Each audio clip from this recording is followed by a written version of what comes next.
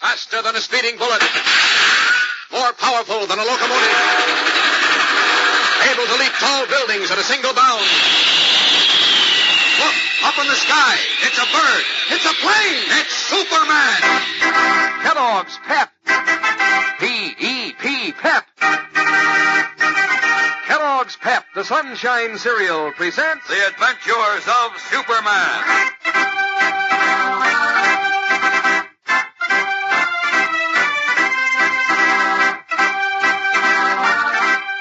Today, as Superman corrals the Knights of the White Carnation, Metropolis' murderous bigots, another dangerous adventure of international significance looms on his horizon.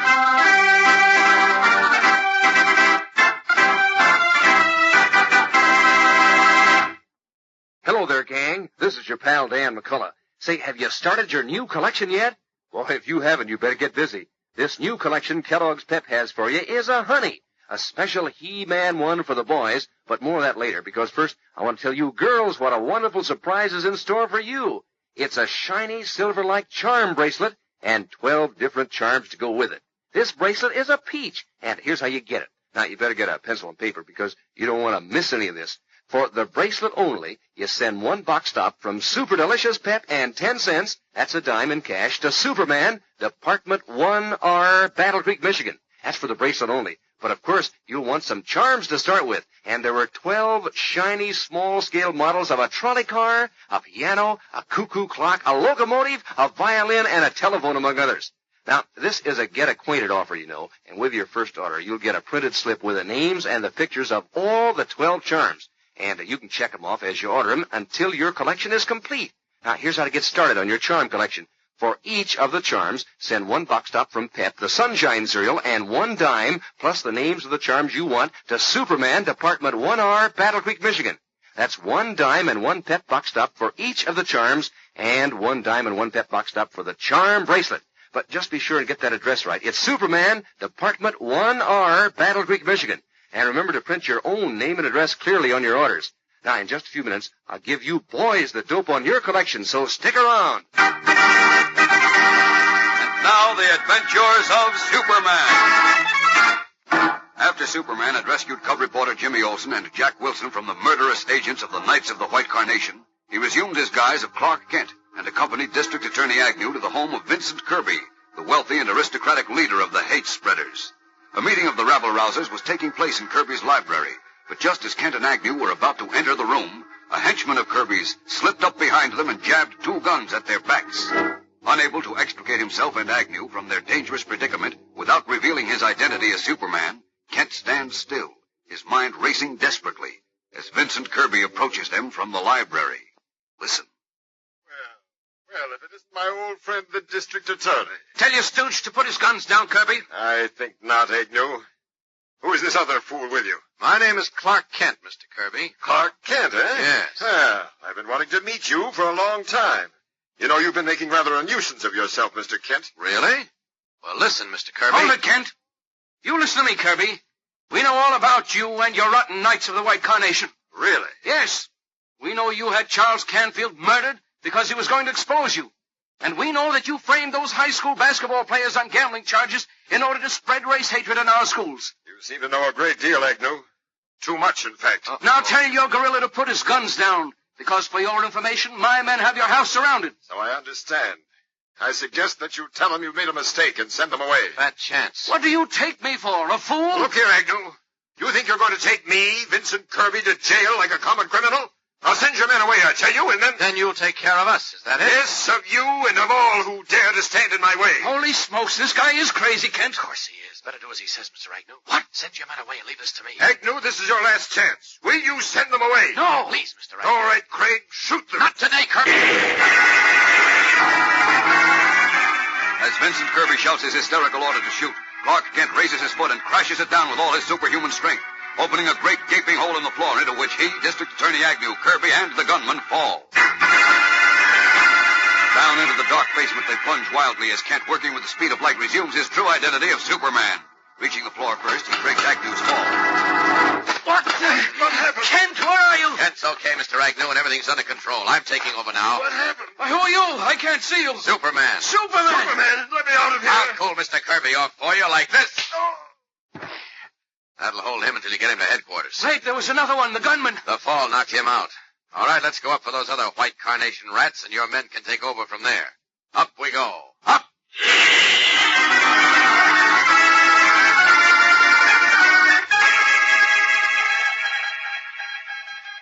is your Daily Planet news reporter bringing you the latest news of the day.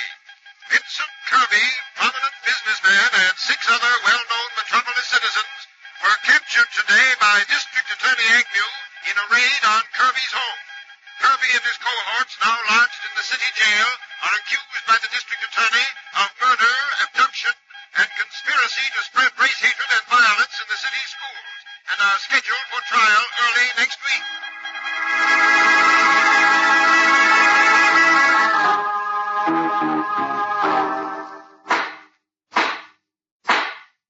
Vincent Kirby, stand up.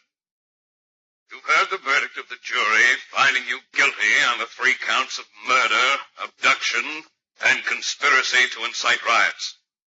Have you anything to say? It's not true. I was only trying to purify America, to make it free of foreigners. In doing what you did, Kirby, you committed crimes not only against humanity, but also against American democracy. Only the bigot and the demagogue, the creature whose own mind and heart is twisted and poisoned, stoops to such practices in order to corrupt his countrymen. He's like a vicious rattlesnake. But I didn't attack my countrymen, Your Honor. My attack was against foreigners. A foreigner, Mr. Kirby, deems a citizen of another country. High school basketball players you framed on false bribery charges are not citizens of another country. I made a mistake. You, Kirby, made the fatal mistake of giving way to blind, unreasonable hatred. You fed your desire for power by discriminating against minorities, and you used your money and influence to corrupt, to murder, to become a traitor to your country. Vincent Kirby, justice will be well served when I, with the power vested in me by this state, sentence you and your accomplices to die in the electric chair for the crime of murder.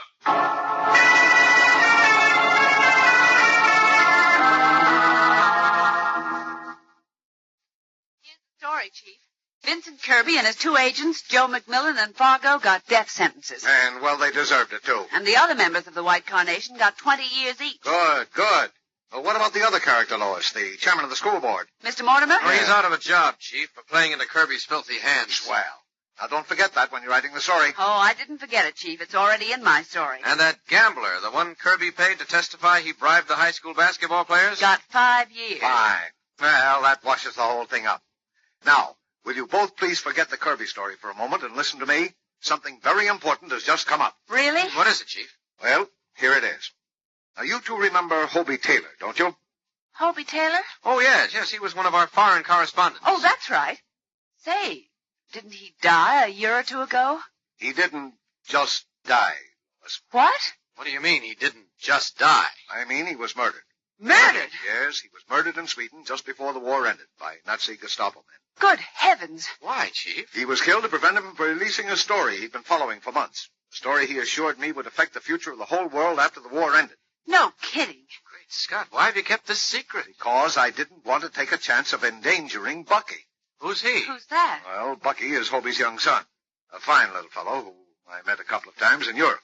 You see, Mrs. Taylor had died many years ago, so Hobie took the boy with him wherever he went. And now he has no father or mother. Poor kid. How old is he, Chief? Let's see, he'd be about 13 now, I think. I see. But look, Chief, what was this story Hobie had? Now, frankly, even I don't know what the story was, because Hobie was shot just as he was about to give it to me over the transatlantic telephone. Uh-oh. Good grief. But from something he said before, I'm quite sure that his son Bucky knows at least something about it. Well, but, Chief, why didn't you send for the boy right away? I mean, as soon as Hobie was Well, for the simple reason that Bucky disappeared immediately after his father's death. I see. And it wasn't until a couple of months ago that I was able to trace him through the Displaced Persons Bureau, who found that he'd been taken to a German concentration camp. A 13-year-old youngster. That's right. Well, he wasn't the only youngster in a German concentration camp, Lois, but go on, Chief. What then? Well, the boy had managed to escape from the camp and wandered over half of Europe dodging the Nazis. Sounds like a game kid. Yes. Well, I made arrangements to have him sent over here immediately, of course, and he's arriving today on the Nautilus. Today? Yes, within an hour. Now, naturally, I'm very happy about that, and I'm going to do all I can to provide a good home for him. Sure you And I'm are. also hoping that he can give us more of the big story that his father died for. Uh-huh. So you two get right down to the pier. Pick up Bucky and then bring him here. Okay. I'll run out and buy some things for him and have a big welcome ready. Right. Go on. Get started.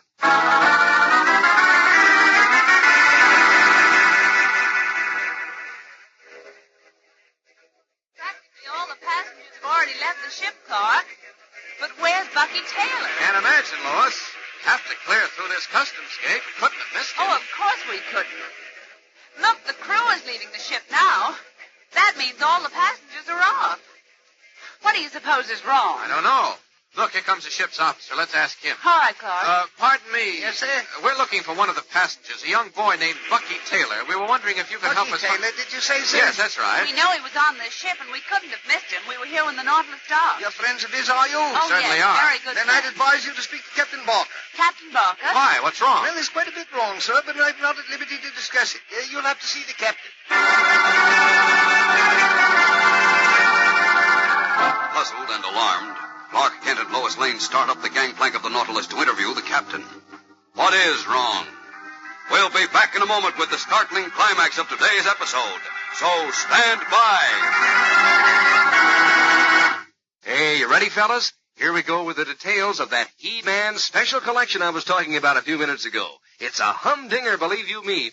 Now, for you fellas, Kellogg's Pep, the Sunshine cereal, has a big silver-like keychain that you'll be proud to wear. And there are 12 nifty lucky pieces you can attach to it. And in the package, when you receive your first order, you'll find a printed slip with names and pictures of all the 12 lucky pieces on it. Now, here's how you can get the lucky pieces. For each one, send one Pep box stop and one dime, plus the names of the lucky pieces you want, to Superman, Department 1R, Battle Creek, Michigan.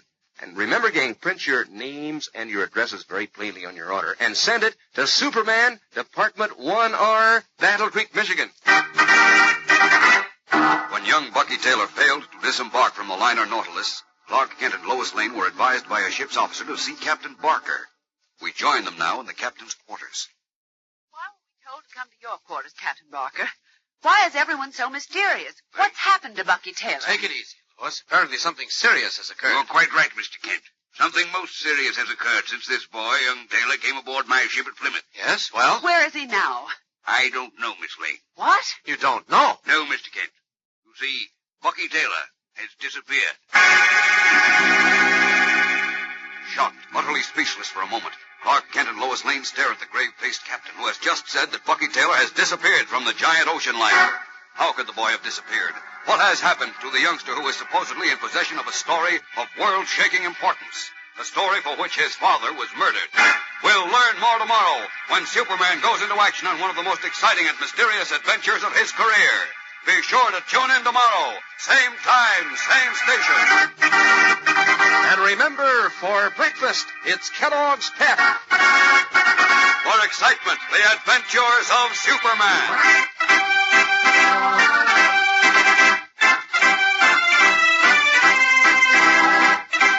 Superman is a copyrighted feature appearing in Superman DC comic magazines and is brought to you Monday through Friday at this same time by Kellogg's Pep, the Sunshine cereal. This is the Mutual Broadcasting System. Faster than a speeding bullet. More powerful than a locomotive. Able to leap tall buildings at a single bound.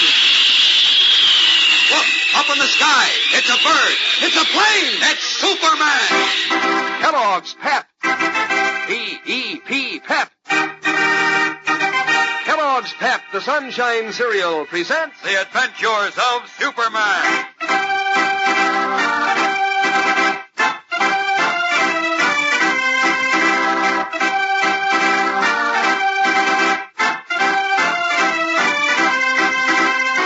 Today, Clark Kent and Lois Lois Lane encounter more mystery, which indicates that young Bucky Taylor may have been the victim of dark international intrigue.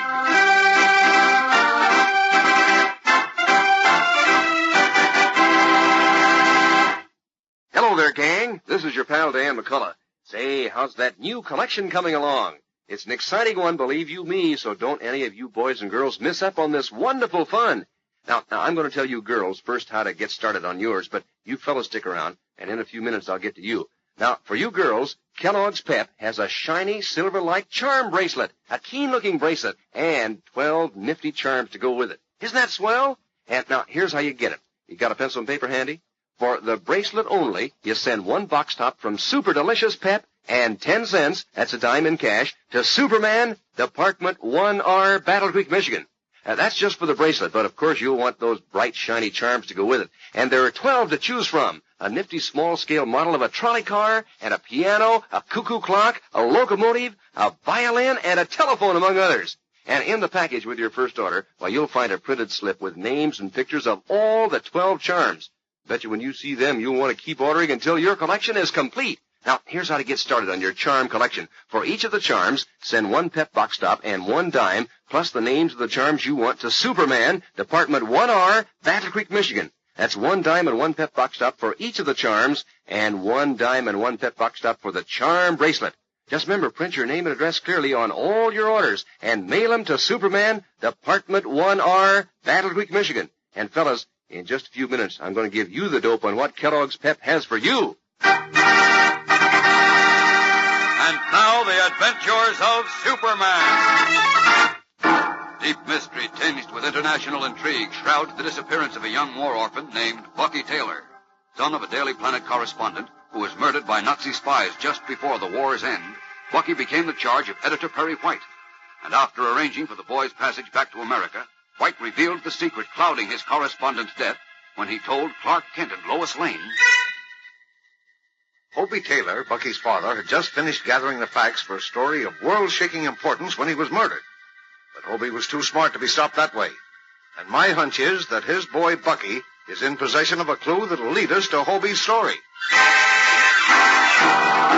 When Bucky's ship was due to arrive, White sent Kent and Lois to meet the boy. But when they arrived at the dock, Bucky was not among the disembarking passengers. Alarmed, they went directly to the captain's cabin aboard the liner, where we find them now talking to the skipper, who, in reply to Kent's query, solemnly says, I'm sorry to report, Mr. Kent, that young Bucky Taylor is not aboard this vessel. How is that possible, Captain Barker? His name's on the passenger list. Yes, I know, but... Don't tell us he got off the ship before you came through customs. Oh, no. Well, what did happen, Captain? Well, prepare for a shock. For heaven's sake, what is it? Easy, Lois. Go on, Captain. Well, I don't quite know how to say this, but... Bucky died at sea. Oh, no, nothing like that, Miss Lane. Well, then where in heaven's name is he? What's happened to him? That's it, Mr. Kent. I don't know. What? You don't know. Exactly. I don't know where he is. Nor do I know what's happened to the lad. But that's impossible. Nevertheless, it's the truth. Now, wait a minute. Let's get this thing straightened out. Was Bucky Taylor booked on this ship, Captain Barker? Yes, he was. Then where is he now? Please, Lois, let me get these questions answered, and maybe we'll know what's going on. Okay, Clark, but the answers had better be pretty good, or the chief will make an international incident out of this. My dear friends, I assure you there's no Forget cause that, for it. Captain Barker. Let's get back to the mystery of Bucky Taylor's disappearance. You say he was booked for passage on this ship. Now, did he or did he not board this vessel before you sailed from Plymouth? Yes, he did. Good grief. Bucky did board your ship, and yet he's not aboard. All right, when did he disembark? I don't know. Oh, now this is too much. Lois, please. Now tell me this, Captain Barker. When did you first discover he wasn't aboard? Our first night out. First night? Yes. You see, I was advised of the boy's identity, and of the fact that he was the charge of your editor, Mr. Perry White. So I arranged for the boy to be seated at my table. I see. Naturally, I thought nothing of it when he failed to appear for lunch. The excitement of sailing might have been too much for him.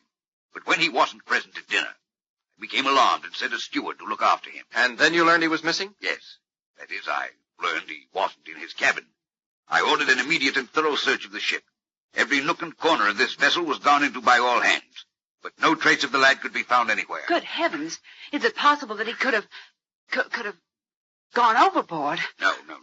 That's quite impossible without his being spotted by one or more of the deckhands on watch. Well, then, as I see it, there's only one explanation left. What's that, Clark? That, somehow, for some unknown reason, Bucky left the ship before it sailed from Plymouth. That, Mr. Kent, is quite possible, and I might add the only reasonable answer. But why? Why would he board the ship to sail for home, for America, and then suddenly leave the ship before it sailed?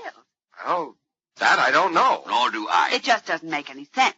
Unless he was forced to do that. Forced? But by whom? And for what reason? You remember what the chief told us, Lois, about Bucky's father? Oh, you mean that... I don't know, Lois. I'm just guessing, so skip it, at least right now. Tell me, Captain, did you advise your home office of the boy's disappearance? Indeed I did. I radioed the London office at once. They instituted an immediate investigation in Plymouth, our port of embarkation. And? Nothing. They could find absolutely no trace of the boy. Oh, Clark, now this gets worse all the time. Yes, and it looks more and more like what I hope it isn't. I don't quite follow you, Mr. Kent. Oh, forget it, please. I suppose there's nothing more we can do right now except report this to the chief. Your editor, Perry White? Yes, poor guy. How he's been building himself up to seeing that kid. Yes, I understand. By the way, I suppose you'll want to take the boy's luggage with you. Oh, yes, of course. There isn't much of it, just one valise and an old typewriter. Oh? His father's, I guess. Yes, it must be. Battered old portable. Mm-hmm. I'll have a steward get it out of the boy's cabin. Oh, wait a minute. It's still in the cabin assigned to Bucky? Why, yes, I had the door locked as soon as we learned of his disappearance. Oh, well, if you don't mind, Captain, I'd like to have a look in there. What for, Clark? Oh, I don't know, just curious. How about it, Captain? Would that be too much trouble? No trouble at all. I have the key here in my desk. I'll be glad to take you there. Fine, let's go.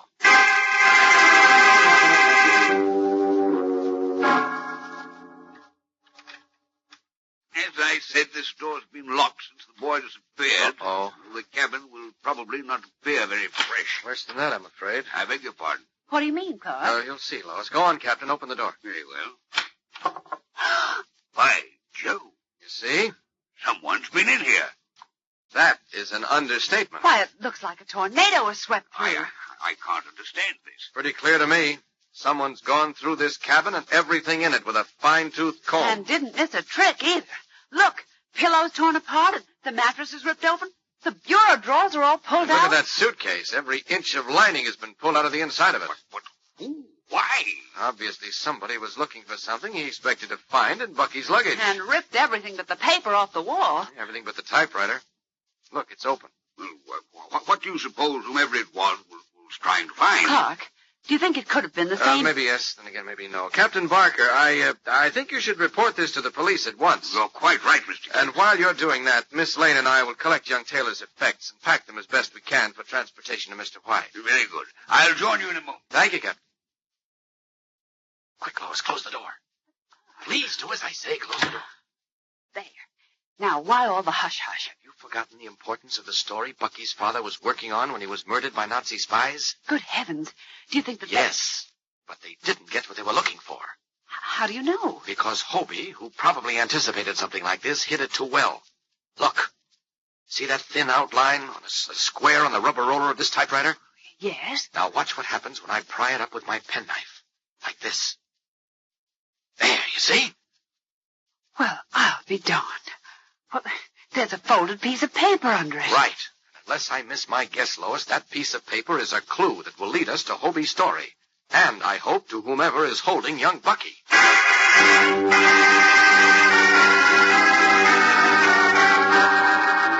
What is the message written on the piece of paper that was so cleverly concealed in the typewriter roller? Is it what Clark Kent expects it to be? We'll know in a moment when we return to the exciting climax of today's episode. So stand by. Okay, fellows, this is it. Here's where I can tell you about the swell new collection you can start. Kellogg's Pep the Sunshine cereal has a super-duper keychain for you. A big silver-like He-Man chain that you'll be proud to wear. And there were 12 nifty lucky pieces you can attach to the chain. That's a collection that you'll want to get started on right away. So, get yourself a pencil and paper. There's a lot to this offer. First off, you'll all want the keychain. Now, for the keychain only, send one box top from Super Delicious Pep and 15 cents, that's a dime and a nickel, to Superman, Department 1R, Battle Creek, Michigan. That's for the keychain only. And you'll want the lucky pieces, of course. And there are 12 all bright and shiny small-scale models of a football, binoculars, a skull and crossbones, a skate, a locomotive, and a trolley car, among others. And they're all nifties. Now, you see, this is a get-acquainted offer, and with your first order, you'll get a printed slip with the names and pictures of all the 12 lucky pieces on it. And you'll want to keep ordering them until your collection is complete. Now, here's how to start on your lucky piece collection. For each lucky piece, you send 1 pep box top and 1 dime, plus the names of the lucky pieces you want, to Superman, Department 1R, Battle Creek, Michigan. That's 1 dime and 1 pep box top for each of the lucky pieces, and for the keychain, 15 cents, that's a dime and a nickel, and 1 pep box top. And be sure to print your name and address plainly on your order, and mail your letters to Superman, Department 1R, Battle Creek, Michigan. As we continue now, Clark Kent has removed the slip of paper from its hiding place in the typewriter and is unfolding it as Lois Lane, her eyes wide with wonder, blurts out, Clark Kent, how in the world did you know that paper was stuck where you found it? Certainly no one could see it without X-ray vision. Oh, now, look, Lois. And that reminds me. You indicated that you knew the condition of this cabin before Captain Barker even opened that door. I did? Yes, you did. I was just guessing, I guess. I don't know about that, Clark. It seems to me now, look here, been... Lois. That's not important right now. Are you or are you not interested in the contents of this piece of paper? Well, yes. Of course I am. All right, then let's open it and see what it says. Well, all right. But I'll come back to this some other time. Well, what does it say? Nothing much, just a name and an address. Name and address? Philippe, 25 Rue Frontenac. Rue Frontenac? Yes. Why, it sounds as if it must be Paris. Sure, any other city in France. Or in Quebec, Canada, for that matter, or Belgium. Well, Canada's ruled out. It must be in Europe because that's where Hobie was working. Well, my guess is this place is somewhere in France. Even at that, it isn't much of a clue. France is a big country, you know.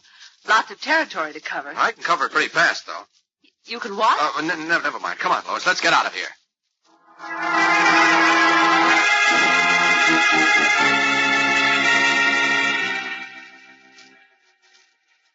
But Clark, aren't you getting into the taxi with me? No, Lois. You zip back to the planet and report the story of Bucky's disappearance to the chief. And what, may I ask, are you going to do? Take a trip to France, maybe, to track down that clue?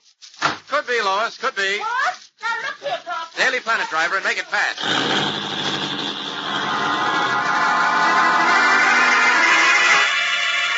As the taxi bearing Lois Lane drives off, Clark Kent ducks into a narrow space between 2 buildings. There, he quickly rips off his street clothes and stands revealed as Superman. Now for a quick trip to France to find this mysterious Philippe at 25 Rue Frontenac. And I hope I'm not too late to find young Bucky Taylor. Up! Up! And away!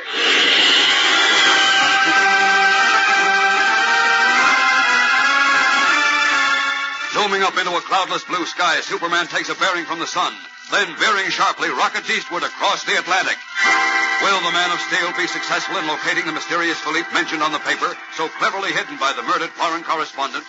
And if so, will he then be able to find the young orphan, Bucky Taylor, before the forces that took his father's life do away with him, too? There is much mystery and intrigue woven into the thrilling episodes that follow in this new and exciting story, gang. So don't miss a minute of it. Be sure to tune in again tomorrow. Same time, same station. And remember, for breakfast, it's Kellogg's Pep. For excitement, the adventures of Superman. Superman is a copyrighted feature appearing in Superman DC comic magazines and is brought to you Monday through Friday at this same time by Kellogg's Pep, the Sunshine Cereal. This is the Mutual Broadcasting System. Faster than a speeding bullet. More powerful than a locomotive. Able to leap tall buildings at a single bound. Look, up in the sky. It's a bird. It's a plane. It's Superman. Kellogg's Pep. P-E-P, Pep. Kellogg's Pep, the Sunshine Cereal, presents The Adventures of Superman.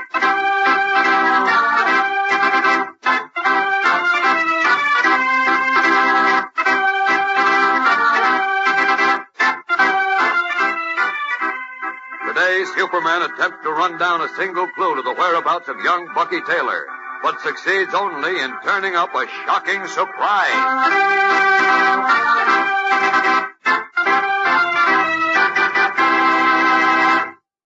Hello there, gang. This is your pal, Dan McCullough. Say, I tell you, this new collection Kellogg's Pep has for you is just about the swellest one you ever saw. a big He-Man keychain for the boys, and something just as swell for the girls. And I'll tell you girls more about that a little later. Now, fellas, just wait till you see this keychain. It's terrific. A big, shiny, silver-like chain, a humdinger all by itself. But just to make it something extra special, Kellogg's Pep has 12 different lucky pieces you can attach to it. Now, you got a pencil and paper handy? You don't want to miss any of this.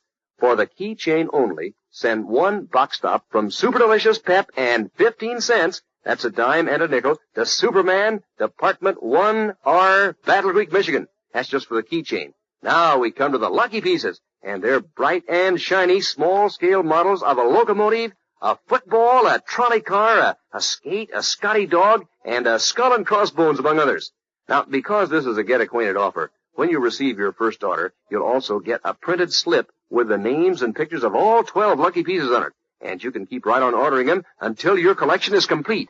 Now, for each lucky piece, send one Pep box stop and one dime, plus the names of the lucky pieces that you want, to Superman, Department 1R, Battle Creek, Michigan. That's one dime and one Pep box stop for each of the lucky pieces, and for the keychain, send 15 cents. That's a dime and a nickel, and one Pep box stop.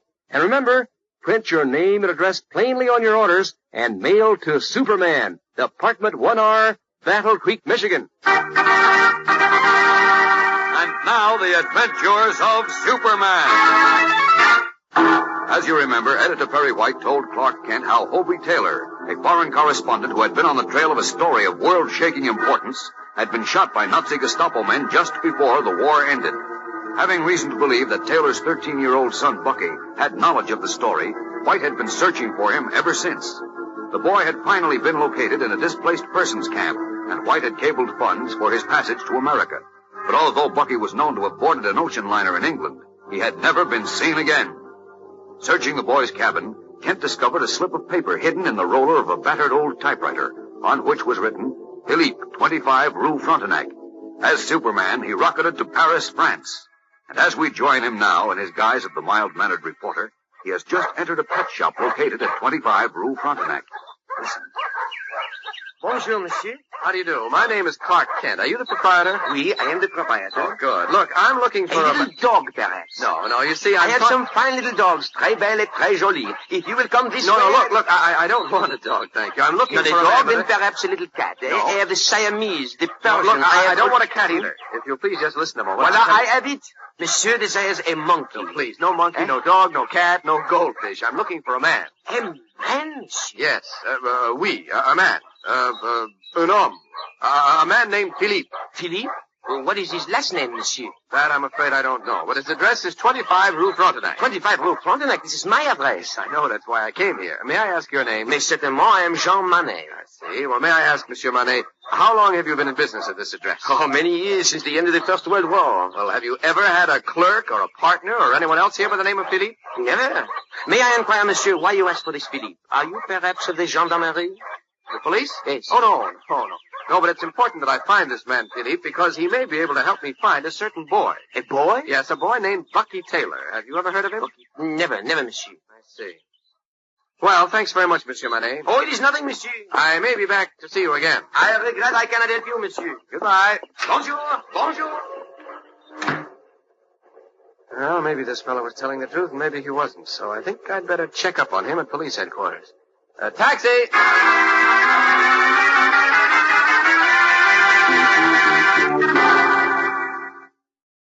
Lieutenant, I must find this man Philippe, because he may know what happened to Bucky Taylor. I understand, Monsieur Kent.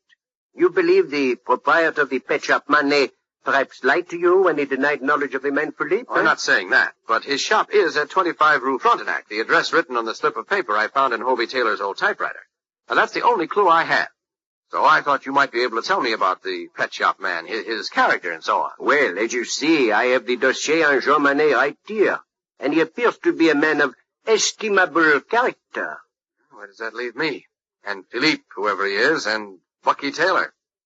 See, Lieutenant, not only do I want to find Bucky because I'm concerned for the boy's safety, but also we think he knows about the story his father turned up, a story which he said would affect the future of the entire world. Bucky's father was shot to keep him from revealing that story, and we want to know what it was. Oh, naturally, monsieur.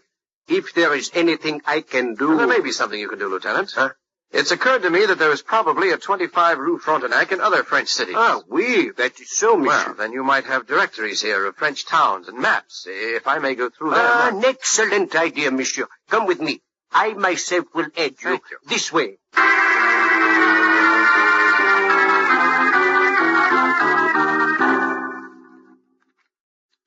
Here, Monsieur Kent, is another Rue Frontenac in Le Havre. Le Havre, eh? Oui.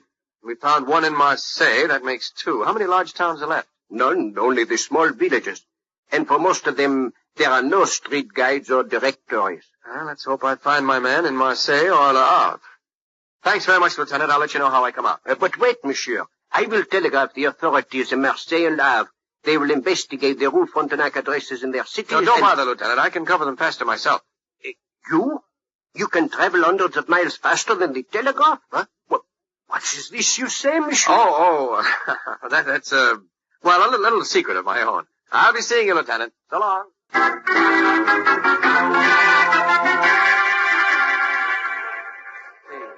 Nobody behind this store.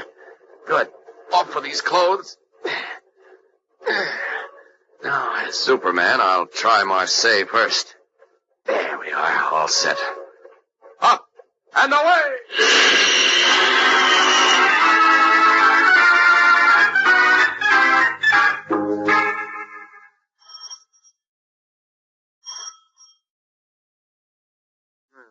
Door plate says Dr. Bonnard. No first name.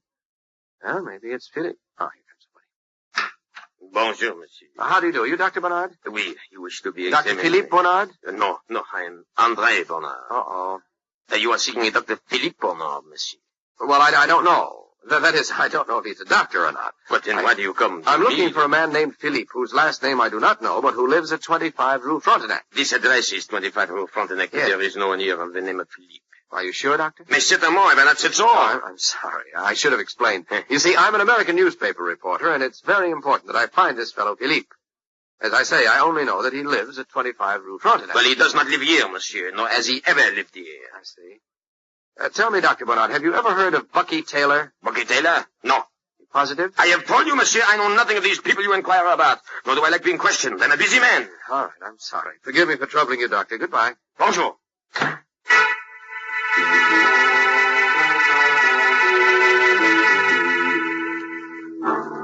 Well, I drew another blank, so back to my Superman identity.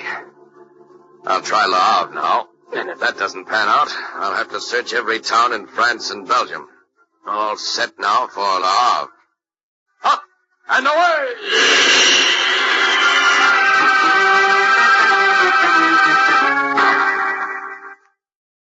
Hello, my name is Clark Kent. I'm an American newspaper reporter, and I'm looking for a man named Philippe.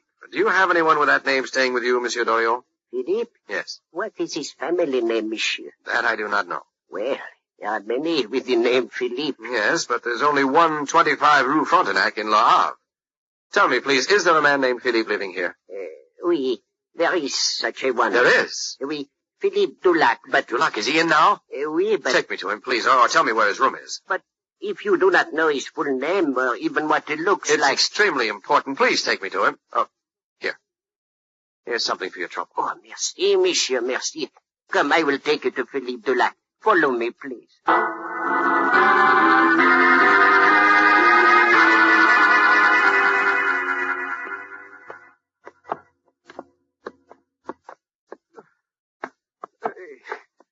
It is a long climb to the attic, Monsieur Kent, but here...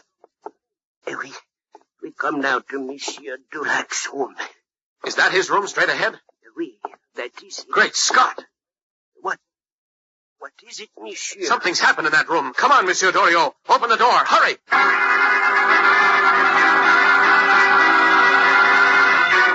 Followed by the old pension keeper, Clark Kent leaps toward the door of the little attic room.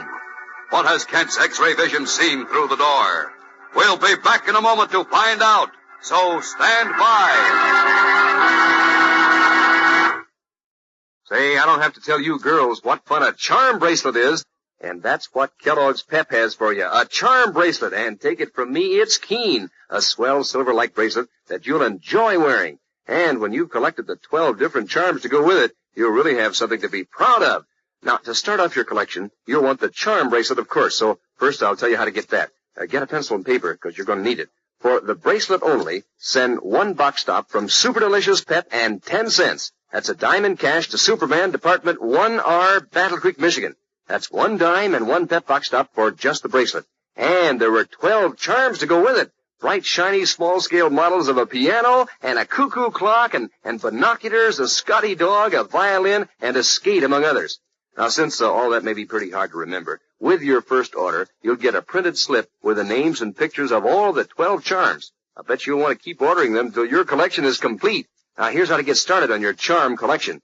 For each of the charms, send 1 box top from Pep, the Sunshine cereal, and 1 dime, plus the names of the charms you want, to Superman, Department 1R, Battle Creek, Michigan. That's 1 dime and 1 Pep box top for each of the charms you want, and 1 dime and 1 Pep box top for the charm bracelet. Just remember, print your name and address plainly on your orders, and send them in today to Superman, Department 1R, Battle Creek, Michigan.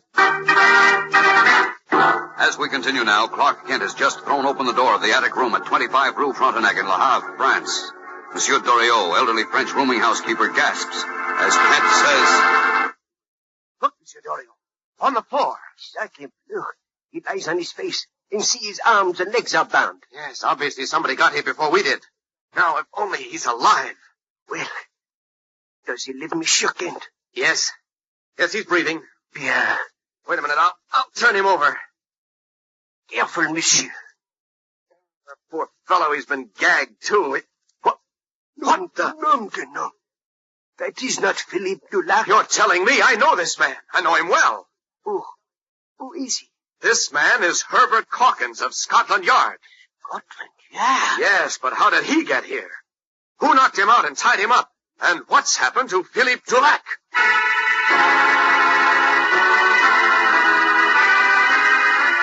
His eyes wide with amazement, Clark Kent stares down at Herbert Calkins, the famous Scotland Yard detective who, only a short time ago, almost succeeded in revealing Kent's true identity as Superman. No wonder Kent is stupefied. How did Herbert Calkins come into this alarming predicament in a shabby little rooming house in Le Havre, France? And what has happened to the man named Philippe, who had occupied this room, and on whom Kent is counting to lead him to the missing Bucky Taylor, and to the sensational story for which Bucky's father died? Tomorrow our story takes an even stranger turn, fellows and girls, so don't miss the next exciting episode, when we and Superman learn more and encounter even stranger developments. Be sure to tune in tomorrow, same time, same station. And remember, for breakfast, it's Kellogg's Pep. For excitement, the adventures of Superman.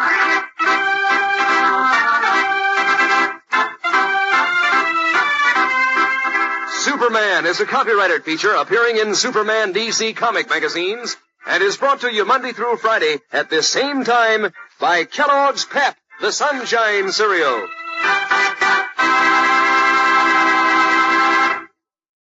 This is the Mutual Broadcasting System. Faster than a speeding bullet. More powerful than a locomotive. Able to leap tall buildings at a single bound. Look, up in the sky. It's a bird. It's a plane. It's Superman. Kellogg's Pep. P-E-P, Pep. Kellogg's Pep, the Sunshine cereal, presents The Adventures of Superman.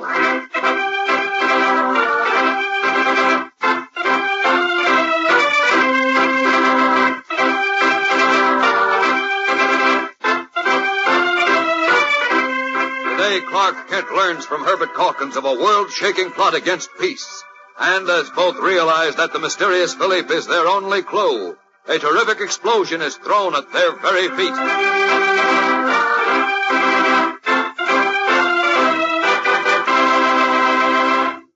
Hello there, gang. This is your pal Dan McCullough. Say, that news is spreading like wildfire. It was only a week ago that I began telling you about the wonderful new Pep collection. And already girls are telling their friends all about the nifty charm bracelet and charms that Kellogg's Pep is offering. And the fellows are all sending for the swell keychains and lucky pieces. So how about you? You want to get in on that fun, don't you? Well, then, get a pencil and paper, and I'll tell you all about it.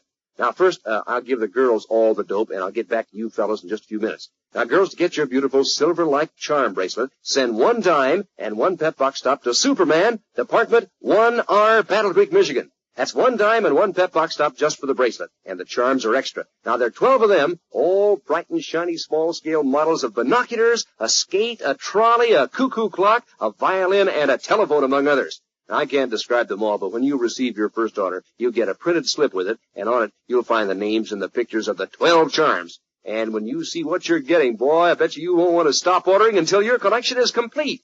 Now, here's how to get started on your charm collection. For each of the charms, you send 1 box stop from Pep, the Sunshine cereal, and 1 dime, plus the names of the charms you want, to Superman, Department 1R, Battle Creek, Michigan. That's 1 dime and 1 pep box stop for each of the charms, and 1 dime and 1 pep box stop for the charm bracelet, and mail to Superman, Department 1R, Battle Creek, Michigan.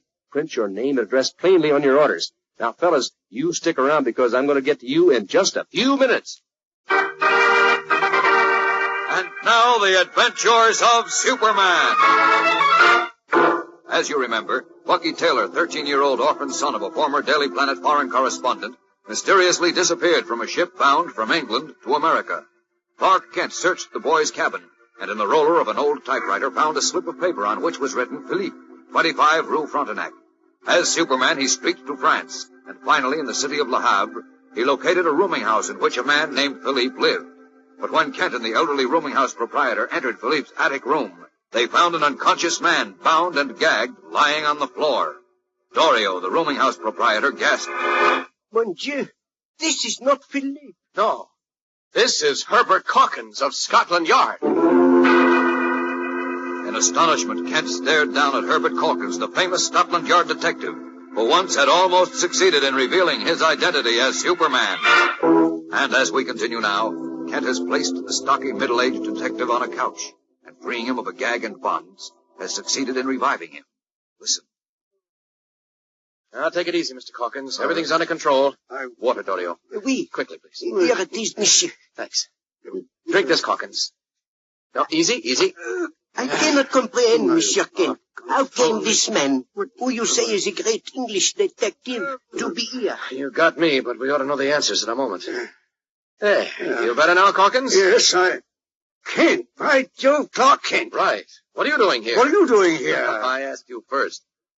Well, I came here to find a man named Philippe, and I... You did? So did I. You both seek the same man. But where is Philippe? That's what I want to know. Just let me... No, wait a minute. Don't get up yet, Calkins. Better rest him. I'm all right now, Kent. The blighter rapped me on the head with a belly blackjack or something. Who did? Philippe? Oh, no, old chap. Someone else, but more of that later. Let's see about Philippe. Where is he? What happened to him? I do not know. No, nor do I. I came up here to find him and found you. I must say I was certainly played for a sucker, as you Americans say. What? You should say you were. Hey, hold on. You. Who are you? I am Dorio, monsieur. The proprietor of this rooming house. Well, look here, Dorio. What do you know about Philippe Dulac's disappearance? I know nothing, Oh, monsieur. come now, my man. I swear it, monsieur. I brought up this gentleman, Monsieur Kent, to call on Philippe Dulac. That's right. Now listen, Mr. Calkins. Wait, Kent. Tell me, Dorio. So far as you know, was Philippe here when I came up?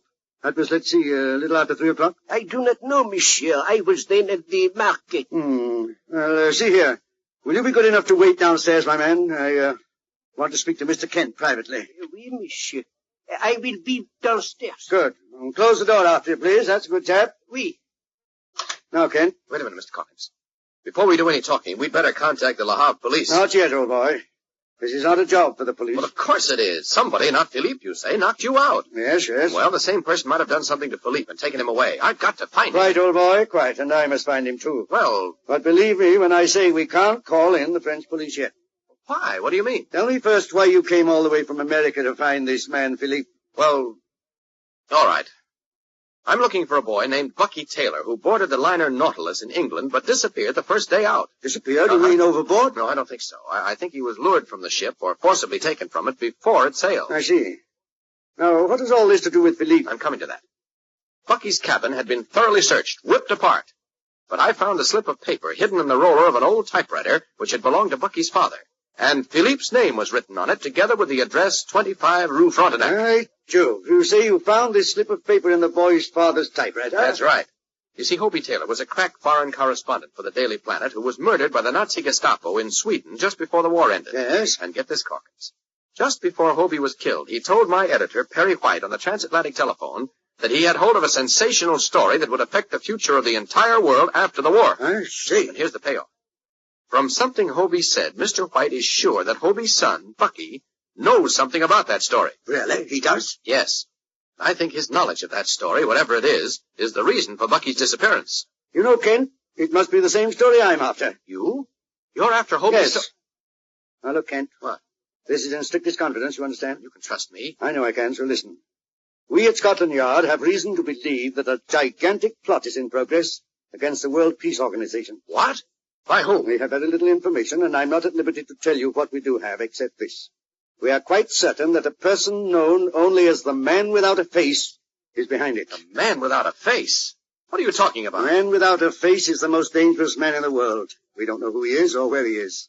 We only know that he has a tremendous amount of money and influence, and that he's on the wrong side of the law. You say this unknown character is behind a plot against the World Peace Organization? Yes, that much we're certain of. And as I say, now I think your chap Hobie Taylor had this same story with full details and was killed to keep him from revealing it. Why do you say that? Because the trail I'm following led to this man, Philippe, too. Oh? But you understand this, Kent. Philippe is on our side. That's fine. Now, just who is he? That I am not at liberty to reveal. Take my word for it, he's on our side. I had an appointment to see him here today at 3 o'clock. But when you got here, somebody knocked you out. Right, just as I entered the room. I didn't even get a look at the blighter. First time anything like this has ever happened to me, by Jove. Well, never mind that now. It seems our immediate job is to find Philippe. Right, old boy. But I'm afraid we'll never find Philippe, no. Why do you say that? Because Philippe knew too much, you see. And I'm afraid he's been done in by representatives of the Man Without a Face. Well, then how'll we find Bucky and get his story? I don't know, old chap. Come on, let's search this room. If you insist. I do insist. It's our only hope. Come on, start looking.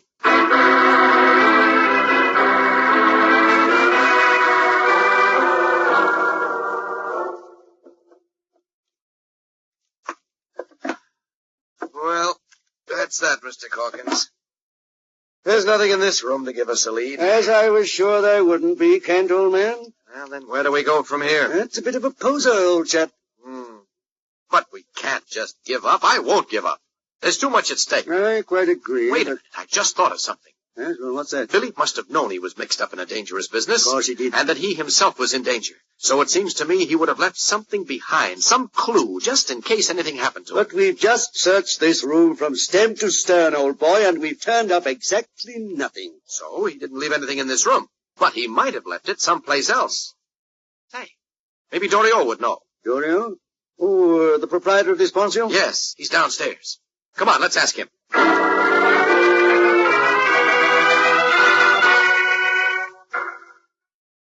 Monsieur Kent, Philippe left with me a small trunk. It is in the cellar. I see, that's a splendid bit of luck. Yes, will you show it to us, Monsieur Doriot? Well, after all, monsieur, it is the private property of Philippe and But if something happened to him, as we See think... here, my man. Have a look at my credentials. As you can see, I'm from Scotland Yard. I see. Well, there can be no great harm, perhaps, in showing you the trunk. Come then. Good. Come on, Mr. Calkins. And, keep your fingers crossed, as we say in America.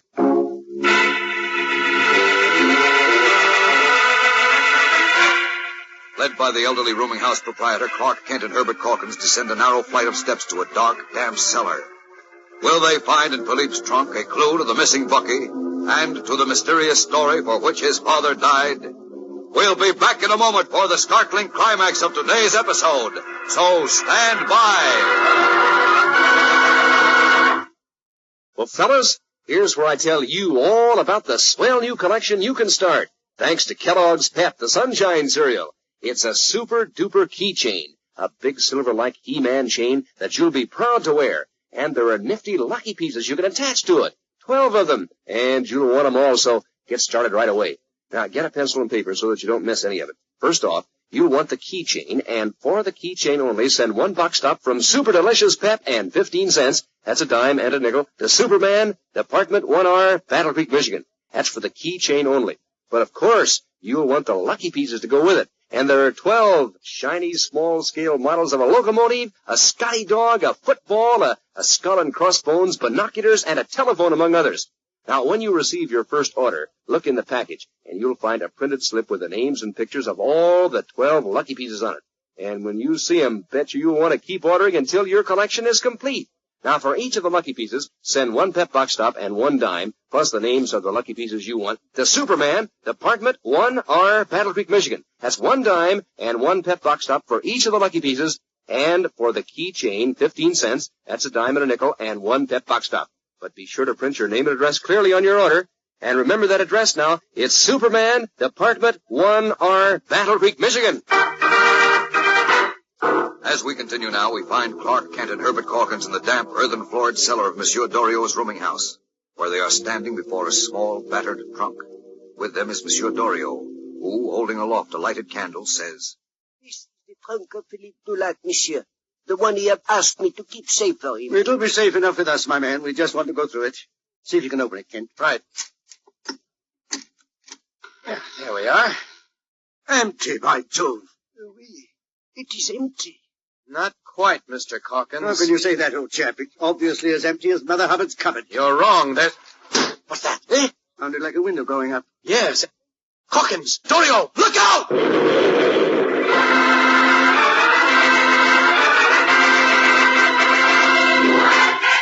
Leaping forward, Clark Kent shouts a warning as a terrific explosion lights up the dark little cellar, shattering Philippe's little trunk to smithereens and shaking the foundations of the ancient house. What has happened to the men who were with Clark Kent?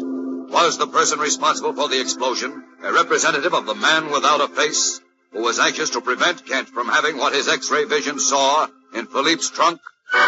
The mystery and the menace of our story grows deeper as Superman's search for young Bucky Taylor brings him closer to the individual known only as the Man Without a Face, a man who has launched a gigantic plot against the World Peace Organization. So don't miss a minute of it. Be sure to tune in Monday, same time, same station. And remember, for breakfast, it's Kellogg's Pep. For excitement, the adventures of Superman.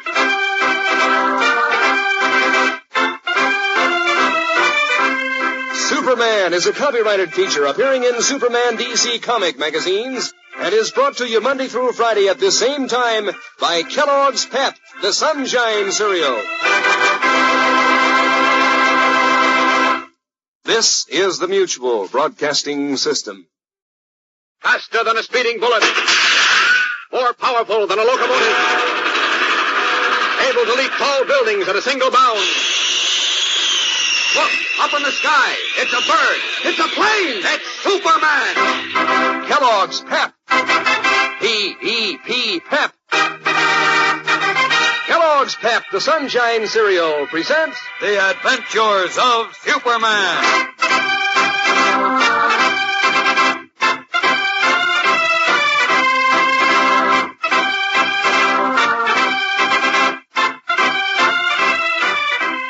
Today, Clark Kent is given a cautiously mysterious message in answer to his one slim lead to young Bucky Taylor's whereabouts.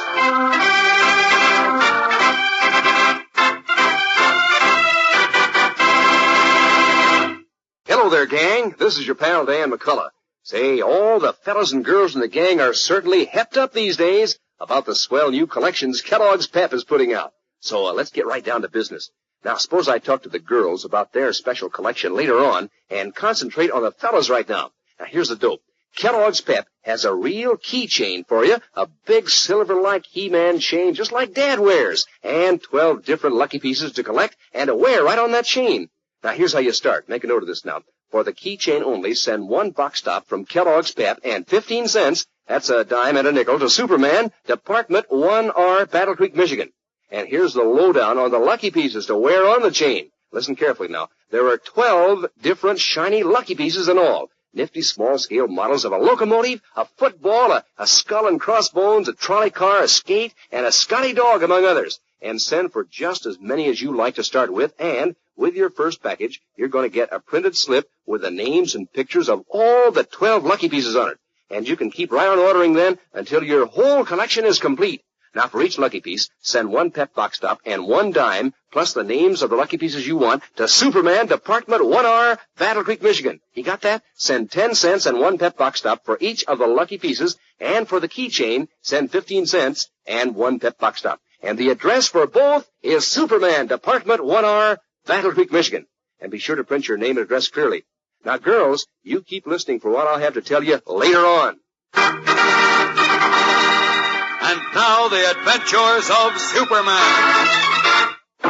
In search of young Bucky Taylor, a 13-year-old orphan who had mysteriously disappeared from an ocean liner, Clark Kent went to Le Havre, France, to find a man named Philippe, who he believed had knowledge of the boy's whereabouts. But to Kent's astonishment, he found Herbert Calkins, ace Scotland Yard detective, bound and gagged in Philippe's room. Calkins explained that he was investigating a gigantic plot against the World Peace Organization, and that he had come to keep an appointment with Philippe. But as he arrived, an unseen assailant had knocked him out. Believing that the plot against the World Peace Organization was tied up with Bucky Taylor's disappearance, Kent and Calkins went to the cellar to examine a trunk left there by Philippe, when suddenly Kent shouted a warning and leaped forward, just as a terrific explosion ripped through the cellar. As we continue now, Kent is helping the dazed Calkins and Monsieur Dorio, elderly proprietor of the rooming house, to their feet. Listen. Calkins. Monsieur Dorio, are you all right? Oui, I think so. Say, kid, what happened? Somebody threw a cellar window open and heaved a hand grenade at us. Sacre bleu. Use, you say, who was it? I don't know who he was, but it's plain he didn't want us to see what was in the trunk. Oui, that is so. Hey, but the trunk was empty. Oh, no, it wasn't, Calkins. I show you. I say, where is the blooming trunk? Blown to smithereens. What? That's right. But, look here, old chap, we were bending over the trunk. If it was blown up by the blasted grenade, how is it we weren't blown up with it? Why, you see... It is a miracle. Yes, I guess Dorio's right. It was a miracle. Wait. I remember that suddenly you, Kent, called out. Then you threw Dorio and me to the floor and sprawled over us. That is right. Well, never mind that now. We were lucky, Lucky, eh? You know, Kent, I'm once again beginning to think that you, old bean, are Superman. Oh, please don't be silly, Mr. Calkins. I thought you'd got over that nonsense in Metropolis. Well, you may have fooled me in the Metropolis, but Forget that nonsense, please. The police and fire department are coming, and that means a big crowd. Let's get rid of them as quickly as possible, because I've got something important to tell you about Philippe's trunk.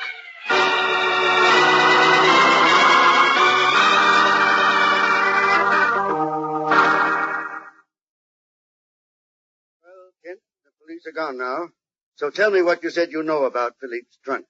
Well, there were 2 snapshots in it. Snapshots? In the trunk? That's right.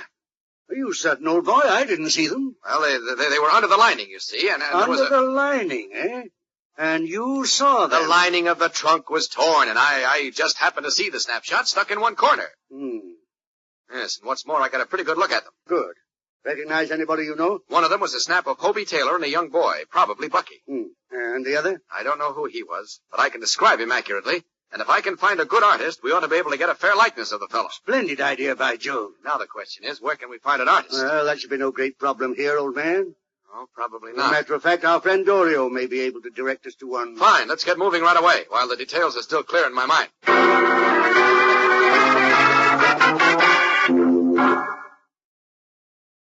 Yes, and let's see. A very high forehead, deep-set eyes, strong cheekbones, wide, thin-lipped mouth, what might be termed a cruel mouth. You got all that, Henri? Oui, Monsieur Kent. You have an excellent memory for detail. Thanks. Can you picture him in your mind? Oui. I will attempt to make a sketch of this man now. Good. Yes, do it as quickly as you can, like a good fellow. Oui, tout suite, Monsieur. I hope this works out, Mr. Calkins, so that it gives us a lead to the whereabouts of both Bucky Taylor and Philippe. I jolly well do too, Kent. You see, I hadn't intended to tell you this, but since we pooled our resources, so to speak, I think you ought to know that Philippe was attached to the British Intelligence Service. That's no surprise. I suspected something like that. Really? Well, he was working on the case I told you of. The plot against the World Peace Organization, which we have reason to believe is sparked by a person known as the Man Without a Face. He must have had some contact with Hobie Taylor, the murdered Daily Planet correspondent, which is why his name was on the slip of paper I found hidden in Hobie's typewriter. Righto. What's more, I firmly believe Bucky disappeared because he knew about his father's story, too. So the same fellows who took Philippe away and tried to blow us up must have Bucky. I agree. Now we've got to find them and get their story. But how? We have no clues. Well, the snapshot in Philippe's trunk may be just what we need. How are you coming, Henri? Regardez this sketch, please, Monsieur Kent. Wicked-looking chap. Does this look like the man in the snapshot, Kent? Yeah, yes, it does. Just about, except... Let's see, I think his chin was a little longer. Longer? Yes. Like this, monsieur. Huh? That's better, Henri. Now, there was a deep line between his eyes, right here. Oui. I will sketch it in. By Jove, I don't see how you can remember all that from just a glance, old boy. It's amazing. Well, now, monsieur. Good. Now you've got him down to a T, Henri. Yeah, I am glad. Do you recognize this fellow, Mr. Calkins? Never saw him in my life. A wicked but rather distinguished-looking bloke, eh? What? Oh, he is like the devil, that one. You're right, Henri. Mr. Calkins, I suggest we take the sketch to police headquarters on a chance that they may know him. Just what I was going to suggest, old boy. How much do we owe you, Henri? Well, monsieur, I do not know. Whatever you say, monsieur. All right, here. Take this $50. You've earned it. Merci, monsieur. Merci. Thank you, and goodbye. All right, Calkins, next stop, police headquarters. You're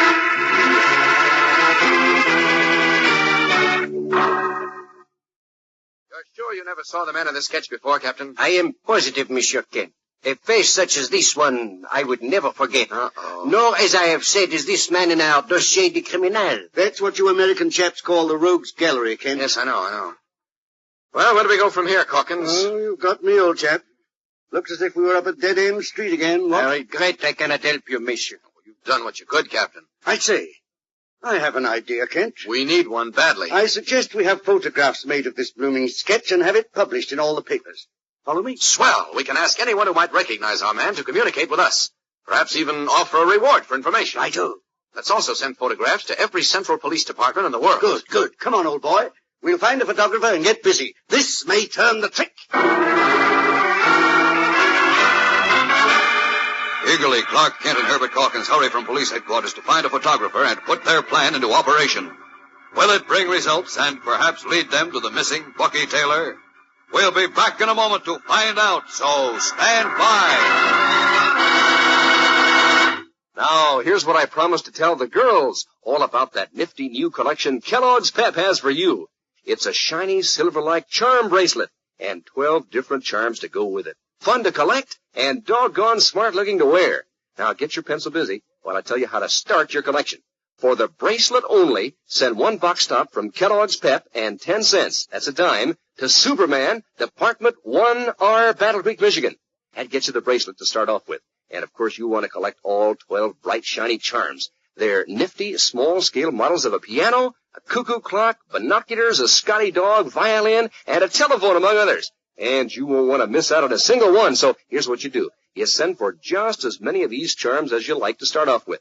Then, with your first package, you'll get a printed slip with the names and the pictures of all the 12 charms. And you can just keep right on ordering until your whole collection is complete. And here's how you send for them. For each of the charms, send one box stop from Kellogg's Pep, the Sunshine cereal, and one dime, that's 10 cents, plus the names of the charms you want to Superman, Department 1R, Battle Creek, Michigan. You got that? That's 10 cents and one Pep box stop for each of the charms, 10 cents and one Pep box stop for the charm bracelet. And the address for both is Superman, Department 1R, Battle Creek, Michigan. Be sure to print your name and address clearly. So girls, get going on your collection of charms from P.E.P., the Sunshine cereal, Kellogg's Pep. As we continue now, 24 hours have gone by since Clark Kent and Herbert Calkins decided to publish their artist's sketch of the photograph Kent saw in Philippe's trunk. The daily papers in Le Havre, Marseille, and Paris have already printed the sketch, but so far there have been no replies.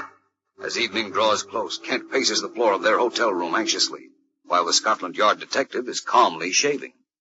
I say, Kent, stop pacing the floor like a blooming lion, will you? Bothers me, you know. Sorry, but I'm worried, Mr. Calkins. I had hoped that someone would have recognized that sketch by now and called us. Frankly, so did I, but all in good time, old boy. Time is what there isn't much of. I know, but we'll keep the picture running in the French papers and send it on to England and the continent tomorrow. We're not licked yet, by Jove. I don't know. Bucky's been missing for over a week, and now Philippe's gone. This clue doesn't pan out. Where are we? No place, old chap, no place. But it's always darkest before the dawn, you know. Platitudes like that don't make the suspense more bearable. Relax while I have a shower. Always think best when I'm showering. I'll be with you directly. Okay. No, why doesn't somebody call? Why is it that... Oh, there's the phone now.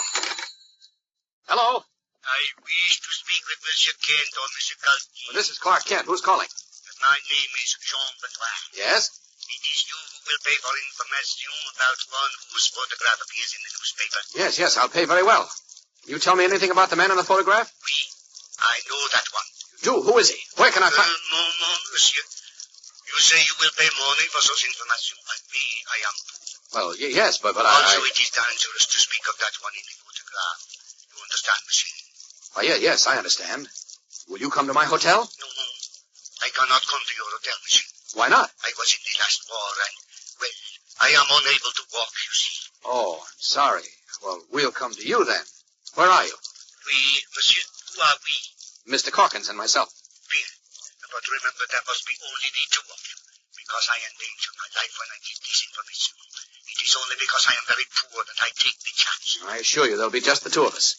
Tell me, where can we see you? Come to 12 Rue Marguerite. 12 Rue Marguerite? Oui, it is a small house near the Great Arc. We'll find it. You may expect us there right away. Bien. You will bring money with you, monsieur. Yes, of course I will. We'll be right along. Goodbye. Au revoir, monsieur. I await you. Calkins, get out of that shower and get dressed. Hurry, man, hurry!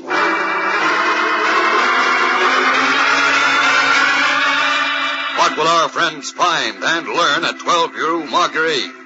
Are they now really on the trail of young Bucky Taylor and Philippe and the plot against the World Peace Federation?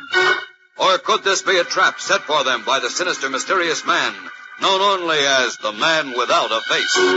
There's a thrill a minute in tomorrow's exciting episode, fellows and girls, so don't miss it. Be sure to tune in tomorrow. Same time, same station. And remember, for breakfast, it's Kellogg's Pep. For excitement, the adventures of Superman.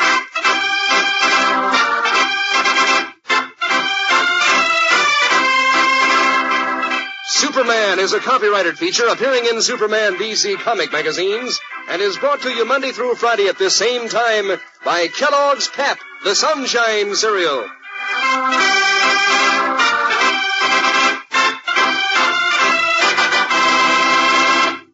This is the Mutual Broadcasting System. Faster than a speeding bullet. More powerful than a locomotive. Able to leap tall buildings at a single bound. Look, up in the sky. It's a bird. It's a plane. It's Superman. Kellogg's Pep. P-E-P, Pep. Kellogg's Pep, the Sunshine Cereal, presents The Adventures of Superman.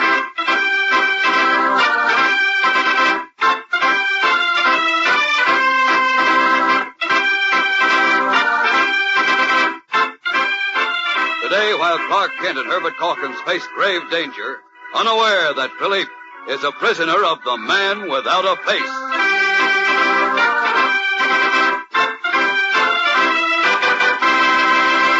Hello there, gang. This is your pal Dan McCullough. You know, I'm so hepped up about the new collections Kellogg's Pep has for you fellows and girls in the gang that, well, I hardly know where to start talking. Guess I better talk to the fellows about their special collection later on and sort of make it ladies first today. So, girls, here's what Pep has for you. It's a shiny silver-like charm bracelet and 12 different charms to go with it. Now, this bracelet is really a honey, a swell piece of jewelry, and here's how you get it. You got your pencil ready? For the bracelet only, send one box top from Super Delicious Kellogg's Pep and 10 cents, that's a dime in cash, to Superman, Department 1R, Battle Creek, Michigan. And that's for the bracelet only. Of course, you'll want some of the 12 bright, shiny charms, too. They're nifty small-scale models of a trolley car, a piano, a cuckoo clock, a locomotive, a violin, and a telephone, among others. And since this is sort of a get-acquainted offer, the first package you get will contain a printed slip with the names and pictures of all 12 different charms. You just check them off as you order them until your collection is complete. And here's how to order your first charms. For each charm, send one Pep box top and 10 cents, plus the names of the charms you want, to Superman, Department 1R, Battle Creek, Michigan. That's 1 dime and 1 Pep box top for each of the charms, and 1 dime and 1 Pep box top for the charm bracelet. And the address for both is Superman, Department 1R, Battle Creek, Michigan. And be sure that you print your name and address clearly. That's for the girls. Now, you fellas, you stick around, because a little later, I'm going to tell you what Kellogg's Pep has for you. And now, the adventures of Superman. Believing that a sinister individual known only as the Man Without a Face is directing a gigantic plot against the World Peace Organization, and that he is responsible for the disappearance of a young orphan boy named Bucky Taylor and a British intelligence man named Philippe, Clark Kent and Herbert Calkins, a Scotland Yard detective, have joined forces in Le Havre, France. Having seen a snapshot of an unknown man in Philippe's trunk, Kent described it to an artist who made a sketch of the man. Then this was published in French newspapers, and Kent and Calkins offered a reward to anyone furnishing information about the unknown man. The following evening, Kent received a phone call from someone who said he knew the man in the sketch. Kent was directed to come with Calkins to a certain house near the harbor. As we continue now, the reporter and the stocky British detective are en route to their rendezvous in a taxicab. Listen. Please tell me again what this chap said on the phone, Kent, and do try to remember everything. Well, there isn't much to remember, Mr. Calkins. He just said his name was Jean Benoit. Benoit? Yes, Benoit. Said he'd been injured in the war and wasn't able to walk, which is why he couldn't come to our hotel to see us. He claims to know the man in our sketch, eh? That's right. Said the fellow was very dangerous and he was taking his life in his hands to talk to us. I see. Anything else? No, that's all. Sounds a bit fishy, old chap. My feeling is that we may be walking into a trap. Could be. Attempt was made on our lives yesterday, so we must be marked men. I say, you are a cool one. Look, what if Benoit is working for the Man Without a Face? Well, that's all right, too, because then we'll have our hands on one of the gang and so be able to get to the others, and to Bucky and Philippe. True, but we may also end up in the blooming harbor with a couple of knives in our back. Well, we'll worry about that when the time comes. You know, old boy, either you're as plucky as they come, or my original suspicions were correct. I mean, about you being Superman. Oh, here we go again. When are you going to throw away that record, Calkins? Not until I'm thoroughly convinced that you are or are not, by Jove. Frankly, my dear old bean, you're becoming a bit of a bore on that subject. I'm sorry. I promise not to mention it again, at least for the present. It'll be a relief. Oh, boy, what a four-wheel stop that was. Voilà, we arrived, messieurs. Lucky. 10 francs, s'il vous plaît. Eh? Oh, we're here. Right, 12 Rue Marguerite. Make out the number in that little stone house. Seedy-looking street, what? Yes, it is. Right, here you are, driver. Keep the change. Oh, merci, monsieur, merci. Pardon, monsieur, but if I may say so, Yeah? you are clearly strangers to Le Havre, so I warn you to proceed with care in this neighborhood. It is not, how you say, healthy for one with money in his pocket or a good coat on his back, particularly at night, as now. Really? Well, thanks very much, driver. Come on, Calkins. One moment, Kent. Driver. Monsieur? Do you know anything of this house here, number 12? No, but Rue Marguerite, I know it. Yes, we get it. Thanks again, driver. Come on, let's go, Hawkshaw. I wish you wouldn't call me that silly name. Sounds like a blinking penny thriller. I wish you wouldn't call me you-know-what. Touché. Well, everything looks peaceful enough. Too peaceful, by Jove. I wish I knew what was waiting for us inside this house. Let's ring the bell and find out. One moment. I just transfer my gun to my overcoat pocket. There. Ready now, old chap. Just leave the rough stuff to me. Oh, sure. Come along, then. Here we are, old boy. Steady now. I'll ring the bell. Go ahead. Now stay behind me, Kent, and remember, leave everything to me. You're such a comfort, old man. You know, personally, I'd feel more comfortable with two stout British bobbies by my side. Why doesn't somebody answer? I'll ring again. Never mind, here comes someone. How do you know? How? Well, can't you hear? Oh, yes. Qu'est-ce que c'est? Good evening. We've come to see Jean Benoit. My name is Calkins. This gentleman... Alors, entrez. Tout de suite. Righto. Come along, Kent. Okay. Are you Monsieur Benoit? No, I am Francois. Benoit waits for you inside. Ugly customer, what? So's the other one. What other one? Follow me, s'il vous plaît. I will take you to Benoit. This way.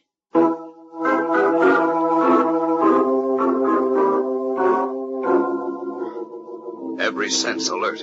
Clark Kent and Herbert Calkins follow the tall, surly Francois up a narrow, dimly lit flight of stairs and into a room which is furnished only with a couch, a flimsy table, and a rickety kitchen chair. A small oil lamp on the table illuminates a thin-faced, unshaven young man with a thin, slit mouth and sharp eyes, who lies on the couch half covered by a dirty blanket. He wears a frayed turtleneck jersey. Are you Jean Benoit? Oui. My name is Calkins, and this is Clark Kent. How do you do? We'd like to Francois, you would keep watch at the door. Oui, I understand. So do I. Eh?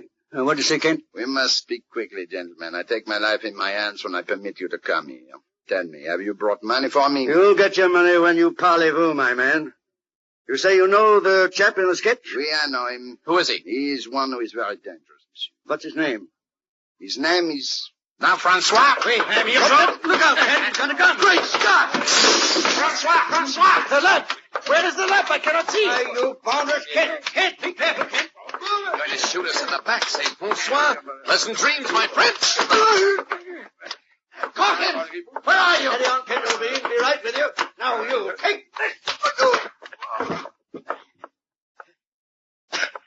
That takes care of Benoit.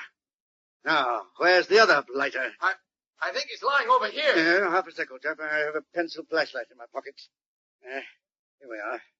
Now, where? I say, this other bound of Francois is out cold. Well, maybe he ran into the wall. What? Say, where are you, Kent? Behind this table. Oh, you were hiding behind the table, eh? Well, not exactly hiding. I see. Anyhow, it was downright clever of you to knock that lamp to the floor just when Benoit was drawing his blooming gun. Oh, thanks, old man, thanks. Would you really have me believe that this blighter Francois ran his head into the wall and knocked himself out, eh? Well, I guess we were pretty lucky, eh? Very lucky. Tell me, are you sure Francois didn't run into your fist? Into my fist? Either you fooled me again and Superman saved my hide just now. Superman? Or else it's as you say, we were lucky. Of course we were lucky, but look, Calkins, let's not waste time. These fellows tried to ambush us. That means they must know we're looking for Bucky Taylor and Philippe. And... Wait, Kent. Uh-oh. Benoit's coming too. Come over here. What are you going to do? Try to make him talk. Here, shine this flashlight on his face. Okay. Keep it on him. We may be able to scare him into talking before he recovers his wits. Come on now, my man. Snap out of it. We have some questions to ask you.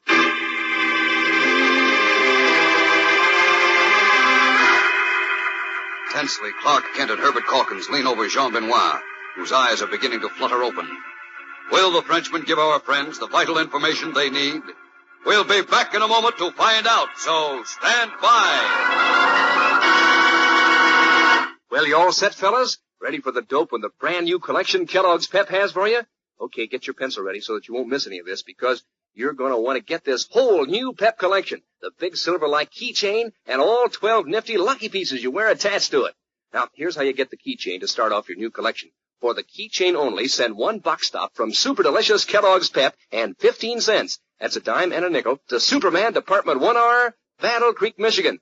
And here's what's in store for you as you collect the 12 shiny lucky pieces. They're nifty small-scale models of binoculars, a locomotive, a football, a skate, a trolley car, and a skull and crossbones, among others. And you can order just as many as you like to start off. Then with your first package, you'll get a printed slip with the names and pictures of all 12 lucky pieces so that you can keep on ordering until your whole collection is complete. Now, here's how to get the lucky pieces. For each one, send one Pep box stop and one dime, plus the names of the lucky pieces you want, to Superman, Department 1R, Battle Creek, Michigan. That's 10 cents and one Pep box stop for each lucky piece. And for the keychain, send 15 cents and one Pep box stop. And the address for both is Superman, Department 1R, Battle Creek, Michigan. Be sure that you print your name and address very clearly on your orders. Yes, sir, fellas. Get a head start on your exciting new collection from P.E.P., the Sunshine Cereal, Kellogg's Pep. In Jean Benoit's shabby little room, Benoit opens his eyes and blinks at the beam of the flashlight that Clark Kent shines into his face. Herbert Calkins, ace Scotland Yard detective, demands... Talk fast, Benoit. Who is the man in the sketch? I do not know. Don't lie, or it'll go hard on you, my man. You tried to ambush us tonight. No. And we know all about you. We know there's nothing wrong with your legs. You can walk. No, You took Philippe away yesterday, didn't you? No. Where is he? Where's Bucky Taylor? I tell you, I know nothing, monsieur, nothing. Do you see this gun, Benoit? No, do not shoot. And talk.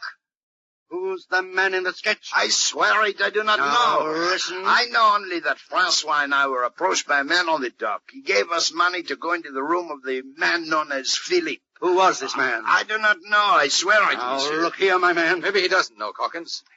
What did you do to Philippe, Benoit? We took him to the warehouse on the docks below. A warehouse below here, eh? Oui, that is all I know. I swear it, monsieur. Only that the man then told us to phone you at the hotel to lure you here under the pretense of knowing him of the sketch in the papers and getting rid of us, eh? Oui. I did not wish to do it. You bounder. Now listen. Here, where are you going, Kent? To the warehouse. You get these fellows to the police, Calkins. But wait, come back here. No Kent. time. See you later. Hurrying from the room, Clark Kent leaps down the steps and out of the house, tearing off his business suit and resuming his true identity of Superman. Up and away!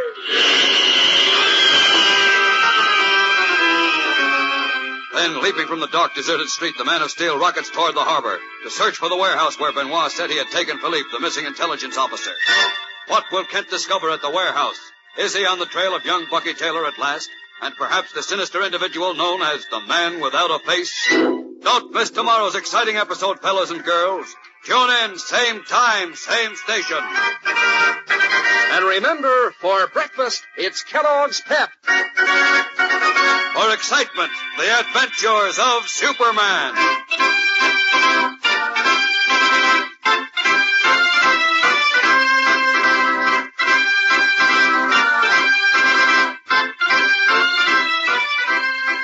Superman is a copyrighted feature appearing in Superman DZ comic magazines and is brought to you Monday through Friday at this same time by Kellogg's Pep, the Sunshine Cereal.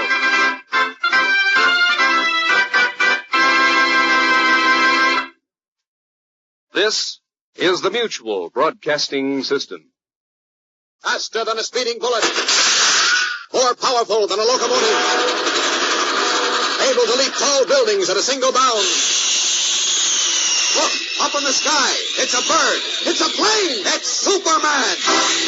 Kellogg's Pep. P-E-P, Pep. Kellogg's Pep, the Sunshine Cereal, presents The Adventures of Superman.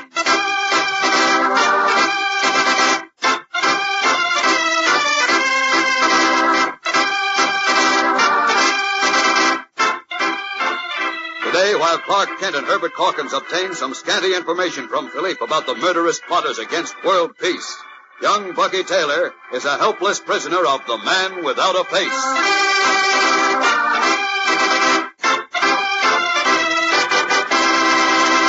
Hello there, gang. This is your pal, Dan McCullough.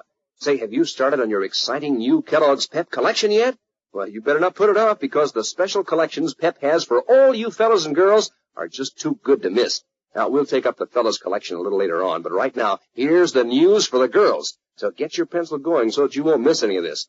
Now, you're going to want Kellogg's Pep's shiny, silver-like charm bracelet. It's a keen-looking bracelet, take my word for it. And you'll want to collect the 12 nifty charms to go with it. So here's how you get started. For the bracelet only, send one box top from Super Delicious Kellogg's Pep and 10 cents, that's a dime in cash, to Superman, Department 1R, Battle Creek, Michigan. That gets you the terrific charm bracelet. Of course, you'll want to collect the 12 different bright, shiny charms to go with it. So just listen to this list. There's a nifty, small-scale model of a trolley car, a piano, a cuckoo clock, a locomotive, a violin, and a telephone, among others. So you order just as many as you like to start off, and then, with your first package, you'll get a printed slip with the names and pictures of all the 12 charms. Boy, I bet you'll want to keep right on ordering until your collection is complete. So for each of the charms you want, send one Pep box top and one dime plus the names of the charms you want to Superman, Department 1R, Battle Creek, Michigan. That's one dime and one Pep box top for each charm and one dime and one Pep box top for the bracelet. And the address for both is Superman, Department 1R, Battle Creek, Michigan. Now just be sure that you print your name and address clearly. And stay with us, fellas, because I'll have that special word for you a little later on. And now, the adventures of Superman. In Le Havre, France, Clark Kent and Herbert Calkins, crack Scotland Yard detective, have joined forces in the search for a 13-year-old orphan boy named Bucky Taylor, son of a former Daily Planet correspondent. Both Bucky and an intelligence man named Philippe, our friends believe, are in the hands of a sinister individual known only as the Man Without a Face, a mysterious person who is supposedly directing a nefarious plot against the World Peace Organization. Caught in an ambush, Kent saved Corkin's life and persuaded a captured gunman to reveal that Philippe was in a warehouse on the docks. Secretly resuming his true identity of Superman, he streaked away to the docks. As we continue a short time later, we find Corkins at the telephone in the Le Havre police headquarters. Herbert Corkins speaking. Are you there? Yes, this is Clark Kent. Listen, Corkins. Kent, where are you, old boy? At the General Hospital with Philippe. Philippe? You mean you found him? Yes, in an old warehouse. He'd been shot. Oh, I say, is he... He's alive, all right, but in pretty bad shape. So you better get over here as soon as possible if you want to talk to him. I'll be there directly, old chap, directly. Good. You'll find me in the waiting room on the 4th floor. Hurry, Corkins. Hurry.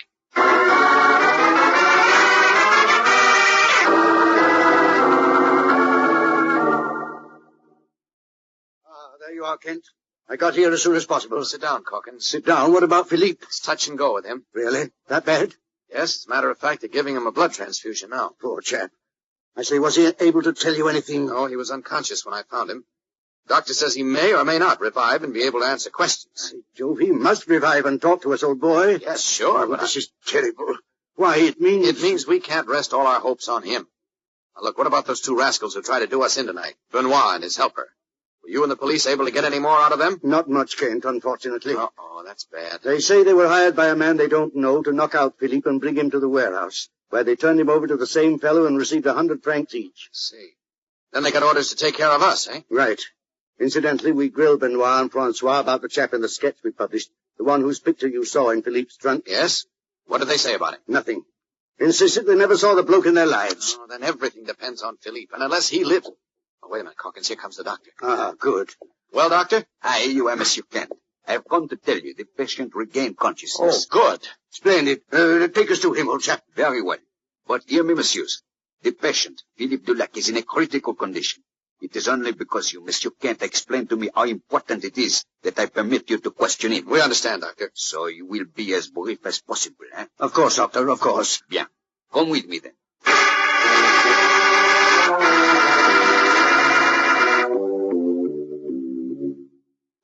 Corkins. I must see Corkins. I'm right here, Philippe, old chap. Corkins, it is really you. Right.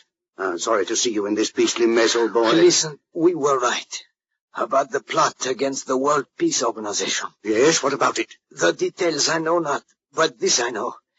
It is of such a magnitude that if it succeeds, the World Peace Organization will be ruined, and all the world plunged again into bloody war. We know that, Philippe, but only one man can tell you of the plot.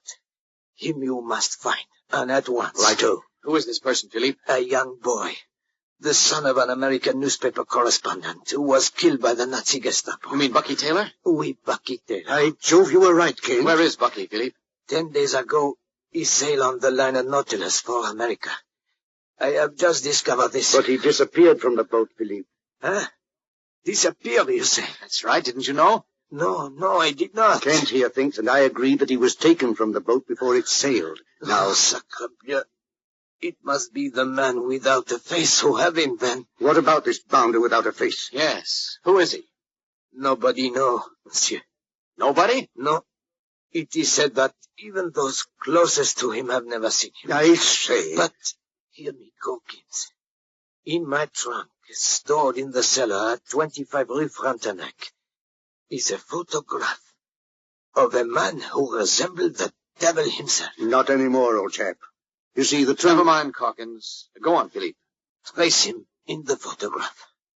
Find him, and it is my belief you will find the man without the face, and the boy, Bucky Taylor. Oh, but... You see, I have good reason to suspect that he of the photograph and the man without a face are one and the same. What? But this chap has a face. Oui. He had then when the photograph was taken, but now... They grow weaker, monsieur. You must hurry. Find that one, Corkins. Find him. We tried to find him. We published his blooming photograph in all the French newspapers and even offered a reward for information about him. No, not in France. You must inquire in... Yes? Inquire where, Philippe? In Bavaria. Bavaria? Bavaria, Germany? Oui. Germany. But Philippe, how do you... Hold it, Hawkins. Doctor, quick. Oh, Dulac has lost consciousness. You must leave now. When will we be able to speak to him again, Doctor? Who knows? Perhaps soon, perhaps never. But you must leave now, please, monsieur. Okay, Doctor. Come on, Hawkins. All right. But we must work quickly, Kent. And the first thing is to hop right over to police headquarters and put a wire photo through to Bavaria. Yes. You agree? You go ahead and do that, Hawkins. I've got another idea. Yes, what's that? I can't tell you now, but it should save time. So long. But wait, old chap, where are you going? I'll let you know. Later. Hurrying away from Herbert Hawkins, Clark Kent steps into an empty room and quickly strips down to the blue costume and red cape of Superman. Then, stepping to the open window... Now for Bavaria. Up and away!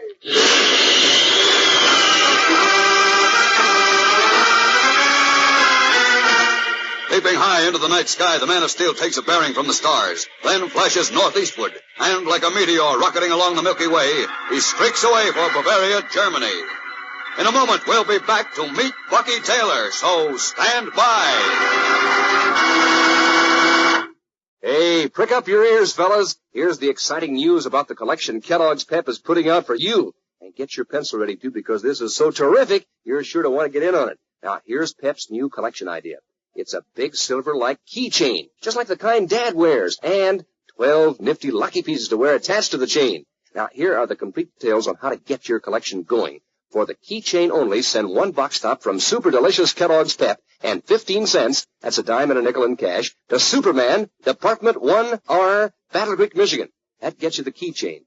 Then you'll probably want some of the shiny lucky pieces, too, to start off, so listen carefully. There are 12 in all. They're nifty small-scale models of binoculars, a football, a skull and crossbones, a skate, trolley car, a Scotty dog, among others. And every one of them is a real humdinger. So order just as many as you can to start, and then, with your first package, you'll get a printed slip with the names and pictures of all 12 lucky pieces on it.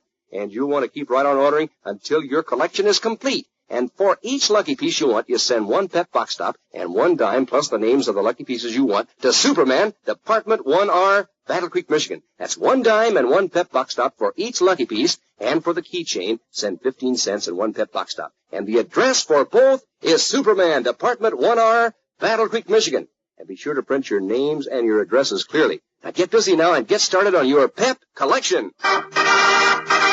As our story continues, the scene is an ancient castle-like chateau on a spit of land jutting out from the southern French coast. In one wing of the battlemented stone building, within an ancient watchtower, is a tall circular room, a bare room of stone wall and floor, like a narrow cylinder, in which a man standing in the center with hands outstretched could touch the walls enclosing him. A boy stands in that room now, alone, a fair-haired boy with blue eyes and blunt nose and chin, listening, as from somewhere, he knows not where, a voice speaks to him. Can you hear me, Bucky Taylor? Yes, I hear you, but I can't see you. Where are you? I'm here with you. You mean in this room? Yes. Now listen to me, Bucky Taylor. Before your father died, he told you about an important story he was working on for the Metropolis Daily Planet. A story about a plot against the World Peace Organization. Do you recall that? No, I don't know what you're talking about. Don't lie to me. Your father wrote that story down and hid it someplace. He told you where he hid it. No, that in case anything happened to him, you could get the story and give it to the Daily Planet. Now tell me, where did he hide that story? I don't know anything about it, I tell you. I warn you, Bucky, don't try my patience. I want that information and I'll stop at nothing to get it. Do you understand? I can't tell you because I don't know. We'll see. Listen to this. What's that? It's water, Bucky. And unless you tell me what I want to know, more water, much more, will continue to pour into this room until it is filled. Know what that means? Golly. Gosh. Now, you ready to tell me? Gee whiz, how can I tell you what I don't know? You lie. No, it's the truth. I don't know. I will give you exactly 30 seconds to decide to talk, Bucky. If at the end of that time you still remain stubborn, well, I have already Jeepers, what can I do? 30 seconds, Bucky. You have only 30 seconds to decide.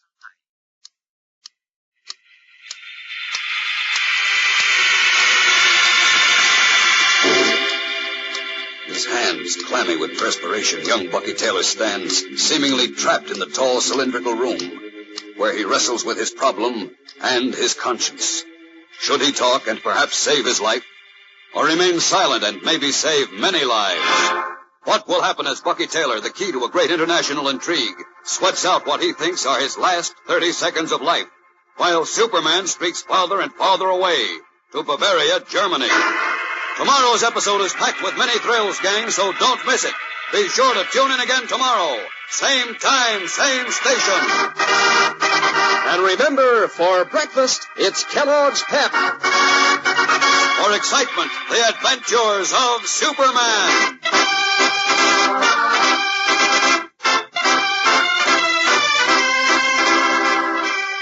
Superman is a copyrighted feature appearing in Superman DC comic magazines and is brought to you Monday through Friday at this same time by Kellogg's Pep, the Sunshine Cereal.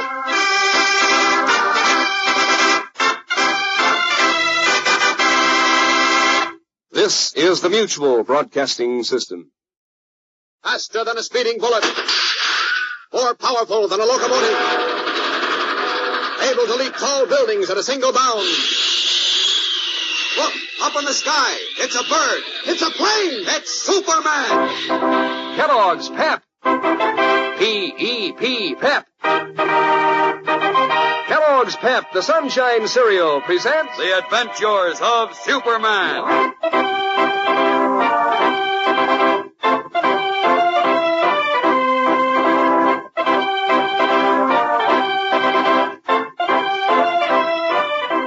Today, while Clark Kent finds a direct clue to the man without a face, young Bucky Taylor, a helpless prisoner of the plotter against world peace, has been condemned to death.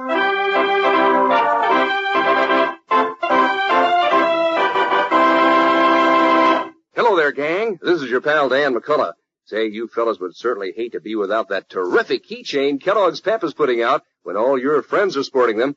Believe me, these collections are something special. That big, shiny, silver-like keychain is a humdinger all by itself, and Kellogg's Pep offers you 12 different lucky pieces to wear attached to it. Now, for the keychain only, you send one box stop from super delicious Kellogg's Pep and 15 cents, that's a dime and a nickel in cash, to Superman, Department 1R, Battle Creek, Michigan. And now the shiny lucky pieces. There are 12 in all, nifty small-scale models of a locomotive, a football, a trolley car, a Scotty dog, skull and crossbones, and binoculars, among others. And because this is a get-acquainted offer, when you receive your first order, you'll get a printed slip with the names and pictures of all 12 lucky pieces on it. And you can keep on ordering until your collection is complete. Now, for each lucky piece you want, send one Pep box stop and one dime, plus the names of the lucky pieces you want, to Superman, Department 1R, Battle Creek, Michigan. That's 10 cents and one Pep box stop for each of the lucky pieces. And for the keychain, you send 15 cents and one Pep box stop. And the address for both is Superman, Department 1R, Battle Creek, Michigan. Now be sure that you print your name and address clearly and get started right away, because tomorrow will be the last day that we'll make this offer over the air, but we want each and every one of you to have a complete collection, so keep watching the Pep package for further details. And girls, later on, I'll tell you more about your special collection. Now the adventures of Superman. Certain that the disappearance of Bucky Taylor, a young American orphan son of a Daily Planet correspondent, was tied up with a mysterious plot against the World Peace Organization, Clark Kent and Herbert Calkins, the Scotland Yard detective, joined forces in Le Havre, France, to search for the boy. From a wounded intelligence man, they learned that Bucky was probably in the hands of a sinister individual known only as the Man Without a Face, who might be found in Bavaria, Germany. But actually, Bucky is a prisoner in a tower room of an ancient castle on the French coast, where a voice, seeming to come out of nowhere, demanded that Bucky reveal where his dead father had hidden a certain story, and threatened... You have 30 seconds to begin talking, Bucky. If you remain stubborn, water will pour into this room. And, well, you know what that means. As we continue now, Superman has arrived at the Russian military government headquarters in Bavaria, Germany, where, once more in his guise of reporter Clark Kent, we find him talking with Colonel Ivan Stroganoff. Listen. Sketch of the man I'm looking for, Colonel Stroganoff. A man known only as the man without a face. The man without a face? Yes. According to confidential information, he is said to be engineering a huge plot against the World Peace Organization. We don't know just what it is yet, but we think he's managed to get hold of young Bucky Taylor. Wait, Comrade Kent. I remember now to have heard of this man without a face. You think he is here in Bavaria? Well, either he is actually here, or this is the place to pick up his trail. Look, here's the artist's sketch of him. It was made from a photograph. Let me see. But this man has a face. Well, he had at the time the photograph was taken. Wait, this man. He's familiar to me. He is? You mean you know him? But of course this man is Count von Luder. Who? Count von Luder. It was not generally known, but he was a close associate of Adolf Hitler. Hitler's brain, he was called by those few who knew. Oh? But Count von Luder is dead. Dead? Yes. He had a large estate near here, and we searched for him when we entered this territory. But he was reported to have committed suicide. Reported? You mean you're not sure? Well, we did not find his body, but reliable witnesses. German witnesses? Yes, They could have lied to give the Count an opportunity to get away and assume a new identity. You mean to become the man without a face? Yes. I still think this is a good place to pick up his trail. However, I've got to know more about him. I suppose you have papers, files on him? We have a large file. Could I see it? Of course, Comrade Kent. Good. It is stored with other such files in the vault of a bank on the other side of the town. Come with me. I will take you there. Fine, Colonel. Let's go.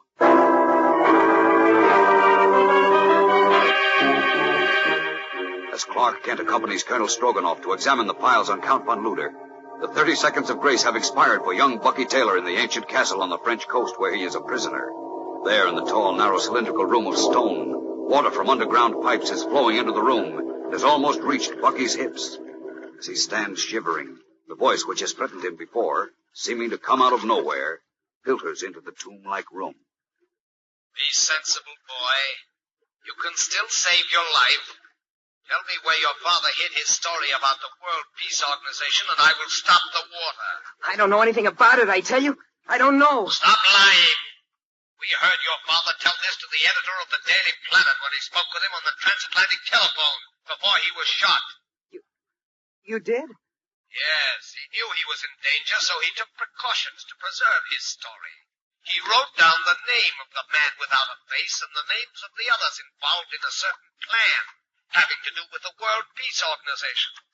And he wrote down the plan which he had just learned. If you know so much, what do you want from me? You know why I want it. You're going to tell me where it is. Oh, so you can get it and burn it up, and then not have to worry about getting caught when you wreck the World Peace Organization. Is that it? Still being brave and patriotic, Bucky?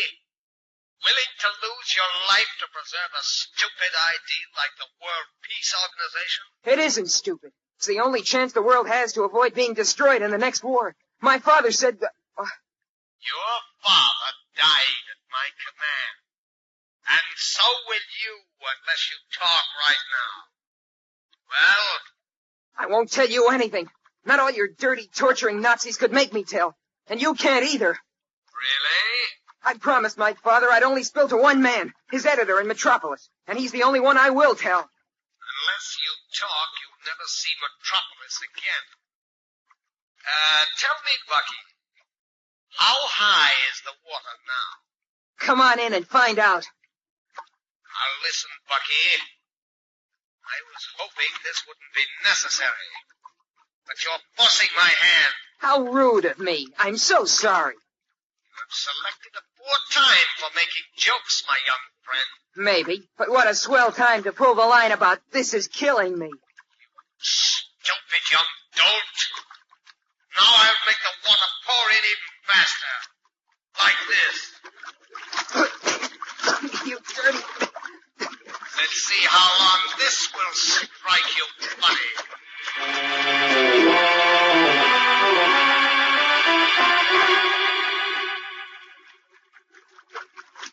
Now the water level is over your head, and you're forced to swim. How do you like that? If I had my choice, I'd rather have a different kind of swimming pool. Still being foolishly brave, eh, Bucky? Yeah, sure. But how long can this go on? What did you say? Nothing that would interest you. Be reasonable, son. All you have to do is... I know what I have to do, and I'm doing it. Very well. It will not be long now before your last chance for life will be gone.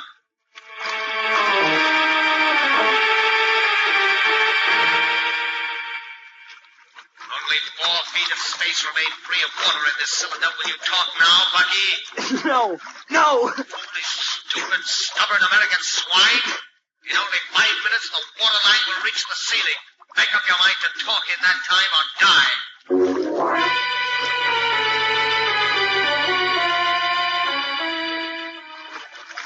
Well, Bucky, there's not long to go. Will you talk now? Better say yes. Stall for time. Speak up, boy. I can't hear you. Yes, I'll talk. Now you're being smart, boy. Go on. Tell me what I want to know. Then I will let you out of the tank.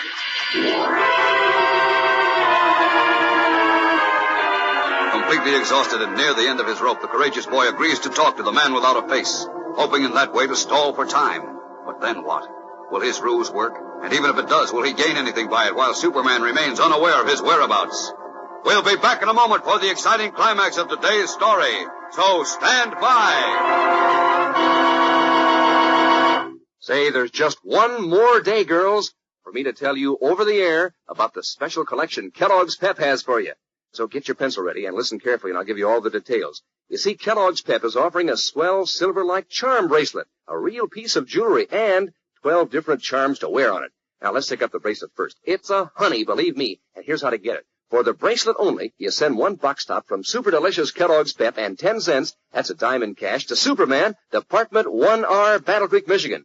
And now for the bright, shiny charms to go with it. Listen to this. Among the 12 different charms, there are nifty small-scale models of a piano, a cuckoo clock, binoculars, a Scotty dog, a violin, and a skate. Of course, you won't remember all that at once, so with your first package, you'll get a printed slip with the names and pictures of all 12 charms. And you'll keep right on ordering them until your whole collection is complete. And send for just as many as you like to start, but be sure that for each charm you want, you send 1 Pep box top and 1 dime, plus the names of the charms you want, to Superman, Department 1R, Battle Creek, Michigan. That's 1 dime and 1 Pep box top for each charm, and 1 dime and 1 Pep box top for the bracelet. And the address for both is Superman, Department 1R, Battle Creek, Michigan. And be sure that you print your name and address clearly. And remember, girls, as I said before, tomorrow's the last day that we'll make this offer over the air. But you'll still be able to complete your collection and keep watching the Pep package for further details. As we continue, our scene is the office of a small bank in the Bavarian town which houses the Russian military government for that German province. Clark Kent and Colonel Ivan Stroganoff are examining a voluminous file on Count von Luder, whom Kent believes to be the mysterious man without a face.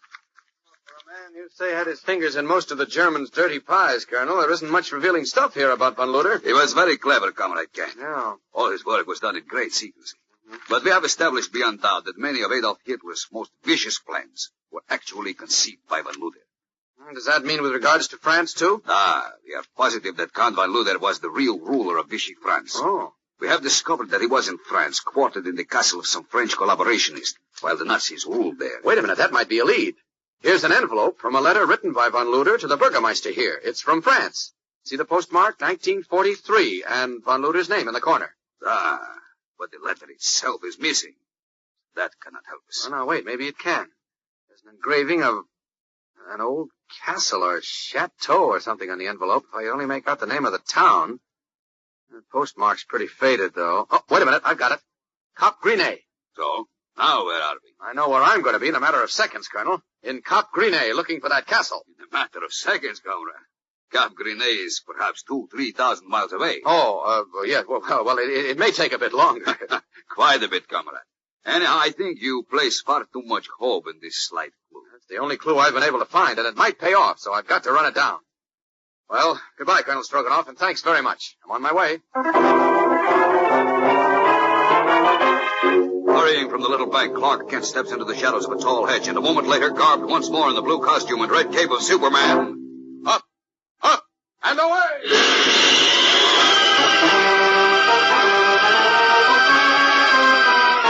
He leaps high into the sky, swerves to the southwest, and flashes away like a zooming rocket, bound for an old castle on the French coast. Is it the ancient fortress in which young Bucky Taylor is close to death? Will Superman be in time to save Bucky and to move against the man without a face, who has already given orders to proceed with his mysterious plot against the World Peace Organization? There's a thrill a minute for you in tomorrow's episode, fellows and girls, so don't miss it. Tune in, same time, same station. And remember, for breakfast, it's Kellogg's Pep. For excitement, the adventures of Superman.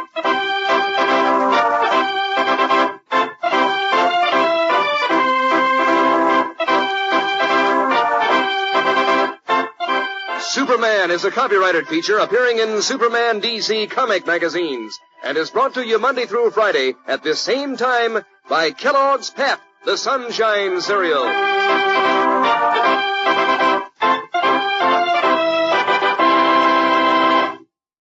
This is the Mutual Broadcasting System. Faster than a speeding bullet. More powerful than a locomotive. Able to leap tall buildings at a single bound. Look, up in the sky. It's a bird. It's a plane. It's Superman. Kellogg's Pep. P-E-P, Pep. Kellogg's Pep, the Sunshine Cereal, presents The Adventures of Superman.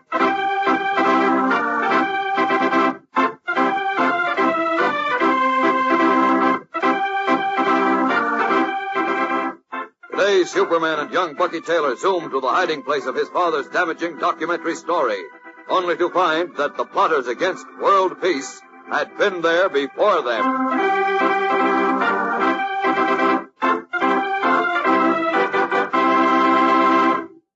Hello there, gang. This is your pal Dan McCullough. Say, hurry, and get busy, gang. This is the very last day I'll be telling you over the air about those exciting new collections Kellogg's Pep is putting out. Now, fellas, I'll talk to you a little later on. Now, for the girls, there's a beautiful silver-like charm bracelet, just like the one that your sister or your mother wears. And you'll want all 12 of the charms to wear on it. Now, for the charm bracelet only, send 1 dime and 1 box top from Super Delicious Kellogg's Pep to Superman, Department 1R, Battle Creek, Michigan.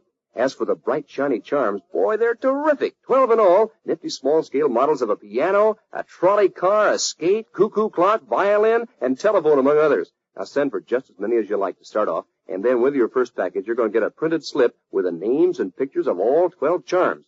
And I predict that you'll want to collect all of them, so you better keep right on ordering until your collection is complete. Now, for each charm you want, send 1 Kellogg's Pep box top and 1 dime plus the names of the charms you want to Superman, Department 1R, Battle Creek, Michigan. That's 1 dime and 1 Pep box top for each of the charms and 1 dime and 1 Pep box top for the bracelet. And the address for both is Superman, Department 1R, Battle Creek, Michigan.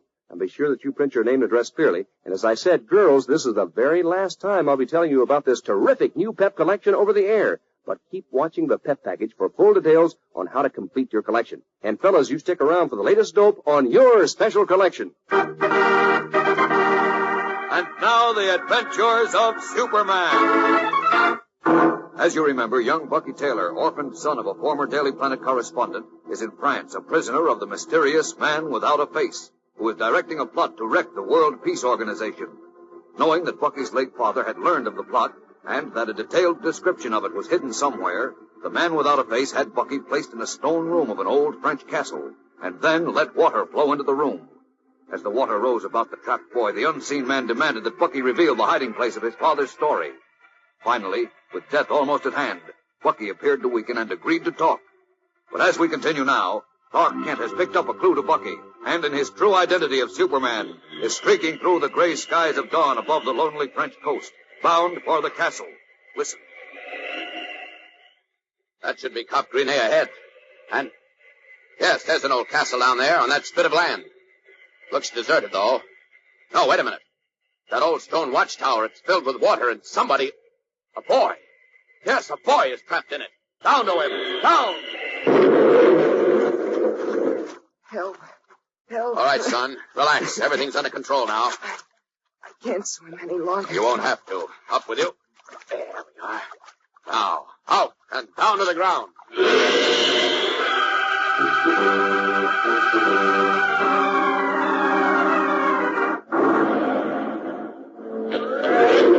There we are. All right, you're Bucky Taylor, aren't you? Yes, Uh-oh. passed out.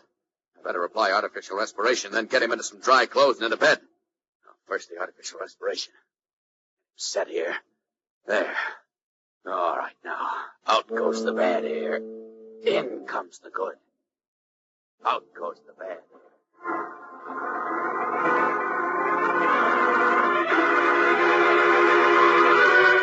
Kneeling on the fog-swept beach, Superman applies artificial respiration until the half-drowned boy's breathing has once again become normal. Then, lifting him gently, he carries him into the ancient, deserted castle, rubs him dry, and tucks him into a huge canopied bed. Had a rough time. I'll let him sleep a while. Let's see, it seems as if there's nobody else in this old fortress. I wonder what happened. Whether the man without a face was... What the... Who are you? I, monsieur. I'm Janine. You've been here all the time? You saw what was going on? Oui, monsieur. I even saw the devil, but you do not see me. Oh, no. You saw whom? The devil.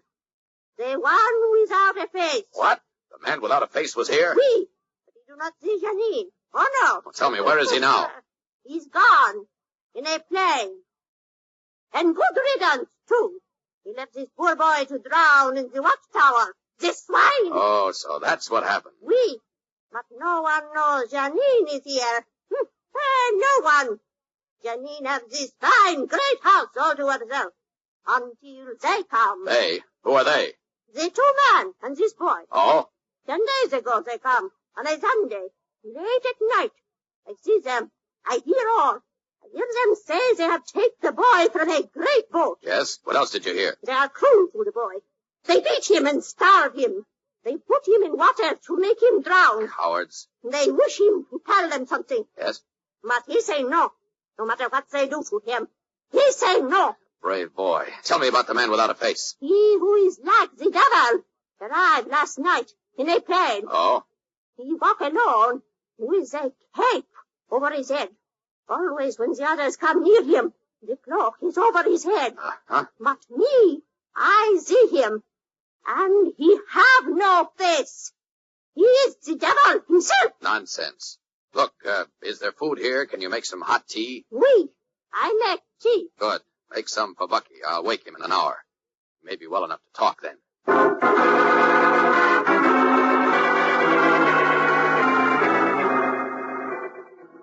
Bucky.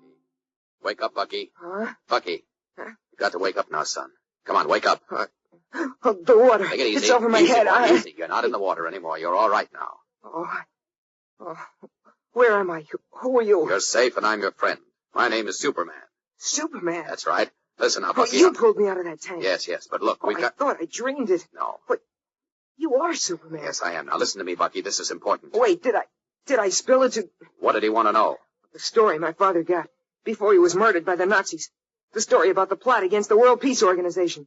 That's what the man without a face wanted, my father's story. Uh-huh. So nobody else could find it and know what he was up to. So that's it. Yes, tell me, please, Superman, did I spill it? I don't know, Bucky. Don't you? No.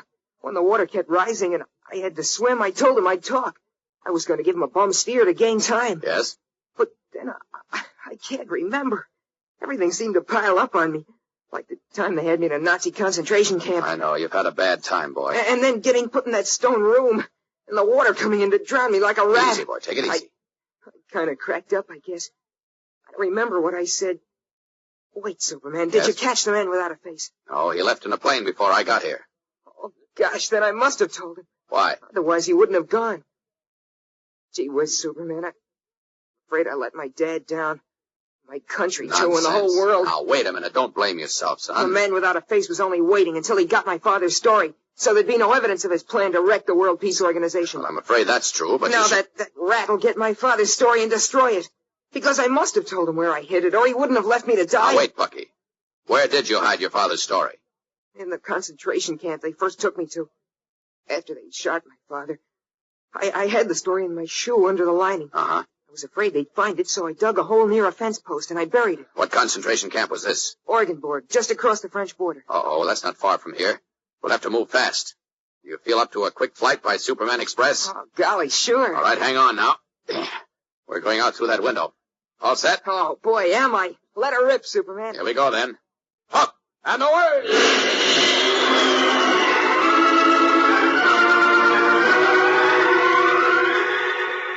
Leaping through the window of the ancient castle with Bucky Taylor in his arms, Superman turns north and east and rockets away through the light skies of early morning, bound for the former Nazi concentration camp. Will he be there before the man without a face? We'll be back in a moment to find out, so stand by.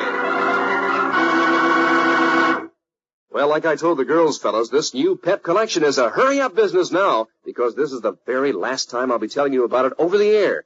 Now, you wouldn't want to miss out on that big silver-like He-Man keychain Kellogg's Pep is offering, and all 12 of the nifty lucky pieces you wear attached to it.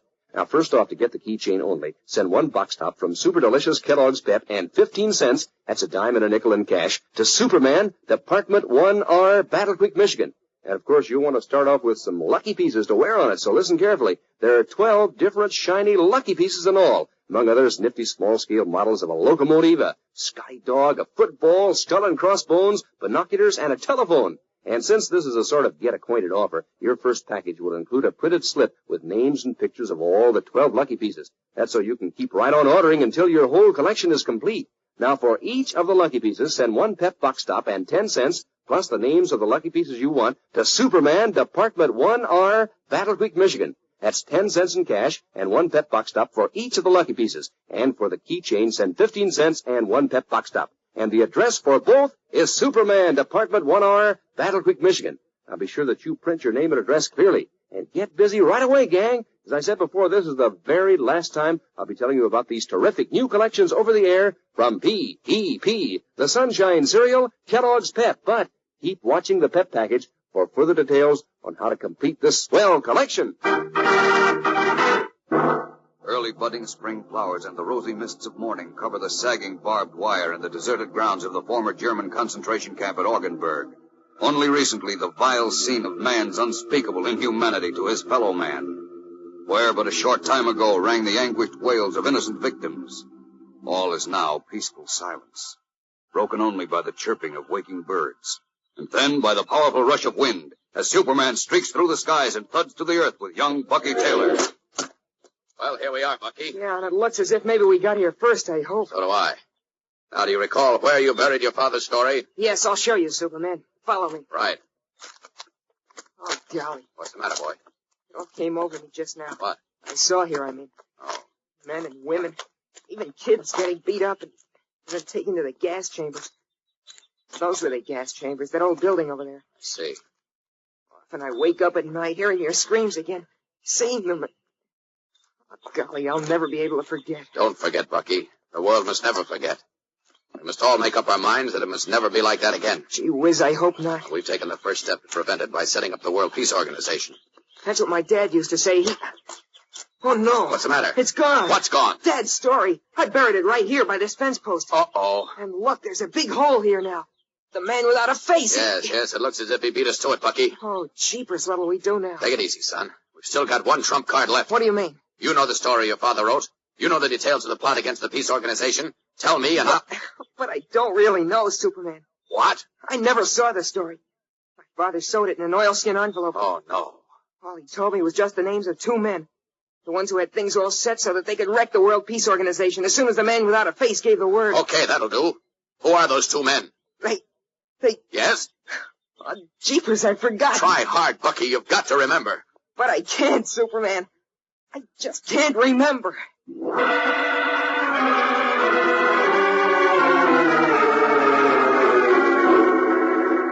Dismayed, Superman stares at the pale-faced Bucky Taylor, realizing that he has reached the end of the trail and that the man without a face has won again. What can even Superman do now to prevent the man without a face from proceeding with his mysterious plot against the World Peace Federation? A plot that Bucky's father, who had discovered it, said would wreck the peace organization forever. Rarely has Superman felt so helpless in looking for a clever and elusive quarry, in an effort to combat a devastating blow which may strike any time, anywhere, from any place. But knowing Superman, we know he will do something. But what? Monday's thrilling episode tells part of the story, so don't miss it. Be sure to tune in. Same time, same station.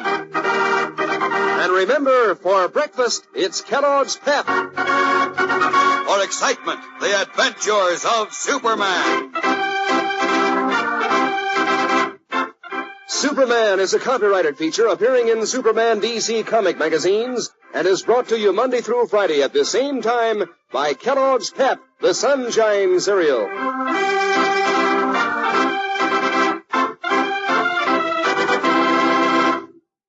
This is the Mutual Broadcasting System. Faster than a speeding bullet. More powerful than a locomotive. Able to leap tall buildings at a single bound.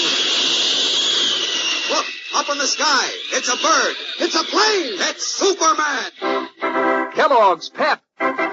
P-E-P, Pep. Kellogg's Pep, the Sunshine Cereal, presents The Adventures of Superman.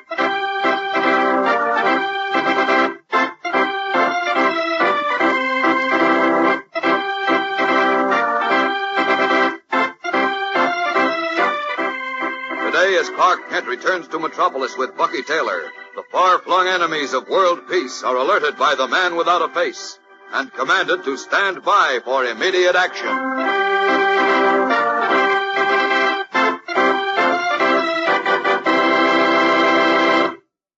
Hello there, gang. This is your pal Dan McCullough. Say, you know what I heard? Well, I heard that you fellows and girls are practically making a stampede for packages of Kellogg's Pep these days. Because, of course, it's such a sunny golden toasted whole wheat flake cereal, and because it's the prize package where you get those exciting comic buttons in Pep's new series. Real, true-to-life pictures of your favorite funny sheet characters, 18 of them in all, like Pat Patton and Tess Trueheart and Chief Brandon, Vitamin Flintheart, Judy and Corky, and Superman, of course. And every single one so doggone real, you'd think those comic strip characters could talk. Why, it's no end of fun to compare notes with your friends, to see who's got the most different buttons, and to trade duplicates, too. And these Pep comic buttons are so easy to get. You don't send it any money, not even a box top. And you can't buy them anywhere. All you do is to look for your comic button inside each package of Kellogg's Pep you open. And look for some mighty swell eating at breakfast, too. These whole wheat flakes taste doggone sunny and golden toasted and delicious. Good for you, too, sure. Give you vitamin B1, an energy vitamin, and that important sunshine vitamin D that Mom knows you need so much. So ask Mom to get you some P-E-P, the Sunshine Cereal Kellogg's Pep. And now the adventures of Superman. Knowing that a former Daily Planet correspondent had learned of his plot against the World Peace Organization and had written down the details of it before he was shot, a mysterious individual known only as the Man Without a Face captured young Bucky Taylor, orphaned son of the late correspondent. Imprisoned in an ancient French castle, Bucky was forced to reveal the hiding place of his father's story and then left to die. Superman rescued the boy and went with him to the former Nazi concentration camp where the plucky youngster had hidden his father's story. But when they arrived, the story was gone. And to make matters worse, Bucky had forgotten the names of the men involved in the plot against the peace organization. As we continue now on the peaceful, deserted grounds of what had once been a vile German concentration camp, Bucky says, The last 2 years, when I was in this concentration camp, and then dodging the Nazis all over Europe, I made myself forget the names. So if the Nazis caught me and tortured me, I wouldn't be able to tell them. Uh-oh, this isn't so good, Bucky. You can't recall any details of the plot against the World Peace Organization either? No, sir. You see, Dad never had a chance to tell me much about that. I see. All I remember is Dad saying that unless the plot was stopped, the World Peace Organization would be wrecked, and we'd probably have another world war. He wasn't fooling. But look, Bucky, about the names of those men involved. You say your father told you they were the 2 men who were working for the Man Without a Face? That's right.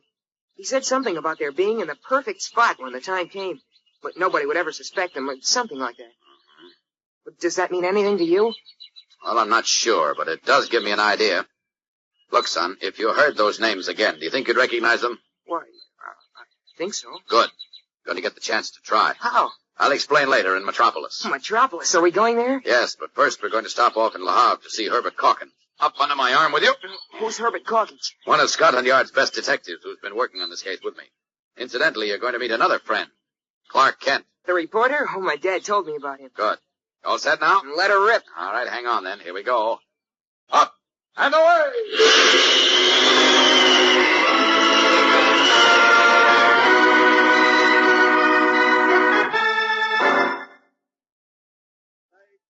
Kent, I am relieved to see you. I've been searching for you since last night. Sorry to have worried you, Calkins, but I've had the local police, the French intelligence, and everyone else looking all over for you. Sorry to have caused all this trouble, but Tell me all about it, old chap. You say you found Bucky Taylor? I have. Where is the lad? He's taking a nap right now. Had a pretty rugged time of it, you know. I dare say. Well, bring me up to date on everything, will you, old boy? I'm fairly bursting to hear what you know. Right. I'll be as brief as possible because we've got to work fast. So here it is. After I left you at the hospital last night, I checked...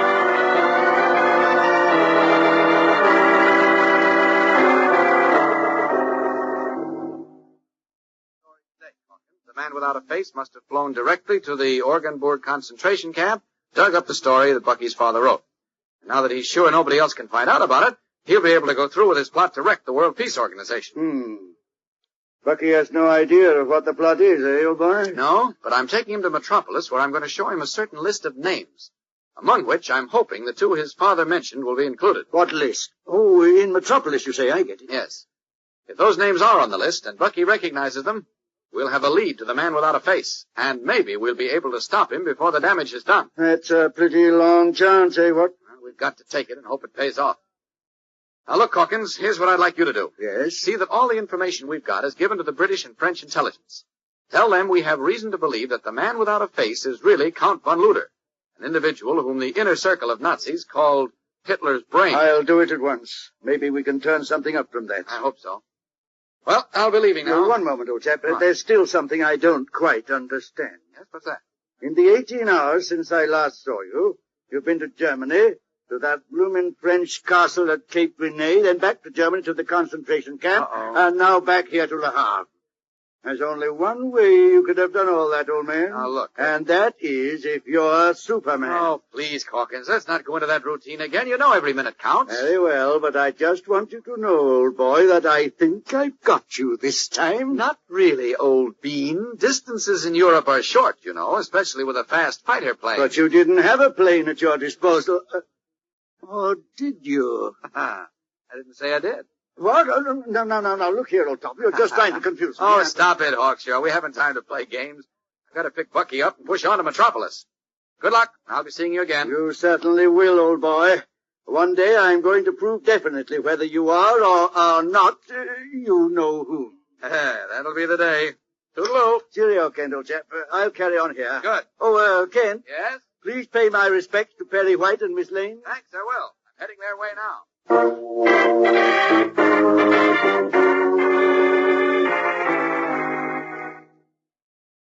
Any word from Clark yet, Chief? Nothing, Lois. Not since that cable a couple of days ago telling us he's in France.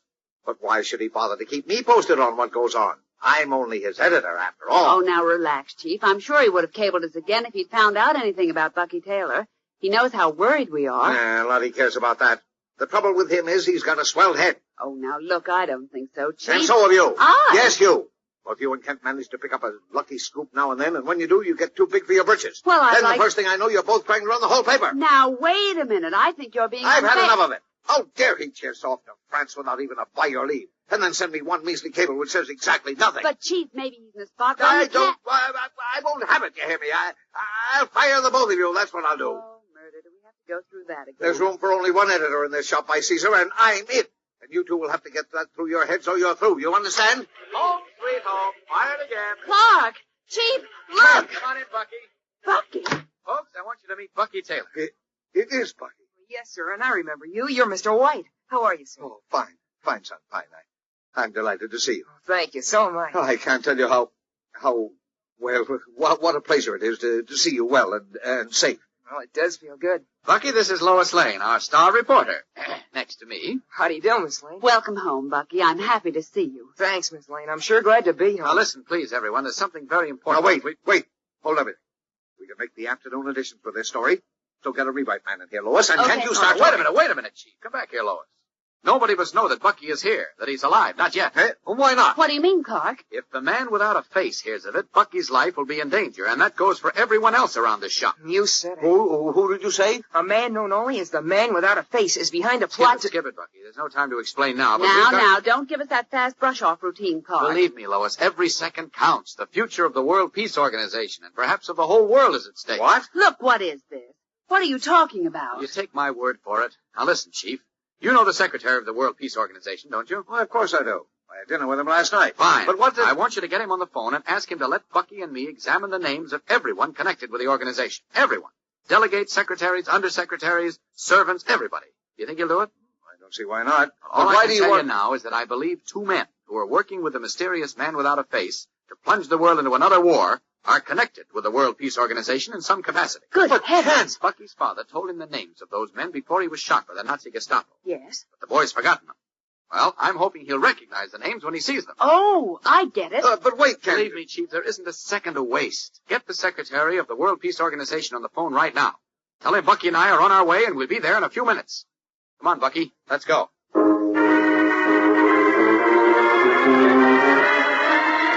Taking Bucky Taylor by the arm, Clark Kent hurries him from Perry White's office, bound for the headquarters of the World Peace Organization. We'll be back in a moment for the exciting climax of today's episode. So stand by. You know, when you get a picture of one of your friends, you want it to look real and lifelike. Well, that's one reason why that new series of comic buttons from packages of Kellogg's Pep is making such a hit with all you fellows and girls. Because these pictures of your funny paper friends are real and lifelike. Sure, look like they could almost speak. And there are 18 of them in all, like Brenda Starr and Cindy and Spud, the Little Moose, Goofy and Beezy, and Superman himself. And you can have no end of fun working on your collection and trading duplicates with your pals. And you're doggone proud to wear these Pep comic buttons on your jacket or your dress or cap because they're really smart looking. Now, how you get these prizes is important. You don't send in a single penny, not even a box stop. And you can't buy them anywhere. All you do is to ask Mom to get you some Kellogg's Pep. And inside every package you open, there's your comic button, your exclusive prize. Yes, and Pep has an exclusive on good eating, too, because it's loaded with that catchy sunshine flavor that your appetite takes to at breakfast time. Every spoonful of those toasted whole wheat flakes is so crisp and fresh and delicious, well, you practically can't resist it. So ask Mom to get P-E-P, the sunshine cereal, Kellogg's Pep. As Clark Kent and Bucky Taylor hurry to the headquarters of the World Peace Organization, 2 middle-aged, distinguished-looking men are in a house surrounded by tall hedges in an exclusive suburb of Metropolis. Seated at a small table playing backgammon, they suddenly stiffen in their chairs, their game forgotten, as a radio signal shatters the stillness of the room. Listen, the short wave. Yes, turn it up quickly. Attention. I speak for the face. Ah, this is it. Quiet. He arrives within the hour. Stand by for immediate action. That is all. He's on the way here. That means he must have found the Daily Planet correspondent's story. Of course. Now, at last, our time has come.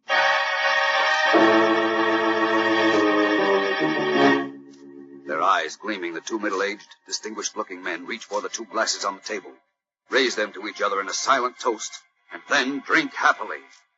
Who are these men? Stand by for immediate action, said the message. Will Clark Kent's desperate hope that Bucky Taylor will see and recognize the names of the 2 accomplices of the man without a face on the rolls of the World Peace Organization succeed? And in time? Don't miss tomorrow's tense, exciting episode, fellows and girls.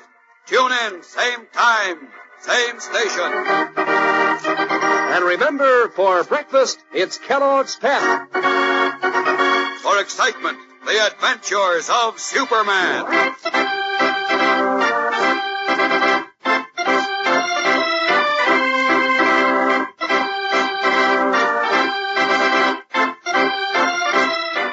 Superman is a copyrighted feature appearing in Superman DC comic magazines and is brought to you Monday through Friday at the same time by Kellogg's Pep, the Sunshine Cereal.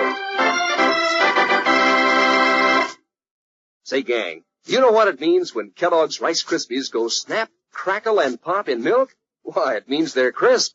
Crisp as crisp can be. Sure, Kellogg's Rice Krispies are the only cereals so crisp, they snap, crackle, and pop.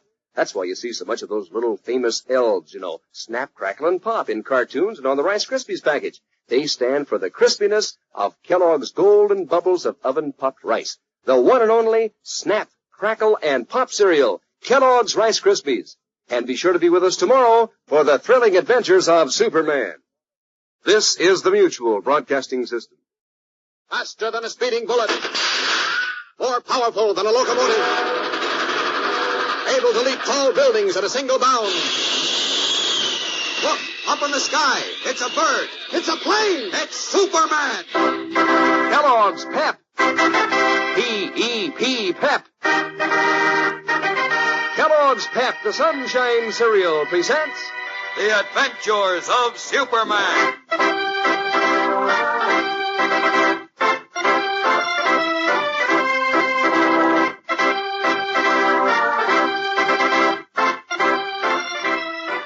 Today, as Clark Kent and Bucky Taylor check the names of all affiliated with the World Peace Organization for a possible clue, the man without a face rehearses his plot to plunge the world into chaos.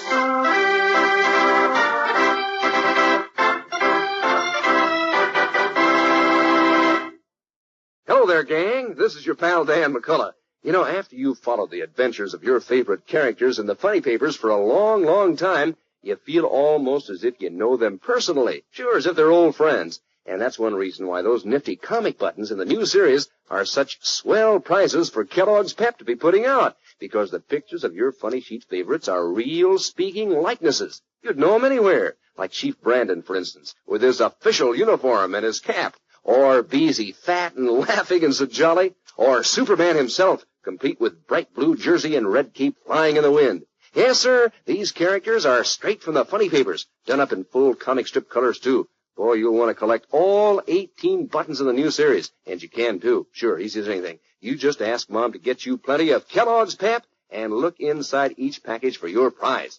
Now, you don't send in a single penny, not even a box top. And you can't buy these comic buttons anywhere. You get them from Kellogg's Pep.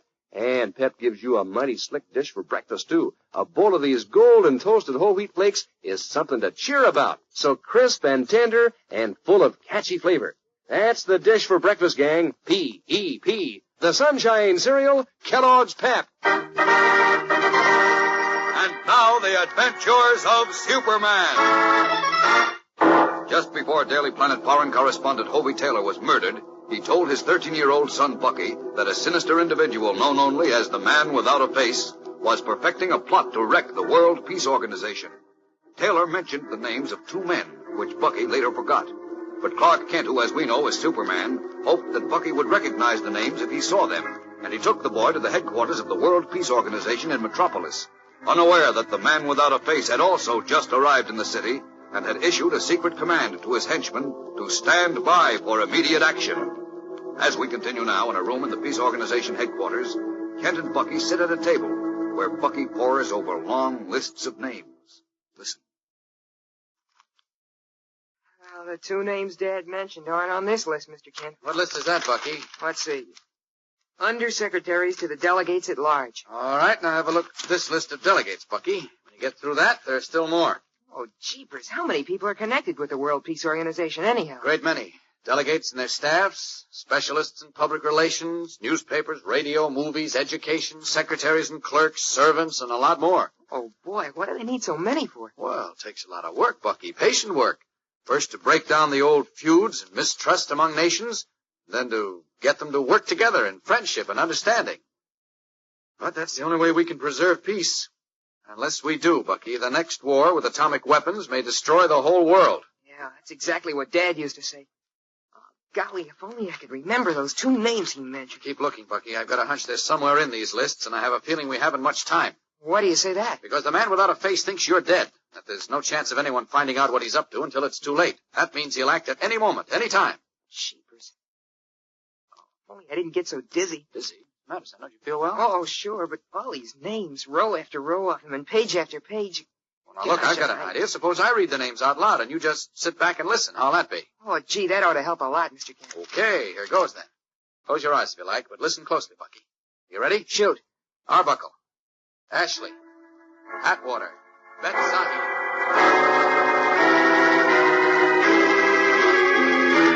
As Clark Kent calls out name after name to young Bucky Taylor, a limousine rolls into a fashionable suburb a few miles away, passes through a gate, and comes to a stop before a large house surrounded by tall hedges.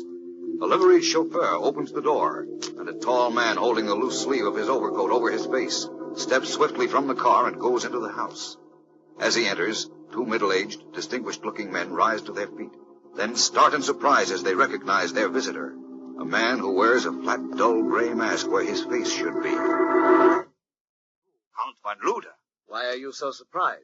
Did you not receive word that I was in Metropolis? Yes, but you have never appeared in person before. Always we heard only your voice. The time has come for action. I have recovered the story that Taylor, the Daily Planet correspondent, wrote about us before our men liquidated him. Good. But what of the boy? His father had told him about... The boy, Bucky Taylor, has joined his father. Dead. I saw to that myself in the old castle at Cap Grinet. So now we need have no further fears. We are free to act. Good. At last. That is why I came to tell you myself. I wish to make certain that you are fully prepared for your mission.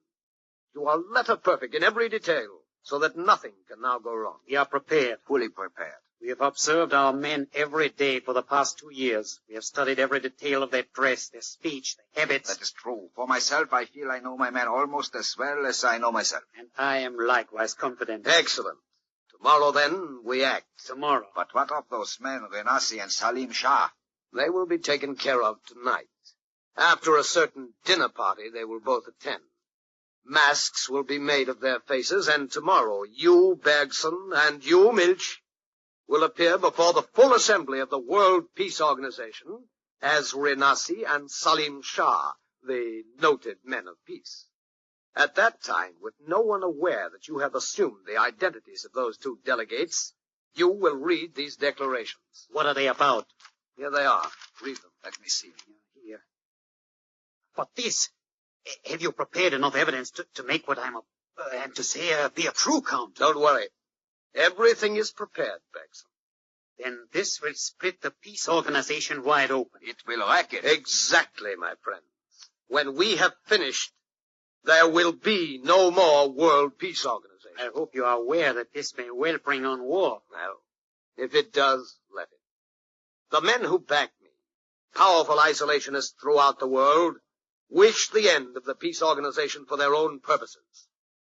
For myself, as one deprived of his estates and position, I wish it too. Yeah, I understand. Yes, I welcome another war. And this time it will not be fought on German soil. Since there is little left in Germany to destroy, the other nations will annihilate each other with their atomic weapons. And Germany will then rise again. Exactly. That is my ultimate goal and fondest hope. Wunderbar, Bergson, pour the wine. We will drink a toast to Count von Luda and to the new Germany. Yeah, it is a pleasure. Wait. There is no time for toasts. There is much to be done this afternoon and tonight. Right now, I wish to see you two impersonate the delegates Renassi and Salim Shah. Also, I wish to hear you read the declarations which will, I hope, put an end to the World Peace Organization. You first, Bergson. Read as if you are Delegate Renassi. As the man without a face and his two henchmen rehearse their plot to wreck the World Peace Organization, Clark Kent has read aloud list after list of names of men connected with the organization to young Bucky Taylor, who, with his hands cupped over his eyes, sits concentrating on each name. Rawlings, Raymond. Hey, you aren't falling asleep, are you, Bucky? Are you kidding, Mr. Kent? Just keep going. I'm with you. Oh, good boy. Reber, Robertson, Rumley, Renassi, Sampwell. That's it. What? Sampwell? No, the name you read just before. Renassi? That's it. And now I remember the other name my father told me, too. Yes, what was it? It was... Wait a minute, I just had it. Another strange kind of a name, sort of Arabic or... Oh, yeah, Salim Shah, that's it. Salim Shah? Right, those are the two names, Mr. Kent. Renassi and Salim Shah. Are you sure, Bucky? I'm positive. Those are the two guys my father said are working with the man without a face. What? That's impossible, Bucky. There must be some mistake. No, there isn't, Mr. Kent. I remember Dad telling me those names. Renassi and... Wait a minute, son. There's something wrong, I tell you. Luigo Renassi and Salim Shah are both fine men with wonderful reputations as fighters for world peace. Jeepers. They've been leaders in the world peace movement all their lives. First in their own countries and now in the World Peace Organization. No kidding. Definitely. Those two men couldn't possibly be mixed up with a vile character like the man without a face. Whiz, if that's so, I can't understand why Dad would give me their names in connection with this plot against the organization. I can't imagine, Bucky. This has me stumped. Really stumped. His His face lined with thought, Clark Kent tries to understand what Hobie Taylor intended when he gave his son the names of the two noted men of peace. Will Kent find the answer, and in time? We'll be back in a moment for the exciting climax of today's episode. So stand by. Say, gang, are you planning to send any Easter greetings to your friends? Well, be sure that you seal the envelopes with an Easter seal put out by the National Society for Crippled Children and Adults. Because every time you buy Easter seals, and every time you mail a letter or a postcard with an Easter seal on it, you're helping to keep that fine society going. And you know how much good they do, giving valuable services to folks who are crippled and can't take care of themselves so well. So make sure that Mom and Dad buy their quota of Easter seals this year and chip in some of your allowance, too. You'll be giving good help to crippled children all over the country. In the headquarters of the World Peace Organization, young Bucky Taylor has just remembered the names his father told him before he died. The names of two men apparently connected with the mysterious plot directed by the man without a face. But Clark Kent said, "Something wrong, Bucky, because those two men, Luigi Renassi and Salim Shah, are great leaders in the fight for world peace. Why, they're absolutely beyond suspicion." Jeepers. This has me stumped, Bucky. Really stumped. Gosh, me too, Mr. Only thing I can figure is that your father must have meant something else. If only we'd been able to get his written story of the plot before our faceless friend did. Oh, yeah, it was all my fault. No, if I hadn't talked in that old castle... Well, there might be some angle I don't see. Some answer to what your father meant. Try to remember, Bucky. Try to remember anything he said about the plot or about Renassi and Salim Shah. I've been trying to remember, Mr. Kent, but it's no soap. Well, okay, then. Let's try it from another angle. Let's see if we can figure out how anyone who wanted to wreck the World Peace Organization could hope to make use of two irreproachable men like Renassi and Salim Shah. I can't imagine. No, neither can I. On the surface, it's ridiculous. This doesn't add up at all. Unless... Wait, Bucky. Huh? Got an idea. Yeah, what? It's crazy, far-fetched, but maybe, just maybe, I've hit on it. Come on, son, grab your coat and hat. We're going places. We are? Where, Mr. Kent? First to the office of Stuart Morgan, chief of the federal investigators attached to the World Peace Organization. Let's go, son. Maybe we're on the right track at last. Seizing his cap and coat, Bucky Taylor follows Clark Kent from the room, en route to the office of Chief Federal Investigator Stuart Morgan. Has Kent discovered the plot of the man without a face? And will he be able to prove and stop it in time? The first act of the plotters against the World Peace Organization is set to take place tonight.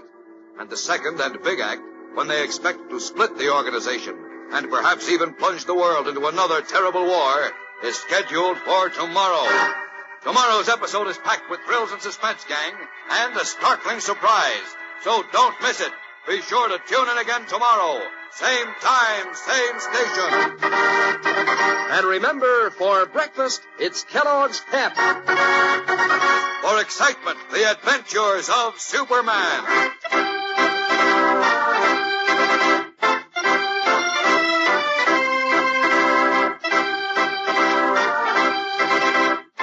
Superman is a copyrighted feature appearing in Superman DC comic magazines and is brought to you Monday through Friday at the same time by Kellogg's Pep, the Sunshine Cereal. Say, gang, do you know how crisp Kellogg's Rice Krispies are? Well, they're so crisp they snap, crackle, and pop in milk. Sure, that's their song of crispiness. It means these golden bubbles of oven-popped rice are crisp as crisp can be.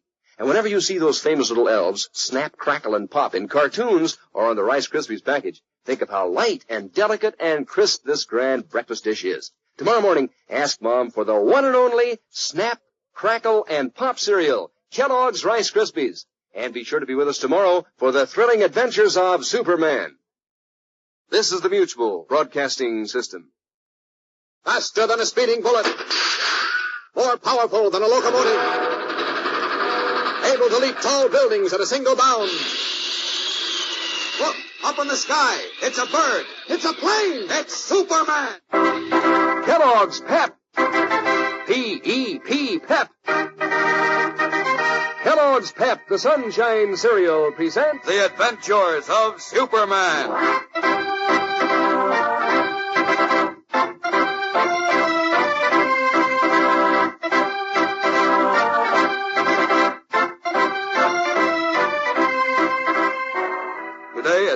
Kent interviews two key men in the World Peace Organization, Lois Lane and Bucky Taylor walk unknowingly into the very headquarters of the Man Without a Face.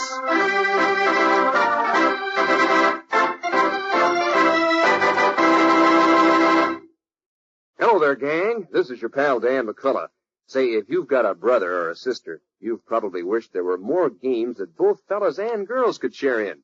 Well, that's one swell thing about this new series of comic buttons Kellogg's Pep is putting out. Fellas and girls alike have a load of fun with these exciting prizes, comparing notes on how many everybody's collected, and swapping duplicates, too. And you know, whenever you wear your Pep comic buttons on your cap or your jacket or dress, they look doggone smart, because every single one of these 18 new comic buttons has a true-to-life picture of one of your favorite funny paper characters, like Goofy and Beezy or Brenda Starr and Superman, too. So you'll want to collect the whole series, and you can, too. Sure, easy as anything. You just ask Mom to get you a good supply of Kellogg's Pep. That's right. You don't have to send in any money, not even a box top. And you can't buy these prices anywhere. But inside every package of Pep you open, there's your new comic button, your exclusive prize. And say, for good breakfast eating, Pep's a prize package, too. So crisp and tender, so full up with that catchy sunshine flavor. You just show me the fellow or girl who can resist Pep's sunny, toasted goodness. Hop to it, gang. Remind Mom to get you plenty of P.E.P., the sunshine cereal, Kellogg's Pep. And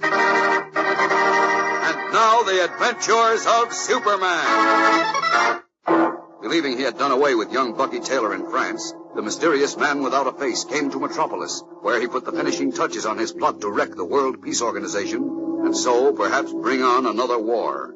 But unknown to him, Superman had rescued Bucky and brought the boy to Metropolis, where, in the lists of men attached to the World Peace Organization, Bucky recognized two names that his father, a former Daily Planet correspondent, had mentioned to him before he died.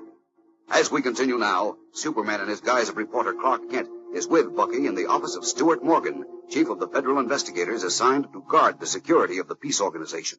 Listen. Now, let me get this straight, Kent. Yes? You say the late Hobie Taylor, this boy's father, discovered an international plot to wreck the World Peace Organization. That's right, Mr. Morgan. He discovered that the Man Without a Face was behind it. But, unfortunately, Hobie Taylor was murdered before he could reveal the plot. The only clues we have are the names of two men that he told Bucky. And they are Luigo Renassi and Salim Shah. Right. I figured they must be working with the Man Without a Face, but Mr. Kent said that It's impossible, Bucky. Luigo Renassi and Salim Shah are known to have been leaders in world peace movements all their lives. Yet one thing seems certain, Mr. Morgan. Renassi and Salim Shah must have some part in the plot. Oh, nonsense. Or Hobie Taylor wouldn't have mentioned them in connection with it. I tell you, it's ridiculous to suspect those men, Kent. Well, Renassi and Salim Shah are wonderful men who've dedicated their lives to the preservation of peace. Well, now look, Mr. Morgan, I'm not accusing them of ganging up with the Man Without a Face. But you just said What I mean to infer is that they must have some part in the plot, even if they don't know about it. Well, how can that be? I don't follow you, Kent. Well, I'll admit I'm flirting with a rather far-fetched idea, so let's skip that for the moment. First, I'd like to see Mr. Renassi and Salim Shah. What for? Well, they may know something that'll throw a light on this mystery. Well, there's no harm in trying, I suppose. Let's see. They're both at the dinner given by our State Department this evening. I'll take you over there if you like. Swell. The Daily Planet's right on our way. I want to drop Bucky there, and then we'll go over to the State Department. Okay, let's get started. Good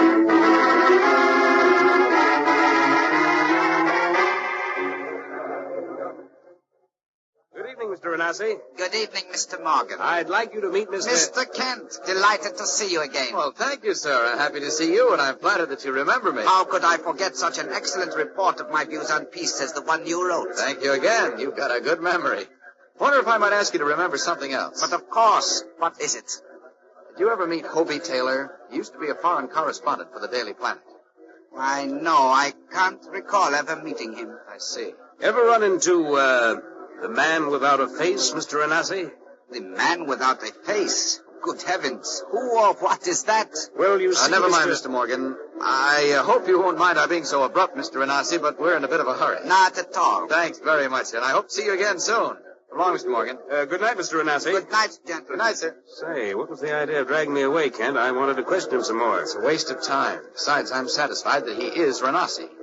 You're satisfied that he... Look, what in heaven's name are you talking about? Oh, that wild notion I mentioned is still in the back of my mind, but... Oh, come on, I just saw Salim Shah go into the next room. Maybe we'll have better luck with him.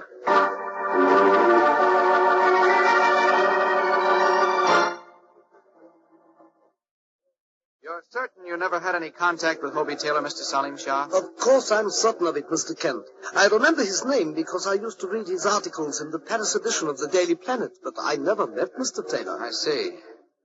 One more question, please, sir. You've heard of Count von Luder, I presume? Von Luder? Yes.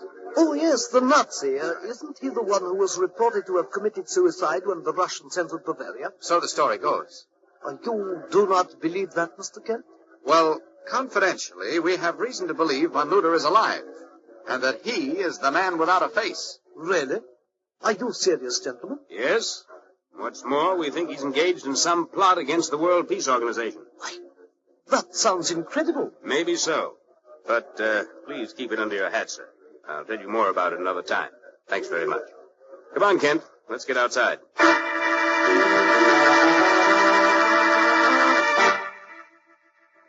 Well, that's that, Kent. Yes, there's no question in my mind that neither Renassi nor Salim Shah knows a thing about a plot against the peace organization. Of course they don't. Or that they are who they seem to be. Who they seem to be? Wait a minute. You said something like that before, Kent. Now, just what do you mean?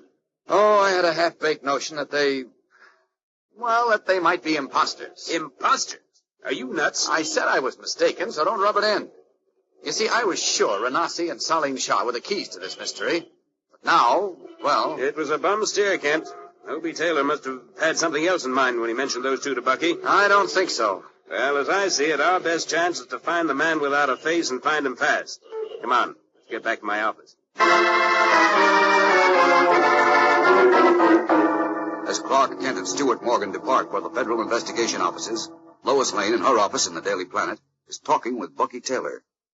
Mr. Kent, say he'd be here soon, Bucky. Well, he said he thought he would, Miss Lane. Well, I wish he'd hurry up then. I'm terribly anxious to know what he found out, if anything. Also, I'm getting hungry, aren't you? Well, not very. Oh, look, why don't you go out and have your dinner, Miss Lane? I don't mind waiting here for Mr. Kent. Nothing doing, Bucky. Clark said you were in danger, and I'm staying right here with you until Mr. White gets back and takes you home with him. Oh, gosh, I'm not afraid. Forget it. Well, I suppose we could both go to dinner and leave word for Clark where we... Oh, just a second. That's my phone. Hello? Lois Lane speaking. Yes? A transatlantic call from Mr. Kent? Why, no, he isn't here right now, but... Yes, I'll hold on. Wonder who's calling Clark from Europe, Bucky? Gosh, I don't know. If I never see Europe again, that'll be too soon. No wonder. After all you went through there, poor kid. Hello, yes? He'll talk to me? Okay, put him on. Hello? Hello? Who? Why, Mr. Calkins, how are you? It's grand to hear your voice again. Is that the Scotland Yard detective? Yes, no, he isn't here. Well, I don't know just when Clark will be back. Yes? Yes, of course you can tell me. I know all about the story. Yes? Where?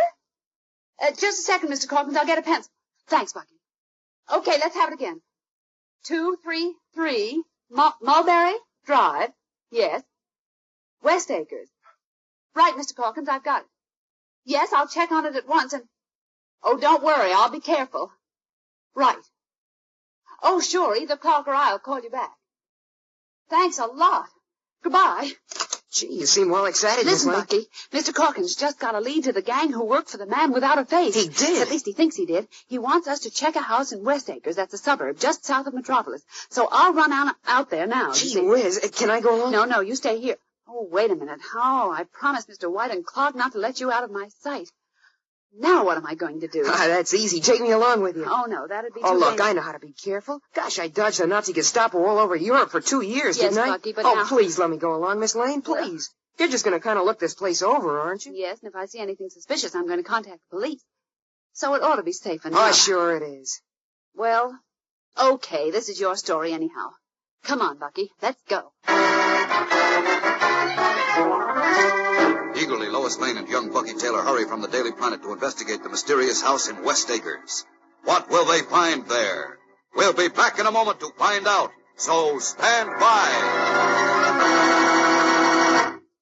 Well, you can't get away from it, gang. It's hard to find anything that's more fun than that new series of comic buttons that now come in packages of Kellogg's Pep. Why, just looking over your collection is mighty exciting, because every single picture of a funny paper character reminds you of all the things that character has done in the comic strips. For instance, when you look at Chief Brandon's picture, you remember all the times that he's worked with Dick Tracy, tracking down criminals, and Goofy and Beezy from Harold Teen reminds you of all the fun they have. Actually, every single one of those 18 new comic strip characters looks just as real as in the funny papers. And believe me, these are mighty smart-looking prizes. So get busy on your collection, gang. Ask Mom to get you some Kellogg's Pep, because that's the only way you can get these exciting comic buttons. You don't send in any money, not even a box top, and you can't buy them anywhere, but you'll find one in every package of Pep you open. And you'll find out how super delicious a breakfast cereal can taste, too, when you spoon into your dish of these golden toasted whole wheat flakes. Kellogg's Pep is called the Sunshine Cereal. It's loaded with catchy sunshine flavor. So remind Mom to get you some P-E-P, the Sunshine Cereal, Kellogg's Pep. As we continue now, Lois Lane and Bucky Taylor have just driven in Lois's car to the suburb of West Acres. Leaving the car, they proceed on foot down the dark, deserted street named Mulberry Lane, and halt outside a gate set in a tall, thick row of hedges, which completely surround a house they can only dimly see. This is number 233, Miss Lane. See? The number's on the gate here. Yes, I see it, Bucky. And what do we do now? Let's see. Everything seems quiet. Look, let's ease ourselves in through the gate and look around. Come on. Okay, I'm right with you. Leave the gate open, Bucky, just in case we have to leave in a hurry. All right. Now follow me, but be very careful. Countman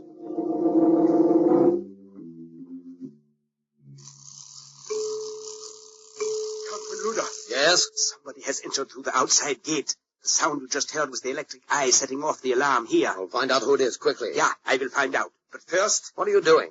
I have turned on the current of the electric wires which run through the gate and hedges surrounding the house. I see. The voltage will not kill anyone touching the wires, but it will stun them and hold them helpless until we find them. Good. Take Martin and the others then and seize whoever is on the grounds. Then bring them to me. Yes, Count. At once. Unaware that they are trapped, Lois Lane and Bucky Taylor creep closer to the dark house in which the man without a face waits, like a cold, vicious spider in the center of his web. What will happen now to Bucky, who is well known to the man without a face, and to Lois, while Superman is yet unaware of their danger?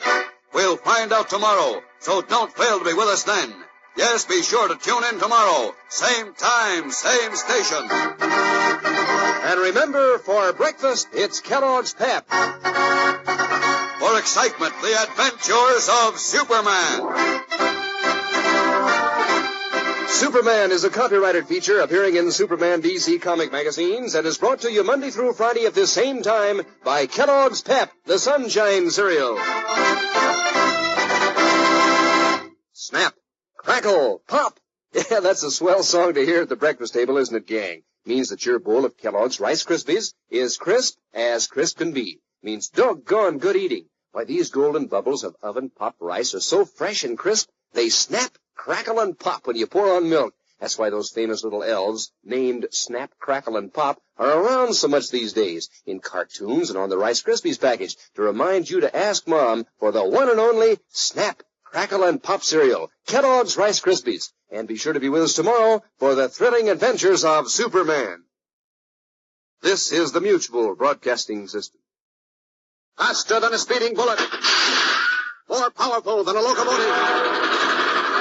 Able to leap tall buildings at a single bound. Look, up in the sky. It's a bird. It's a plane. That's Superman. Kellogg's Pep. P-E-P, Pep. Kellogg's Pep, the Sunshine Cereal, presents The Adventures of Superman.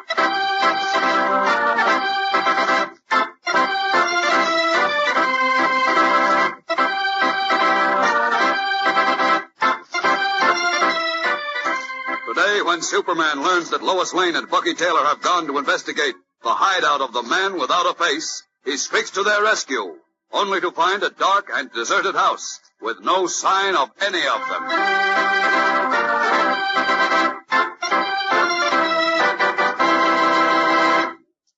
Hello there, gang. This is your pal Dan McCullough. Say, isn't it fun when you meet up with one of your pals to compare notes on your collections of comic buttons in that new series from packages of Kellogg's Pep? There's that business of showing how many that you've collected and trading duplicates to add to your collection. Now, here's how that works. Suppose you have 2 buttons with Superman on them, and your friend has 2 Beezy buttons. Well, you swap your extra Superman for his extra Beezy, sure, and you each have a different button for your collection. And these Pep comic buttons are so doggone smart-looking that, well, you're mighty proud to wear them on your jacket or your dress or cap. Now, here's how easy it is to collect them. You just ask Mom for some Kellogg's Pep. That's all. You don't have to send in any money, not even a box stop. And you can't buy them anywhere. But every time that you open a new package of Pep, there's your comic button inside. And is that a thrilling moment? And you get a thrill when Mom sets out a dish of Kellogg's Pep for breakfast, too. Because these toasted whole wheat flakes are so crisp and golden and so fresh, they make super delicious eating. Pep is called the Sunshine cereal, you know. It's full up with a catchy sunshine flavor that just calls for more. So you ask Mom to get you some P-E-P, the Sunshine cereal, Kellogg's Pep. And now the adventures of Superman.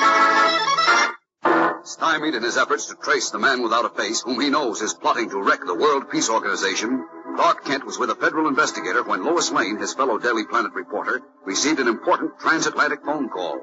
It was from Herbert Calkins of Scotland Yard, who passed on a tip about a house in West Acres, a suburb of Metropolis.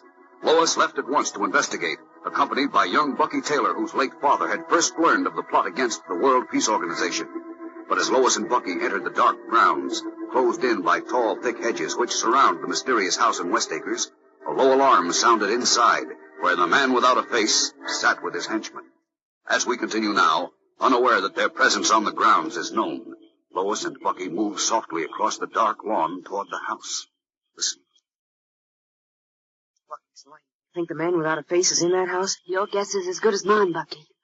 All I know is that Mr. Calkins said he picked up a tip in Europe which led to this house, and... Wait a minute. Hold it, Bucky. What's the matter? I thought I heard something. I don't hear anything. No, I don't either now. Well, maybe it was just a cat or something. I hope that's all it was. Oh, Bucky, I think you ought to go back to the street and wait for me. What? And leave you out here all alone? Nothing doing, Miss Lane. Oh, well, come on. But for heaven's sake, be careful. Oh, don't worry about me. I am worried about you. It's too late to do anything about that now. Be quiet now. Here's the window. Okay. Can you see into the room? Yes. There's a man. What's the matter, Miss Lane? Look, Bucky. Holy smokes. A man without a face. He is here. Yes. How awful. Oh, golly, what do we do now? Get out of here as fast as you can and call the police. Come on, hurry. Here they are. Hey, Bucky, look out. Hey. Don't you bother. You cannot get away. Martin, hold up. Help me bring them into the house.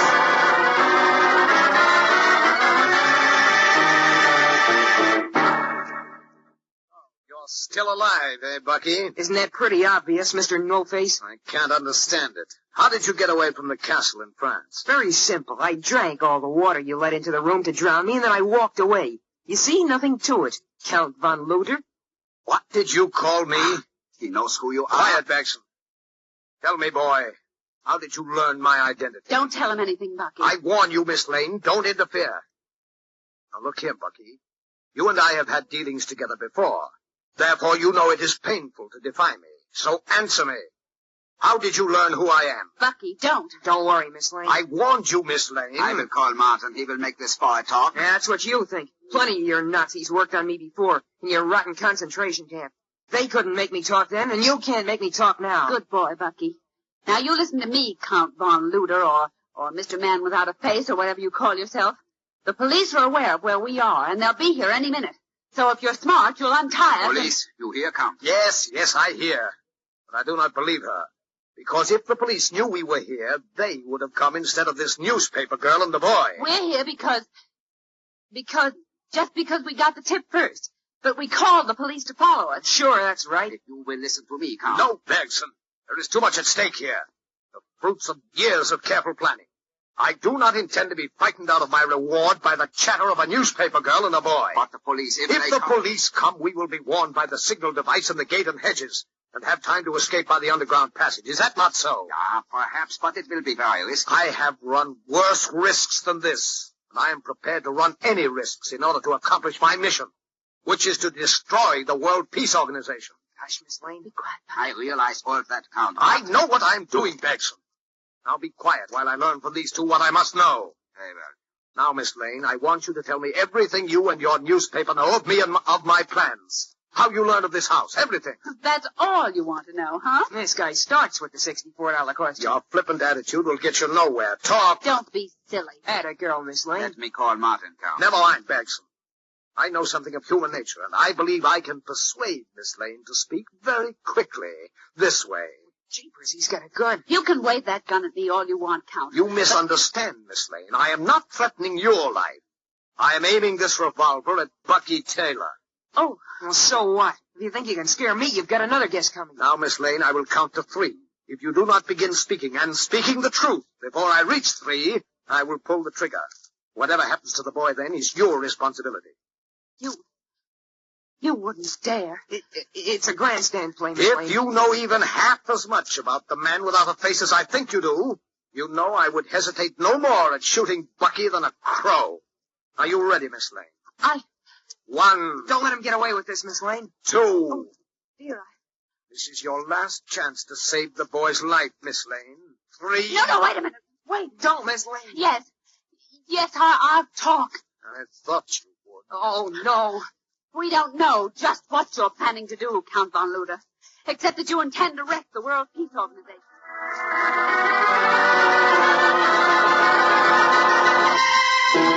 As Lois Lane, to save Bucky Taylor's life, tells the man without a face the few meager facts she has learned from Clark Kent, Editor Perry White, who has just returned to the Daily Planet to rejoin Kent, is growing worried over the prolonged absence of Lois Lane and Bucky Taylor.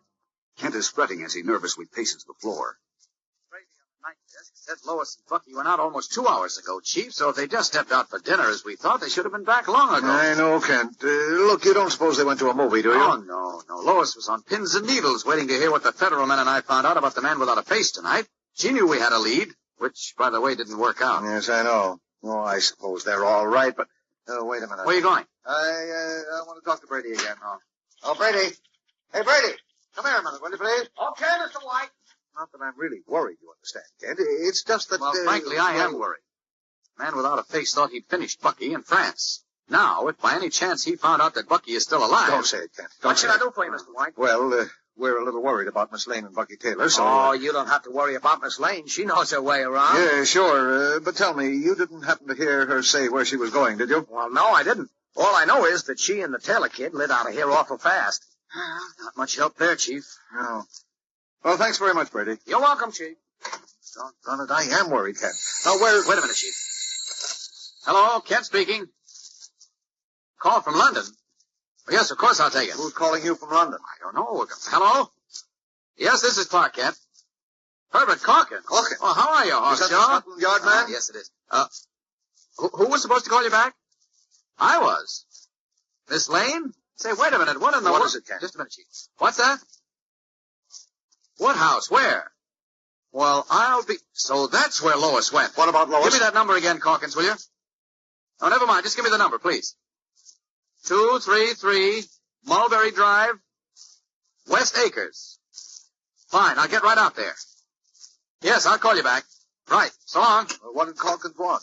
What about Lois and Mulberry Drive, man? That's where Lois must have gone with Bucky. And unless I'm very much mistaken, they're in trouble. Racing across the almost deserted city room, Clark Kent stops in the storeroom and peels off his business suit. Then, garbed in the blue costume and red cape of Superman, he throws open a window. Up, and away!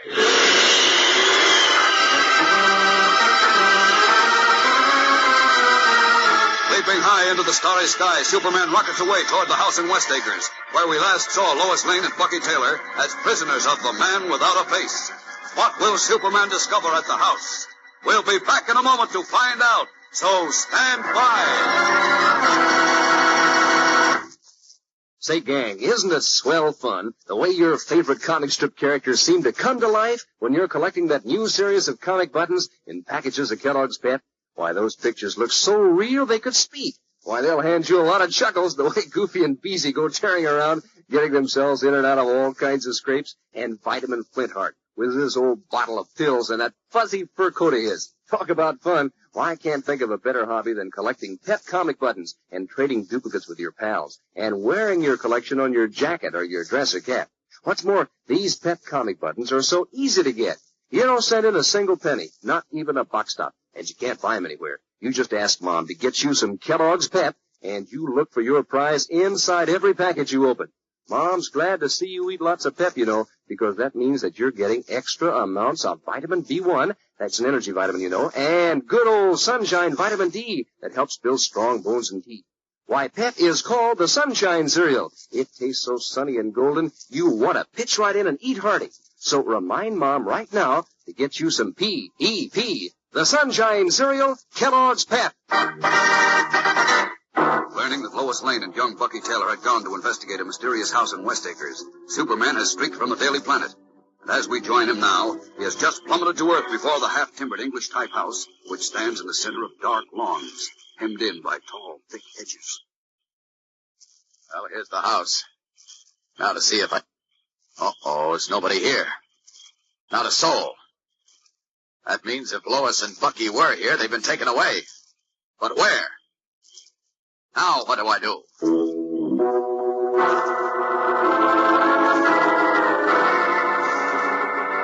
Perplexed and uneasy, Superman stands before the dark house, his X-ray vision stabbing through wood and stone to explore every inch of it, only to find it empty, deserted, with no sign of Lois Lane and young Bucky Taylor.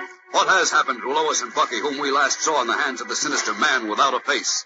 As we know, the Man Without a Face has chosen this very night to strike against the World Peace Organization. So what will happen? You won't want to miss a minute of tomorrow's exciting thrill-packed episode, fellows and girls, when Superman really goes into action. So be sure to be with us tomorrow. Same time, same station. And remember, for breakfast, it's Kellogg's Pep. For excitement, the adventures of Superman.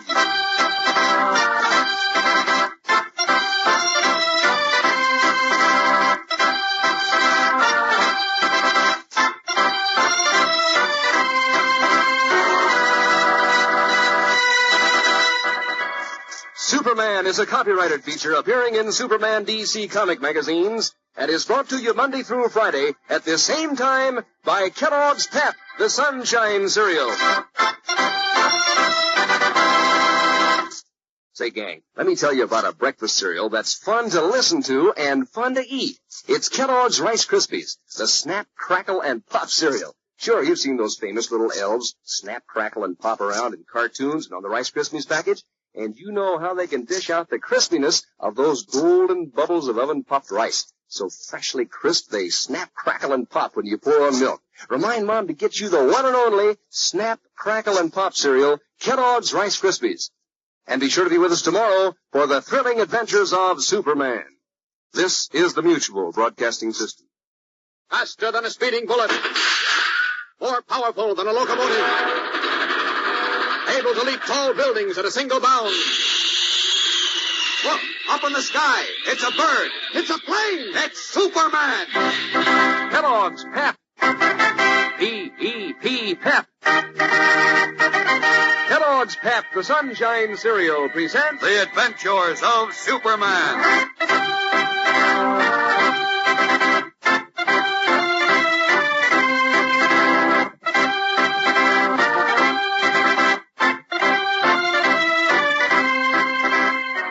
When Superman finds the half-burned photographs of the two major leaders of world peace, he realizes the malevolent plan of the Man Without a Face and the dire peril immediately confronting all those concerned.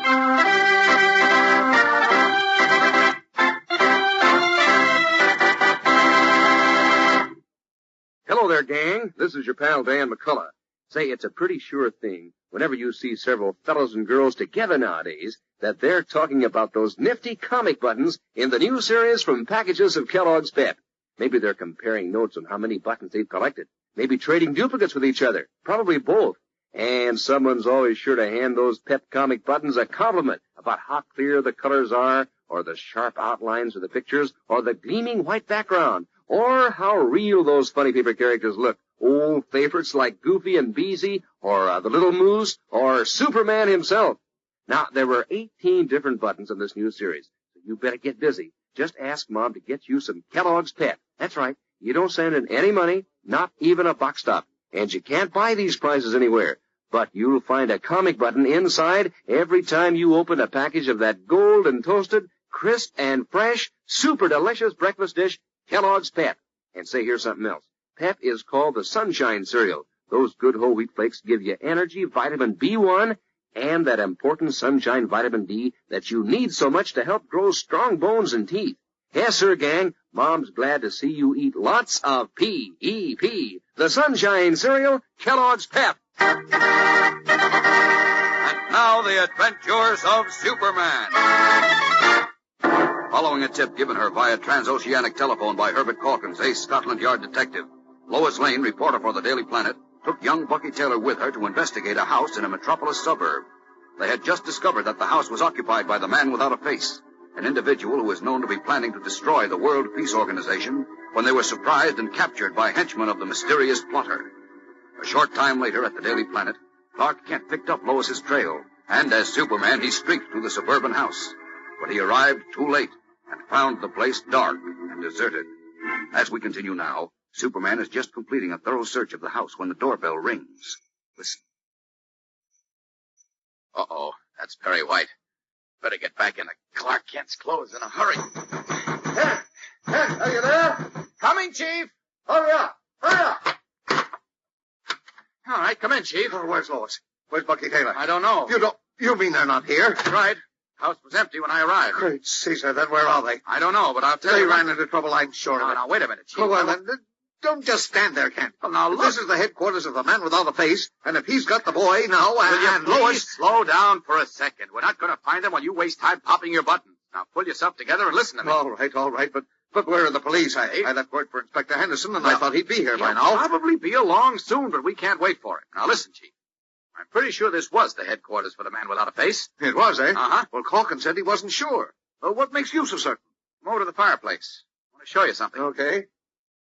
Now, what is it? Look. A lot of papers have been burned here, see? Yeah? There must have been a rush job, because a large envelope hadn't been properly pushed into the fire, and I managed to rescue it before all the contents were burned. Swell. So what was in it? Here, wait a minute. Here it is. Take a look at these, Chief. Photograph. Heap of them. Right. Recognize the subjects? See. They look familiar, but I don't quite place them. Well, this one's Luigi Renassi, and the other is Salim Shah. Hey, that's right. The delegates to the World Peace Organization. Exactly. Also, they're the two men whose names Bucky Taylor's father mentioned to the boy just before he died, when he started to tell Bucky about the man without a face's plot against the peace organization. Yes, I remember, but... Now, notice how many photographs there are of each man, Chief. Dozens of them. Taken from all angles. Some taken on the street. There's some going in and out of stores, speaking at the peace conference, and so on. Now, that indicates that for some reason, somebody must have been following Renassi and Salim Shah with a candid camera. So what? What are you getting at, Kent? Just that now I'm surer than ever before that these two delegates, Renassi and Salim Shah, are the keys to the plot against the World Peace Organization. Oh, nonsense. Renassi and Salim Shah are two of the foremost leaders of the World Peace Movement. I know that. Everybody knows that. Well, they wouldn't be involved in any plot to wreck the organization. Very true, but they still... Then stop wasting time. Look, I've gone over this house with a fine-tooth comb as carefully as possible, and there isn't a single clue to Lois and Bucky, or to the man without a face to be found, except these photographs. What do you mean by except these photographs? They're no clue. Oh, they certainly are. They're our only clue, Chief. Well, how do you figure that? Look, I'm convinced that Luigi Renassi and Salim Shah are the keys to the plot engineered by the man without a face, and that they, and only they, can lead us to Lois and Bucky. So, help me, Kent, I think you've lost your mind. Why? Well, you just admitted that Renassi and Salim Shah couldn't possibly be mixed up with a scoundrel like the man without a face. Right. That is, not to their knowledge.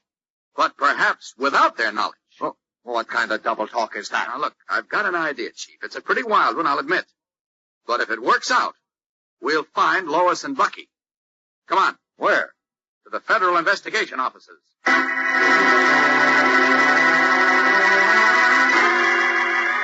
Clark Kent and Perry White leave for the Federal Investigation Offices, the man without a face, who, as we know, is really Count von Luder, is with his two middle-aged, distinguished-looking henchmen, Bergson and Milch, in a magnificent house on a huge estate, only a few miles from the house they so recently departed.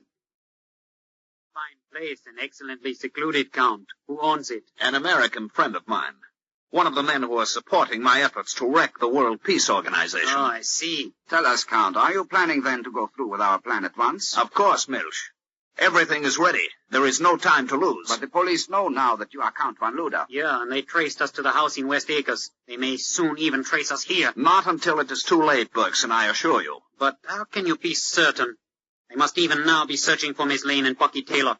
Should they discover a clue to us... Don't worry. I was careful to leave no clues behind.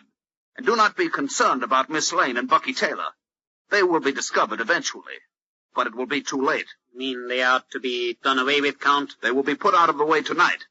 Together with the real Renassi and Salim Shah. Tonight? Yes, tonight. At this very moment, Renassi and Salim Shah are attending a dinner and reception at the American State Department. When they leave or when they reach their homes, whichever moment is most appropriate, they will be seized quietly by our agents and brought here. Ah, good. They will then be immediately disposed of, and masks made of their faces for you, Bergson, and you, Milch, to wear when you attend the assembly of the peace organization tomorrow, as Renassi and Salim Shah. Good. The mask is all I need. For 2 years I have studied every mannerism and trick of speech of Salim Shah. We are of a similar stature and age. Listen. Gentlemen of the World Peace Organization, my government has just cabled me alarming news. I am advised that with the full knowledge of certain delegates here, enemy troops have massed on our borders. Furthermore, they are known to be armed with atomic weapons. Therefore, gentlemen, I tell you the peace organization is a failure and a farce, and I have been instructed to withdraw my country's membership. Wunderbar, Bergson. Thank you. Well done, Bergson. You sounded exactly as Salim Shah. Now, Milch, let me hear you as Renassi. Gentlemen of the World Peace Organization, I, Luigo Renassi, have also received a communication from my government advising me that early this morning foreign planes appeared over our capital and dropped atomic rocket bombs. Here, here! Delegates of the offending nation sit here today in full knowledge of that fact, but they have kept slyly silent. Therefore, gentlemen, my government not only withdraws from the World Peace Organization, but authorizes me to announce a declaration of war upon the two offending nations. Wonderful, Milch. With the mask of Renassi, you would fool his own mother. Thank you, Count. Our speeches will be bombshells in the organization assembly, Count? Yes, the delegates will be at each other's throats. Then will follow other declarations of war, and the World Peace Organization will be split asunder. And a general war will follow. That is my fond hope. Then, while the other nations destroy each other, Germany will rise again. Exactly. It is midnight. Our time is at hand, gentlemen. Tonight, in a short while, we strike.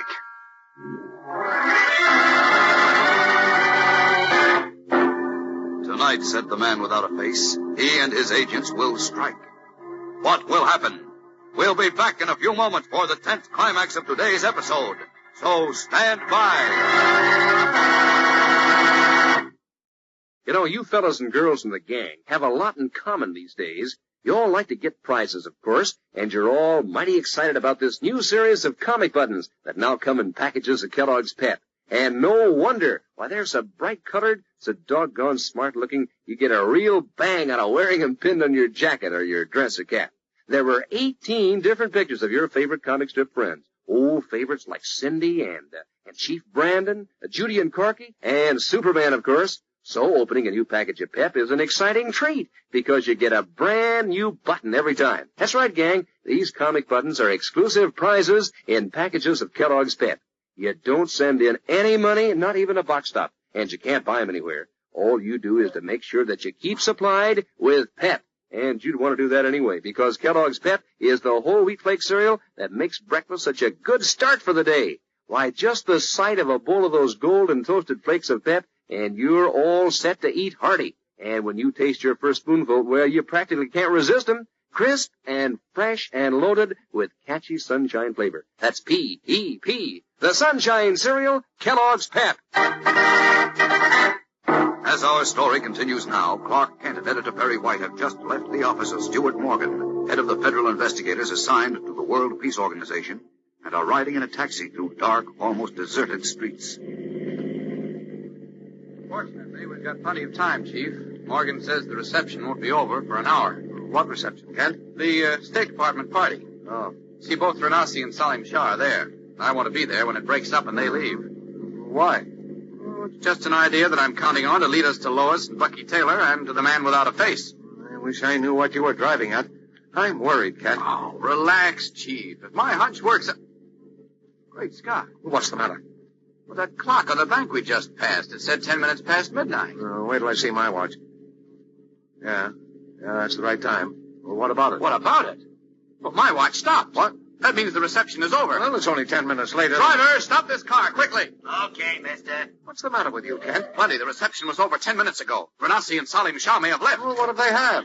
Kent, wait, where are you going? Oh, for heaven's sake, Chief, let go of me, will you? Every second counts. Nothing doing. I won't let go until you explain yourself. But look, Chief, Don't give me an argument. Just tell me. I've got to get Superman. Superman? Yes. Well, how do you expect to do that? Well, I think you're out of your mind. Oh, Chief, don't you realize... I realize that you're trying to brush me off, and by George, I'm not going to let you do it. Hey, you win, Chief. Now, get set for the shock of your life. What did Clark Kent mean when he promised Perry White the shock of his life? Is it possible that due to the urgency of the situation, he has decided at last to reveal his true identity to the gray-haired editor? As we know, Superman is correct in his hunch that Renassi and Salim Shah, the men of peace, are the keys in Count von Luder's plot against the World Peace Organization. But now, not only the fate of the peace organization, but of Renassi and Salim Shah and of Lois Lane and Bucky Taylor rest on the speed and might of Superman. What will happen? Monday's episode tells most of the thrilling story, fellows and girls, so don't miss it. Be sure to tune in again Monday. Same time, same station. And remember, for breakfast, it's Kellogg's Pep. For excitement, the adventures of Superman.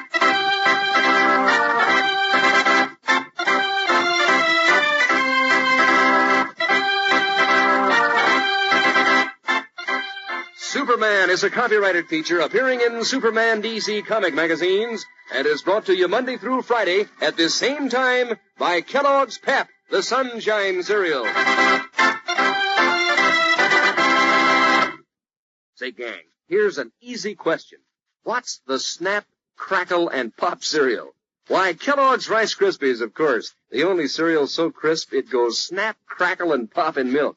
You know, whenever you see those famous little elves, snap, crackle, and pop in the cartoons or on the Rice Krispies package, you think of how crisp those golden bubbles of oven-popped rice can be. And when you hear their song of crispiness in your cereal bowl, boy, you know that you're in for some good eating. Yes, sir, it's the one and only Snap, Crackle, and Pop cereal, Kellogg's Rice Krispies. And be sure to be with us on Monday for the thrilling adventures of Superman. This is the Mutual Broadcasting System. Faster than a speeding bullet. More powerful than a locomotive. Able to leap tall buildings at a single bound. Look, up in the sky. It's a bird. It's a plane. It's Superman. Kellogg's Pep. P-E-P, Pep. Kellogg's Pep, the Sunshine Cereal, presents The Adventures of Superman.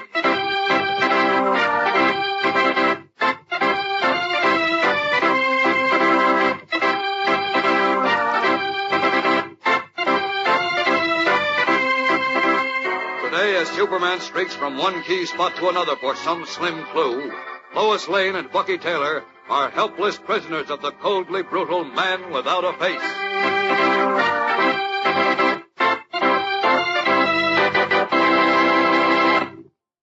Hello there, gang. This is your pal Dan McCullough. Say, I've got an idea of how much fun you fellas and girls get out of reading the comic strips. You wouldn't want to miss them, so it's mighty exciting when your favorite funny paper characters come to life in their pictures on those comic buttons in the new series and packages of Kellogg's Pep. First off, you get a close-up view of your friends. 18 different characters in all. Old familiars like Pat Patton and Tess Trueheart and Chief Brandon, Vitamin Flintheart, Judy and Corky, and Superman, of course. And the pictures are done up in full, bright colors, too. So they really show off when you wear your Pep comic buttons on your jacket or your dress or beanie cap. Yes, sir, collecting Pep comic buttons is the sort of fun that lasts a long, long time. And you're always looking forward to getting a new button whenever Mom opens a new package of Pep. That's the only way you can get these swell prizes, you know. You can't buy them anywhere, and you don't send in any money, not even a box stop. But you get a comic button in every package of Kellogg's Pep you open. And do you get a load of super delicious eating? Why, your breakfast bowl full of those golden whole wheat flakes Tastes so doggone sunny and toasty and crisp. Why, you just showed me a fellow or girl who can resist it. Remember, gang, ask Mom to get you lots of P-E-P. The Sunshine Cereal, Kellogg's Pep. Now the adventures of Superman. Certain that Lois Lane and young Bucky Taylor are prisoners of the man without a face, a mysterious person who is about to launch a mysterious death blow at the World Peace Organization, Clark Kent searched the former headquarters of the international plotter. There he found many photographs of Luigi Renassi and Salim Shah, two of the leaders in the World Peace Movement. And with Editor Perry White, Kent started for the State Department, where the two men were guests at a reception that was scheduled to be over at midnight. En route, Kent discovered that his watch had stopped, and that it actually was past midnight. Ordering the taxi driver to stop, Kent leaped to the street, planning to streak the rest of the way as Superman. But White, fearing Kent had momentarily taken leave of his senses, followed him. And as our story continues now, White is clinging to Kent's unwilling arm. Listen. For heaven's sake, let go of me, Chief. Every second counts. No, I won't let go until you explain yourself. You said you were going to get Superman. Well, I am. Now, please go back to the planet You're and wait out of your mind, Kent. But How do you expect to find Superman? Oh, what's the use? Chief, get set for the shock of your life. Huh? What do you mean? Forgive me, I hate to do this, but it can't be helped. Oh. Poor guy. It really did hurt me more than it did him. Well, I'll just set him back in this cab. There we are. He'll come to in a few moments and be sore as a boil. Take this man to the Daily Planet, driver. Okay. Now to duck into this alley and out of these clothes. Only Renassi and Salim Shah haven't left the State Department yet, because I'm sure I can only find Lois and Bucky through them. There we are. All set for a Superman job. Up and away!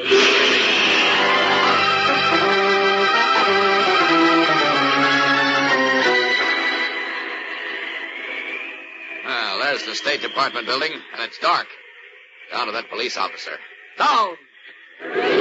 What the? Pardon me, officer. Jumping to a hospital. It's Superman. Yes, I'm sorry to startle you, but I see the reception at the State Department is over. Can you tell me when it broke up? Well, let me see now. About 11:30, I'd say. That's 3/4 of an hour ago.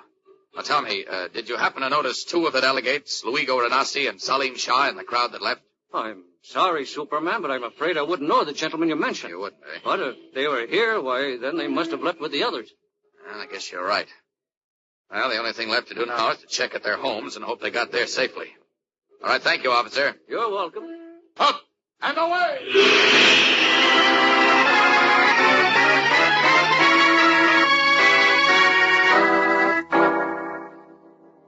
My name is Clark Kent. Doesn't Luigi Renassi, the World Peace Delegate, live in this hotel? Yes, he does, Mr. Kent. Good. Can you tell me if he's come in yet tonight? Why, no, he hasn't. Are you sure? Positive. A telegram just came for him, and we tried his room. Also, his key is still in the box. Uh-oh. This hotel isn't more than 10 minutes from the State Department, and Renassi left almost an hour ago. I beg your pardon? Oh, nothing. Thanks very much. Well, I don't like this. Hope I'll have better luck at Salim Shah's apartment. Salim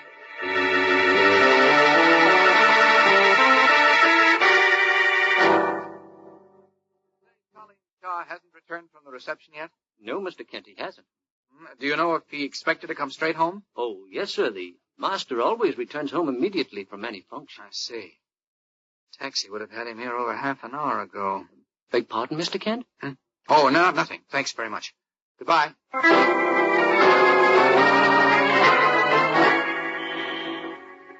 Out of these clothes again. I'll just check the roads between the State Department and here for Renassi and Salim Shah. With both of them unaccounted for, this looks like a real job for Superman. There we are, all set. Now, up and away!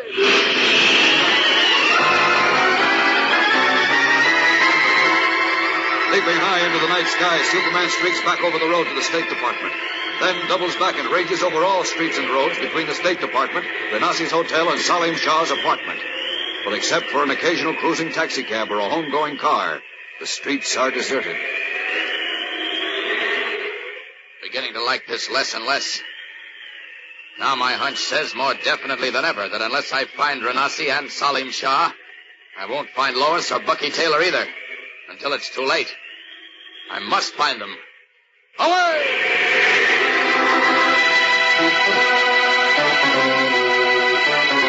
Widening his range, the man of steel swoops in great circles over the dark northwest portion of the city, his keen eyes searching, probing below. Then farther he ranges, out over the city limits, and beyond, to dark suburbs and open country. Like some great eagle, he flashes high to the sky and views the country below for miles away, then streaks downward to hunt above streets and houses and fields. Meanwhile, in a room of the large house now occupied by the man without a face and his henchmen, Lois Lane and young Bucky Taylor, their arms wired behind their backs, their ankles likewise bound with wire, have managed to drag themselves to a kneeling position before a window. 4 stories below, they can see the moonlit driveway, which sweeps up to the massive house through acres of dark, spreading lawns and terraced gardens, backed by groves of woodland. Bucky breaks the momentary silence. I'd like to see a couple of police cars roll up that driveway, Miss Lane. While you're dreaming, Bucky, why not wish for Superman to show up? Yeah, wouldn't that be swell? He'd take care of Mr. Man Without a Face and those other characters downstairs in short order. He certainly would. The only trouble is he doesn't know where we are, or the fix we're in. Neither do the police. Oh, gosh, Miss Lane, what are we going to do? Oh, I hate to say it, Bucky, but... Yeah, I know, we can't do anything. Well, you heard the man without a face tell those others downstairs that his agents are going to grab Luigo Renazzi and Salim Shah when they leave the reception at the State Department tonight and bring them here. And then they and we are... Yeah, I know. Oh, gosh, it just doesn't add up. I dodged the Nazis all over Europe for 2 years, and then I come to America, and they get me. Well, the man without a face isn't working only for the Nazis, Bucky. Selfish interests all over the world are paying him to wreck the World Peace Organization. Oh, the dopes. Don't they know if there's another war with atomic weapons, they'll be wiped out, too? Some people are like ostriches, Bucky. They bury their heads in the sand, and they won't see what's going on beyond their noses. Or their pocketbooks. Yes, and we have to pay for it. Oh, gosh, Miss Lane, if there were only some way we could let Mr. Kent and the police and everybody else know what's going on here. Yes, but we can't. Oh, if I could only get these wires off my hands. They cut into my skin. Oh, it wouldn't do much good if we could get them off. We can't jump 4 stories to the ground, and that gang is all over the house. I know. Look, Bucky. A car is coming up the drive. Oh, yeah. Oh, gosh, I hope it's not... It's stopping. We'll find out in a minute. 4 men are getting out. Can you see who? Look, 2 of the men have guns. Yes, and wait. I can see the other 2 now. Are they? Yes. They're Luigi Renazzi and Salim Shah. Holy smokes. The man without a face has got them. Oh, Bucky. Their hearts hammering, Lois Lane and Bucky Taylor look below to where Luigo Renazzi and Salim Shah, the 2 men of peace, are being led from the car to the house by their armed captors. What will happen now? We'll be back in a moment for the tense climax of today's episode. So stand by. Say, have you heard about the clubs lots of the fellows and girls in the gang belong to these days? Neighborhood clubs, of course, but not just for social meetings. They're pep comic button clubs. You know, where the fellows and girls meet to compare notes and to trade duplicate pep comic buttons with each other. And that's just one kind of the fun you can have with this new series of comic buttons from packages of Kellogg's Pep. Boy, you get a kick out of how nifty they look, too. The pictures of your funny paper favorites like Brenda Starr and Chief Brandon and Superman look so real and colorful, you're proud to wear them on your jacket or your dress or cap. What's more, these comic buttons are so easy to get. You don't send in any money, not even a box stop, and you can't buy them anywhere. All you do is to make sure that Mom keeps you supplied with plenty of Kellogg's Pep and look inside the package for your prize. And look for prize eating, too, because Kellogg's Pep is loaded with catchy sunshine flavor that tickles your taste like anything. Pep is called the Sunshine Cereal. It's crisp and fresh and golden toasted as can be. So remind Mom right now to get you some more of that super delicious whole wheat flake cereal, Kellogg's Pep, the Sunshine Cereal. Imprisoned in a house occupied by the man without a face, their hands and ankles bound with wire, Lois Lane and Bucky Taylor have just seen a car drive up from which armed men took Luigo Renazzi and Salim Shah, leaders in the World Peace Movement. This is what the man without a face was waiting for, Bucky. Renazzi and Salim Shah will be killed now, and so will we. I know, Miss Lane. We've got to do something. We just can't wait here like lambs. Oh, what can we do? I don't know, but there must be some way. Wait a minute, Bucky. I've got it. What do you mean? That silver cigarette lighter on the coffee table. What about it? I could just reach it with my hands. Oh, darn, I missed it. There, I've got it. Well, what are you going to do with that? Start a fire, Bucky. A what? A fire. The window drapes will burn fast, and there's wood paneling on the wall. Oh, but look out now. I'm going to roll over to the drape. Well, wait, you don't know what you're doing, Miss Lane. You'll burn us up. Maybe not. We're on the top floor, and a big blaze might attract attention and bring some people here. Oh, but gee whiz, Miss Lane. Now, the drape's hang down to the floor. That's one break. I can just work this lighter.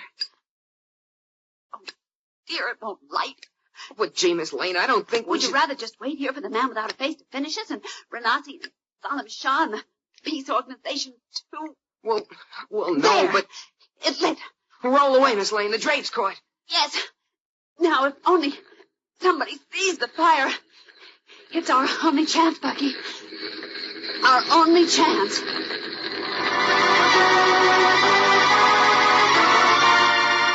Hurling herself away, Lois Lane sees the long drapes smolder and leap into fire, and with the wide-eyed Bucky Taylor watches the flames leap hungrily toward the wood paneling on the walls.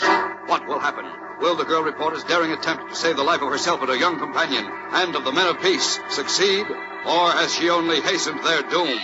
Superman, as we know, is searching desperately for his friends, so don't fail to join him and Lois and Bucky tomorrow, same time, same station. And remember, for breakfast, it's Kellogg's Pep. For excitement, the adventures of Superman.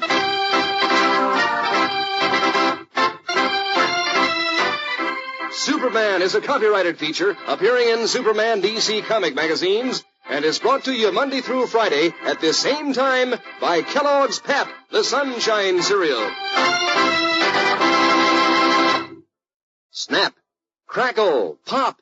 What's that, gang? Why, it's the one and only Snap, Crackle, and Pop cereal, Kellogg's Rice Krispies. Sure, you've seen those famous little elves in cartoons and on the Rice Krispies package, and you know how they dish out those golden bubbles of oven-popped rice. So crisp they snap, crackle, and pop when you pour on milk. Sure, that's their song of crispiness. Yes, sir, Kellogg's Rice Krispies are fun to listen to, fun to eat. So ask Mom to get you the one and only Snap, Crackle, and Pop cereal, Kellogg's Rice Krispies. And be sure to be with us tomorrow for the thrilling adventures of Superman. This is the Mutual Broadcasting System. Faster than a speeding bullet. More powerful than a locomotive. Able to leap tall buildings at a single bound. Look, up in the sky. It's a bird. It's a plane. It's Superman. Kellogg's Pep. P-E-P, Pep. Kellogg's Pep, the Sunshine Cereal, presents The Adventures of Superman.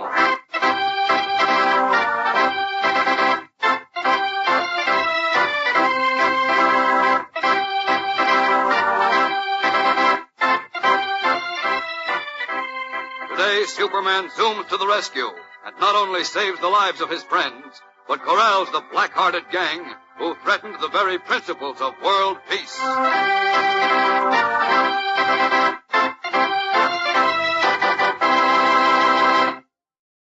Hello there, gang. This is your pal Dan McCullough. Say, have you noticed how true to life the pictures of your favorite comic strip characters are in that new series of comic buttons that you're all collecting from packages of Kellogg's Pep? Why, they look so real they could speak. There's Goofy, you know, with his old slouch hat and that silly grin of his. And there's Tess Trueheart, just as pretty as she is in the funny papers. And Superman with his red cape flying in the wind. Yes, sir, these Pep comic buttons are mighty smart looking. They show up swell when you wear them on your jacket or your dress or cap. And you'll want the fun of collecting all 18 in this new series and trading duplicates with your pals. So remind Mom to keep you supplied with plenty of Kellogg's Pep, because that's the only way you can get these exciting prizes. You don't send in any money, not even a box top, and you can't buy them anywhere. But there's a comic button inside every package of Pep. That's Kellogg's Pep, the Sunshine Cereal. Pep, the good whole wheat flakes with that extra vitamin B1 to help keep up your energy for the day, and Sunshine Vitamin D to help build strong bones and teeth. Yep, Mom knows Pep is good for you, and everybody knows how good it tastes at breakfast. So ask Mom for lots of P-E-P, the Sunshine Cereal, Kellogg's Pep. And now the adventures of Superman. As you remember, Superman is searching desperately for Lois Lane and young Bucky Taylor, while the girl reporter and Bucky make a daring attempt to escape from the man without a face and to save the lives of two leaders of the World Peace Organization. Although bound hand and foot, Lois managed to set fire to the room in which she and Bucky were imprisoned, hoping the blaze would attract attention and bring aid. And as we continue now, In a downstairs room of the mansion, which is secluded on a huge estate, the man without a face is giving final instructions to a henchman named Bergson. Listen. Renasi and Salim Shah to be done away with at once. And masks are to be made of their faces. You understand, Begson? I understand, Count. And tomorrow, when you and Milch attend the Peace Organization Assembly wearing the masks of Renasi and Salim Shah, the cleverest federal investigator will never suspect your true identities. That is true. Go now and attend to the men of peace. We have no time to lose. One moment. What about the newspaper report on Miss Lane and the boy, Bucky Taylor? I shall attend to them myself. At once. Good. I have an old score to settle with young Taylor, and Wait. What's that? What? I smell smoke. Yeah, so do I. Come with me, Bergson. Look! The hall is full of smoke. It's coming from upstairs. Grab that fire extinguisher on the wall and follow me.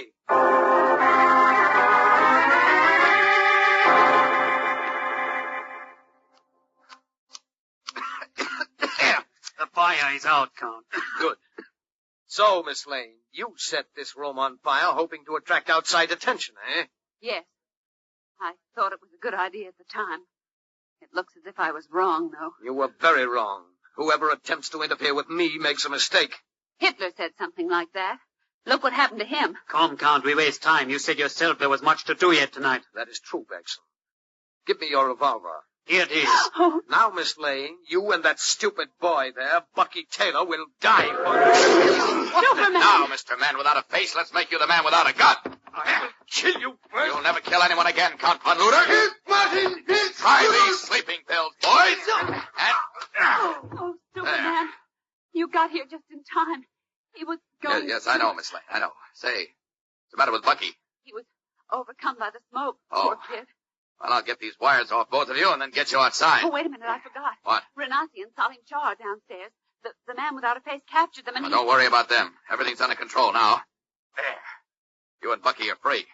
Now, up with both of you. I'll take you outside and then clean house. Up and away!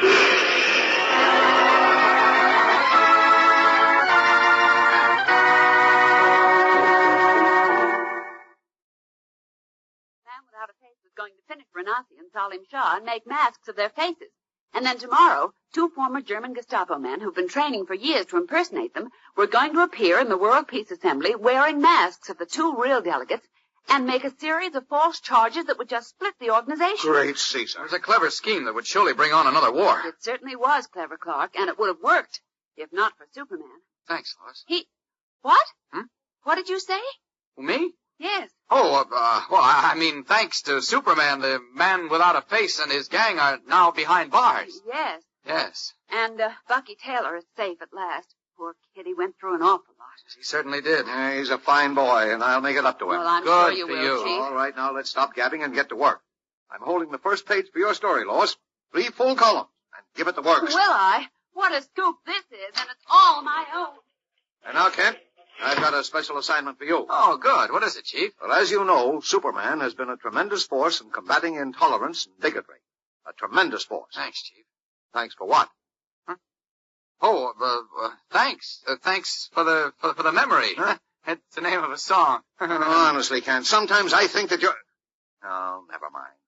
Now, as I was saying, in honor of Superman, I'm going to devote all of next Sunday's magazine section to the story of one of his most exciting adventures. Oh. And I want you to write it. Hey, that's a tall order, Chief. Tall or short, I want it done.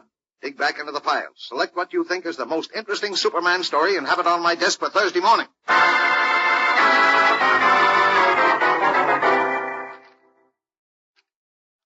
Let's see. Superman's most exciting adventure. Well, here's the account of the battle with the Atom Man. That was plenty unusual. And here's the story of the lost civilization. No, it's too long. Oh, say, wait, I know the one. Let's see, it should be in this bound volume. Here it's somewhere. Yes, here it is. Sure, that's the story, all right. If any adventure could have been more unusual, more interesting, and more exciting, it hasn't happened yet.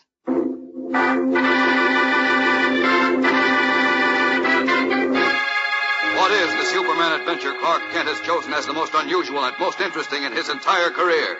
If you've been listening to the adventures of Superman long enough, you should be able to guess.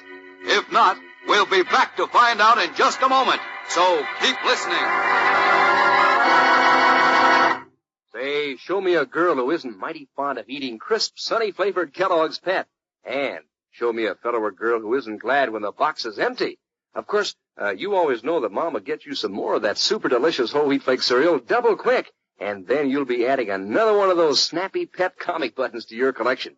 Maybe it'll be the little moose with that feather, sticking up in his hair, or Spud in his old stovepipe hat and those funny suspenders, or even Superman himself. And if it should happen to be a duplicate, why, that's even more fun because then you can trade with your pals. And either way, you're sure to have another smart-looking Pep comic button to wear on your jacket or your dress or cap.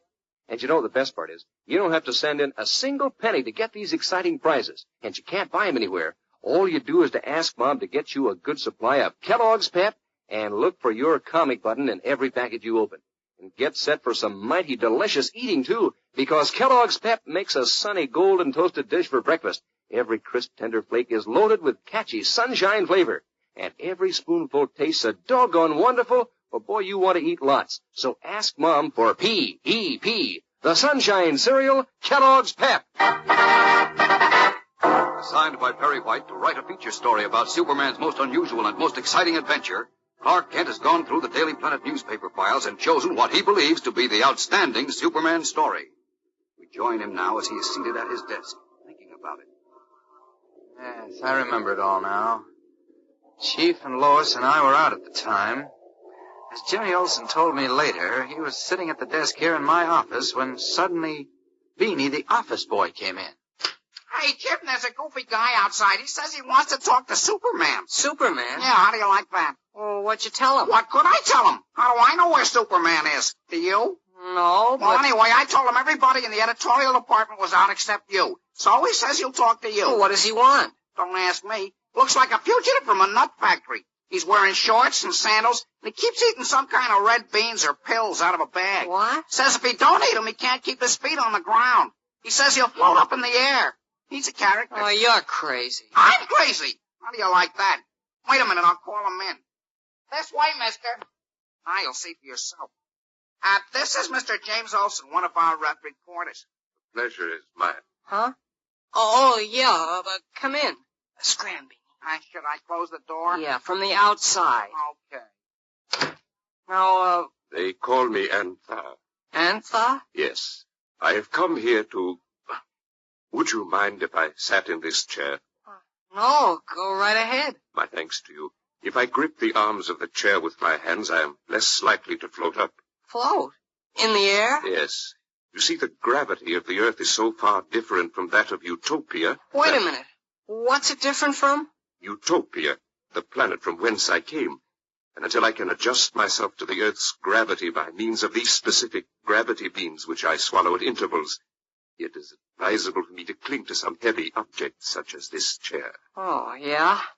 Perhaps you will permit me to prove that what I say is true and factual. Look at me, my friend. Okay, I'm looking. What would you say is my weight? Well, you're about average size, a little on the skinny side. I'd say about 165. Your estimate is quite close. My weight is actually 10 utopian grams. That is equal to 163 Earth pounds. Now, my friend, do you believe you could lift 163 pounds with one hand? Are you kidding? I couldn't do it with two hands. Would you rise, please? Come around the desk and grip my arm. What for? Have no fear. No harm will come to you. It is simply an experiment to prove that I speak the truth. I will show you how, due to the difference in gravity between your Earth and my planet, you can lift me high in the air with one hand. Oh, this I gotta see. Very good. Now, grip my arm. Like this? That is fine. Now, lift me up. Lift you up? Yes, do not strain. Merely lift, as if I were that pencil on the desk. Are you kidding? Try it, my friend. Lift me. Okay, but this sure is the crazy... The lizards. I am lifting you. And you're light as a feather.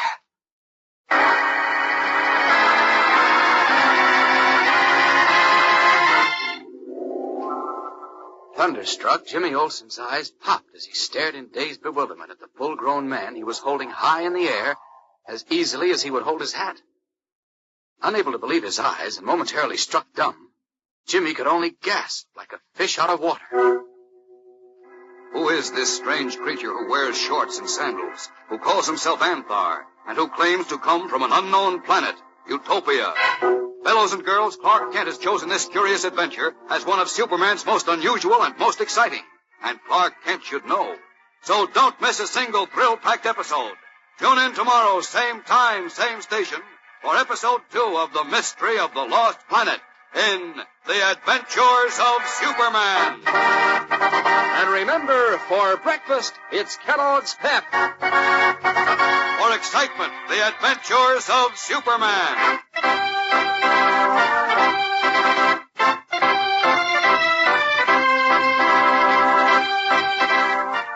Superman is a copyrighted feature appearing in Superman DC comic magazines and is brought to you Monday through Friday at this same time by Kellogg's Pep, the Sunshine Cereal. Say, gang, do you know the only cereal that goes snap, crackle, and pop when you pour on milk? Why, Kellogg's Rice Krispies. Sure, you've seen those famous little elves, snap, crackle, and pop, in cartoons and on the Rice Krispies package. And you've heard these golden bubbles of oven-puffed rice sing out at breakfast time. That means that they're crisp as can be. So have yourself a bowl full tomorrow morning. Ask Mom for the one and only Snap, Crackle, and Pop cereal, Kellogg's Rice Krispies. And be sure to be with us tomorrow for the thrilling adventures of Superman.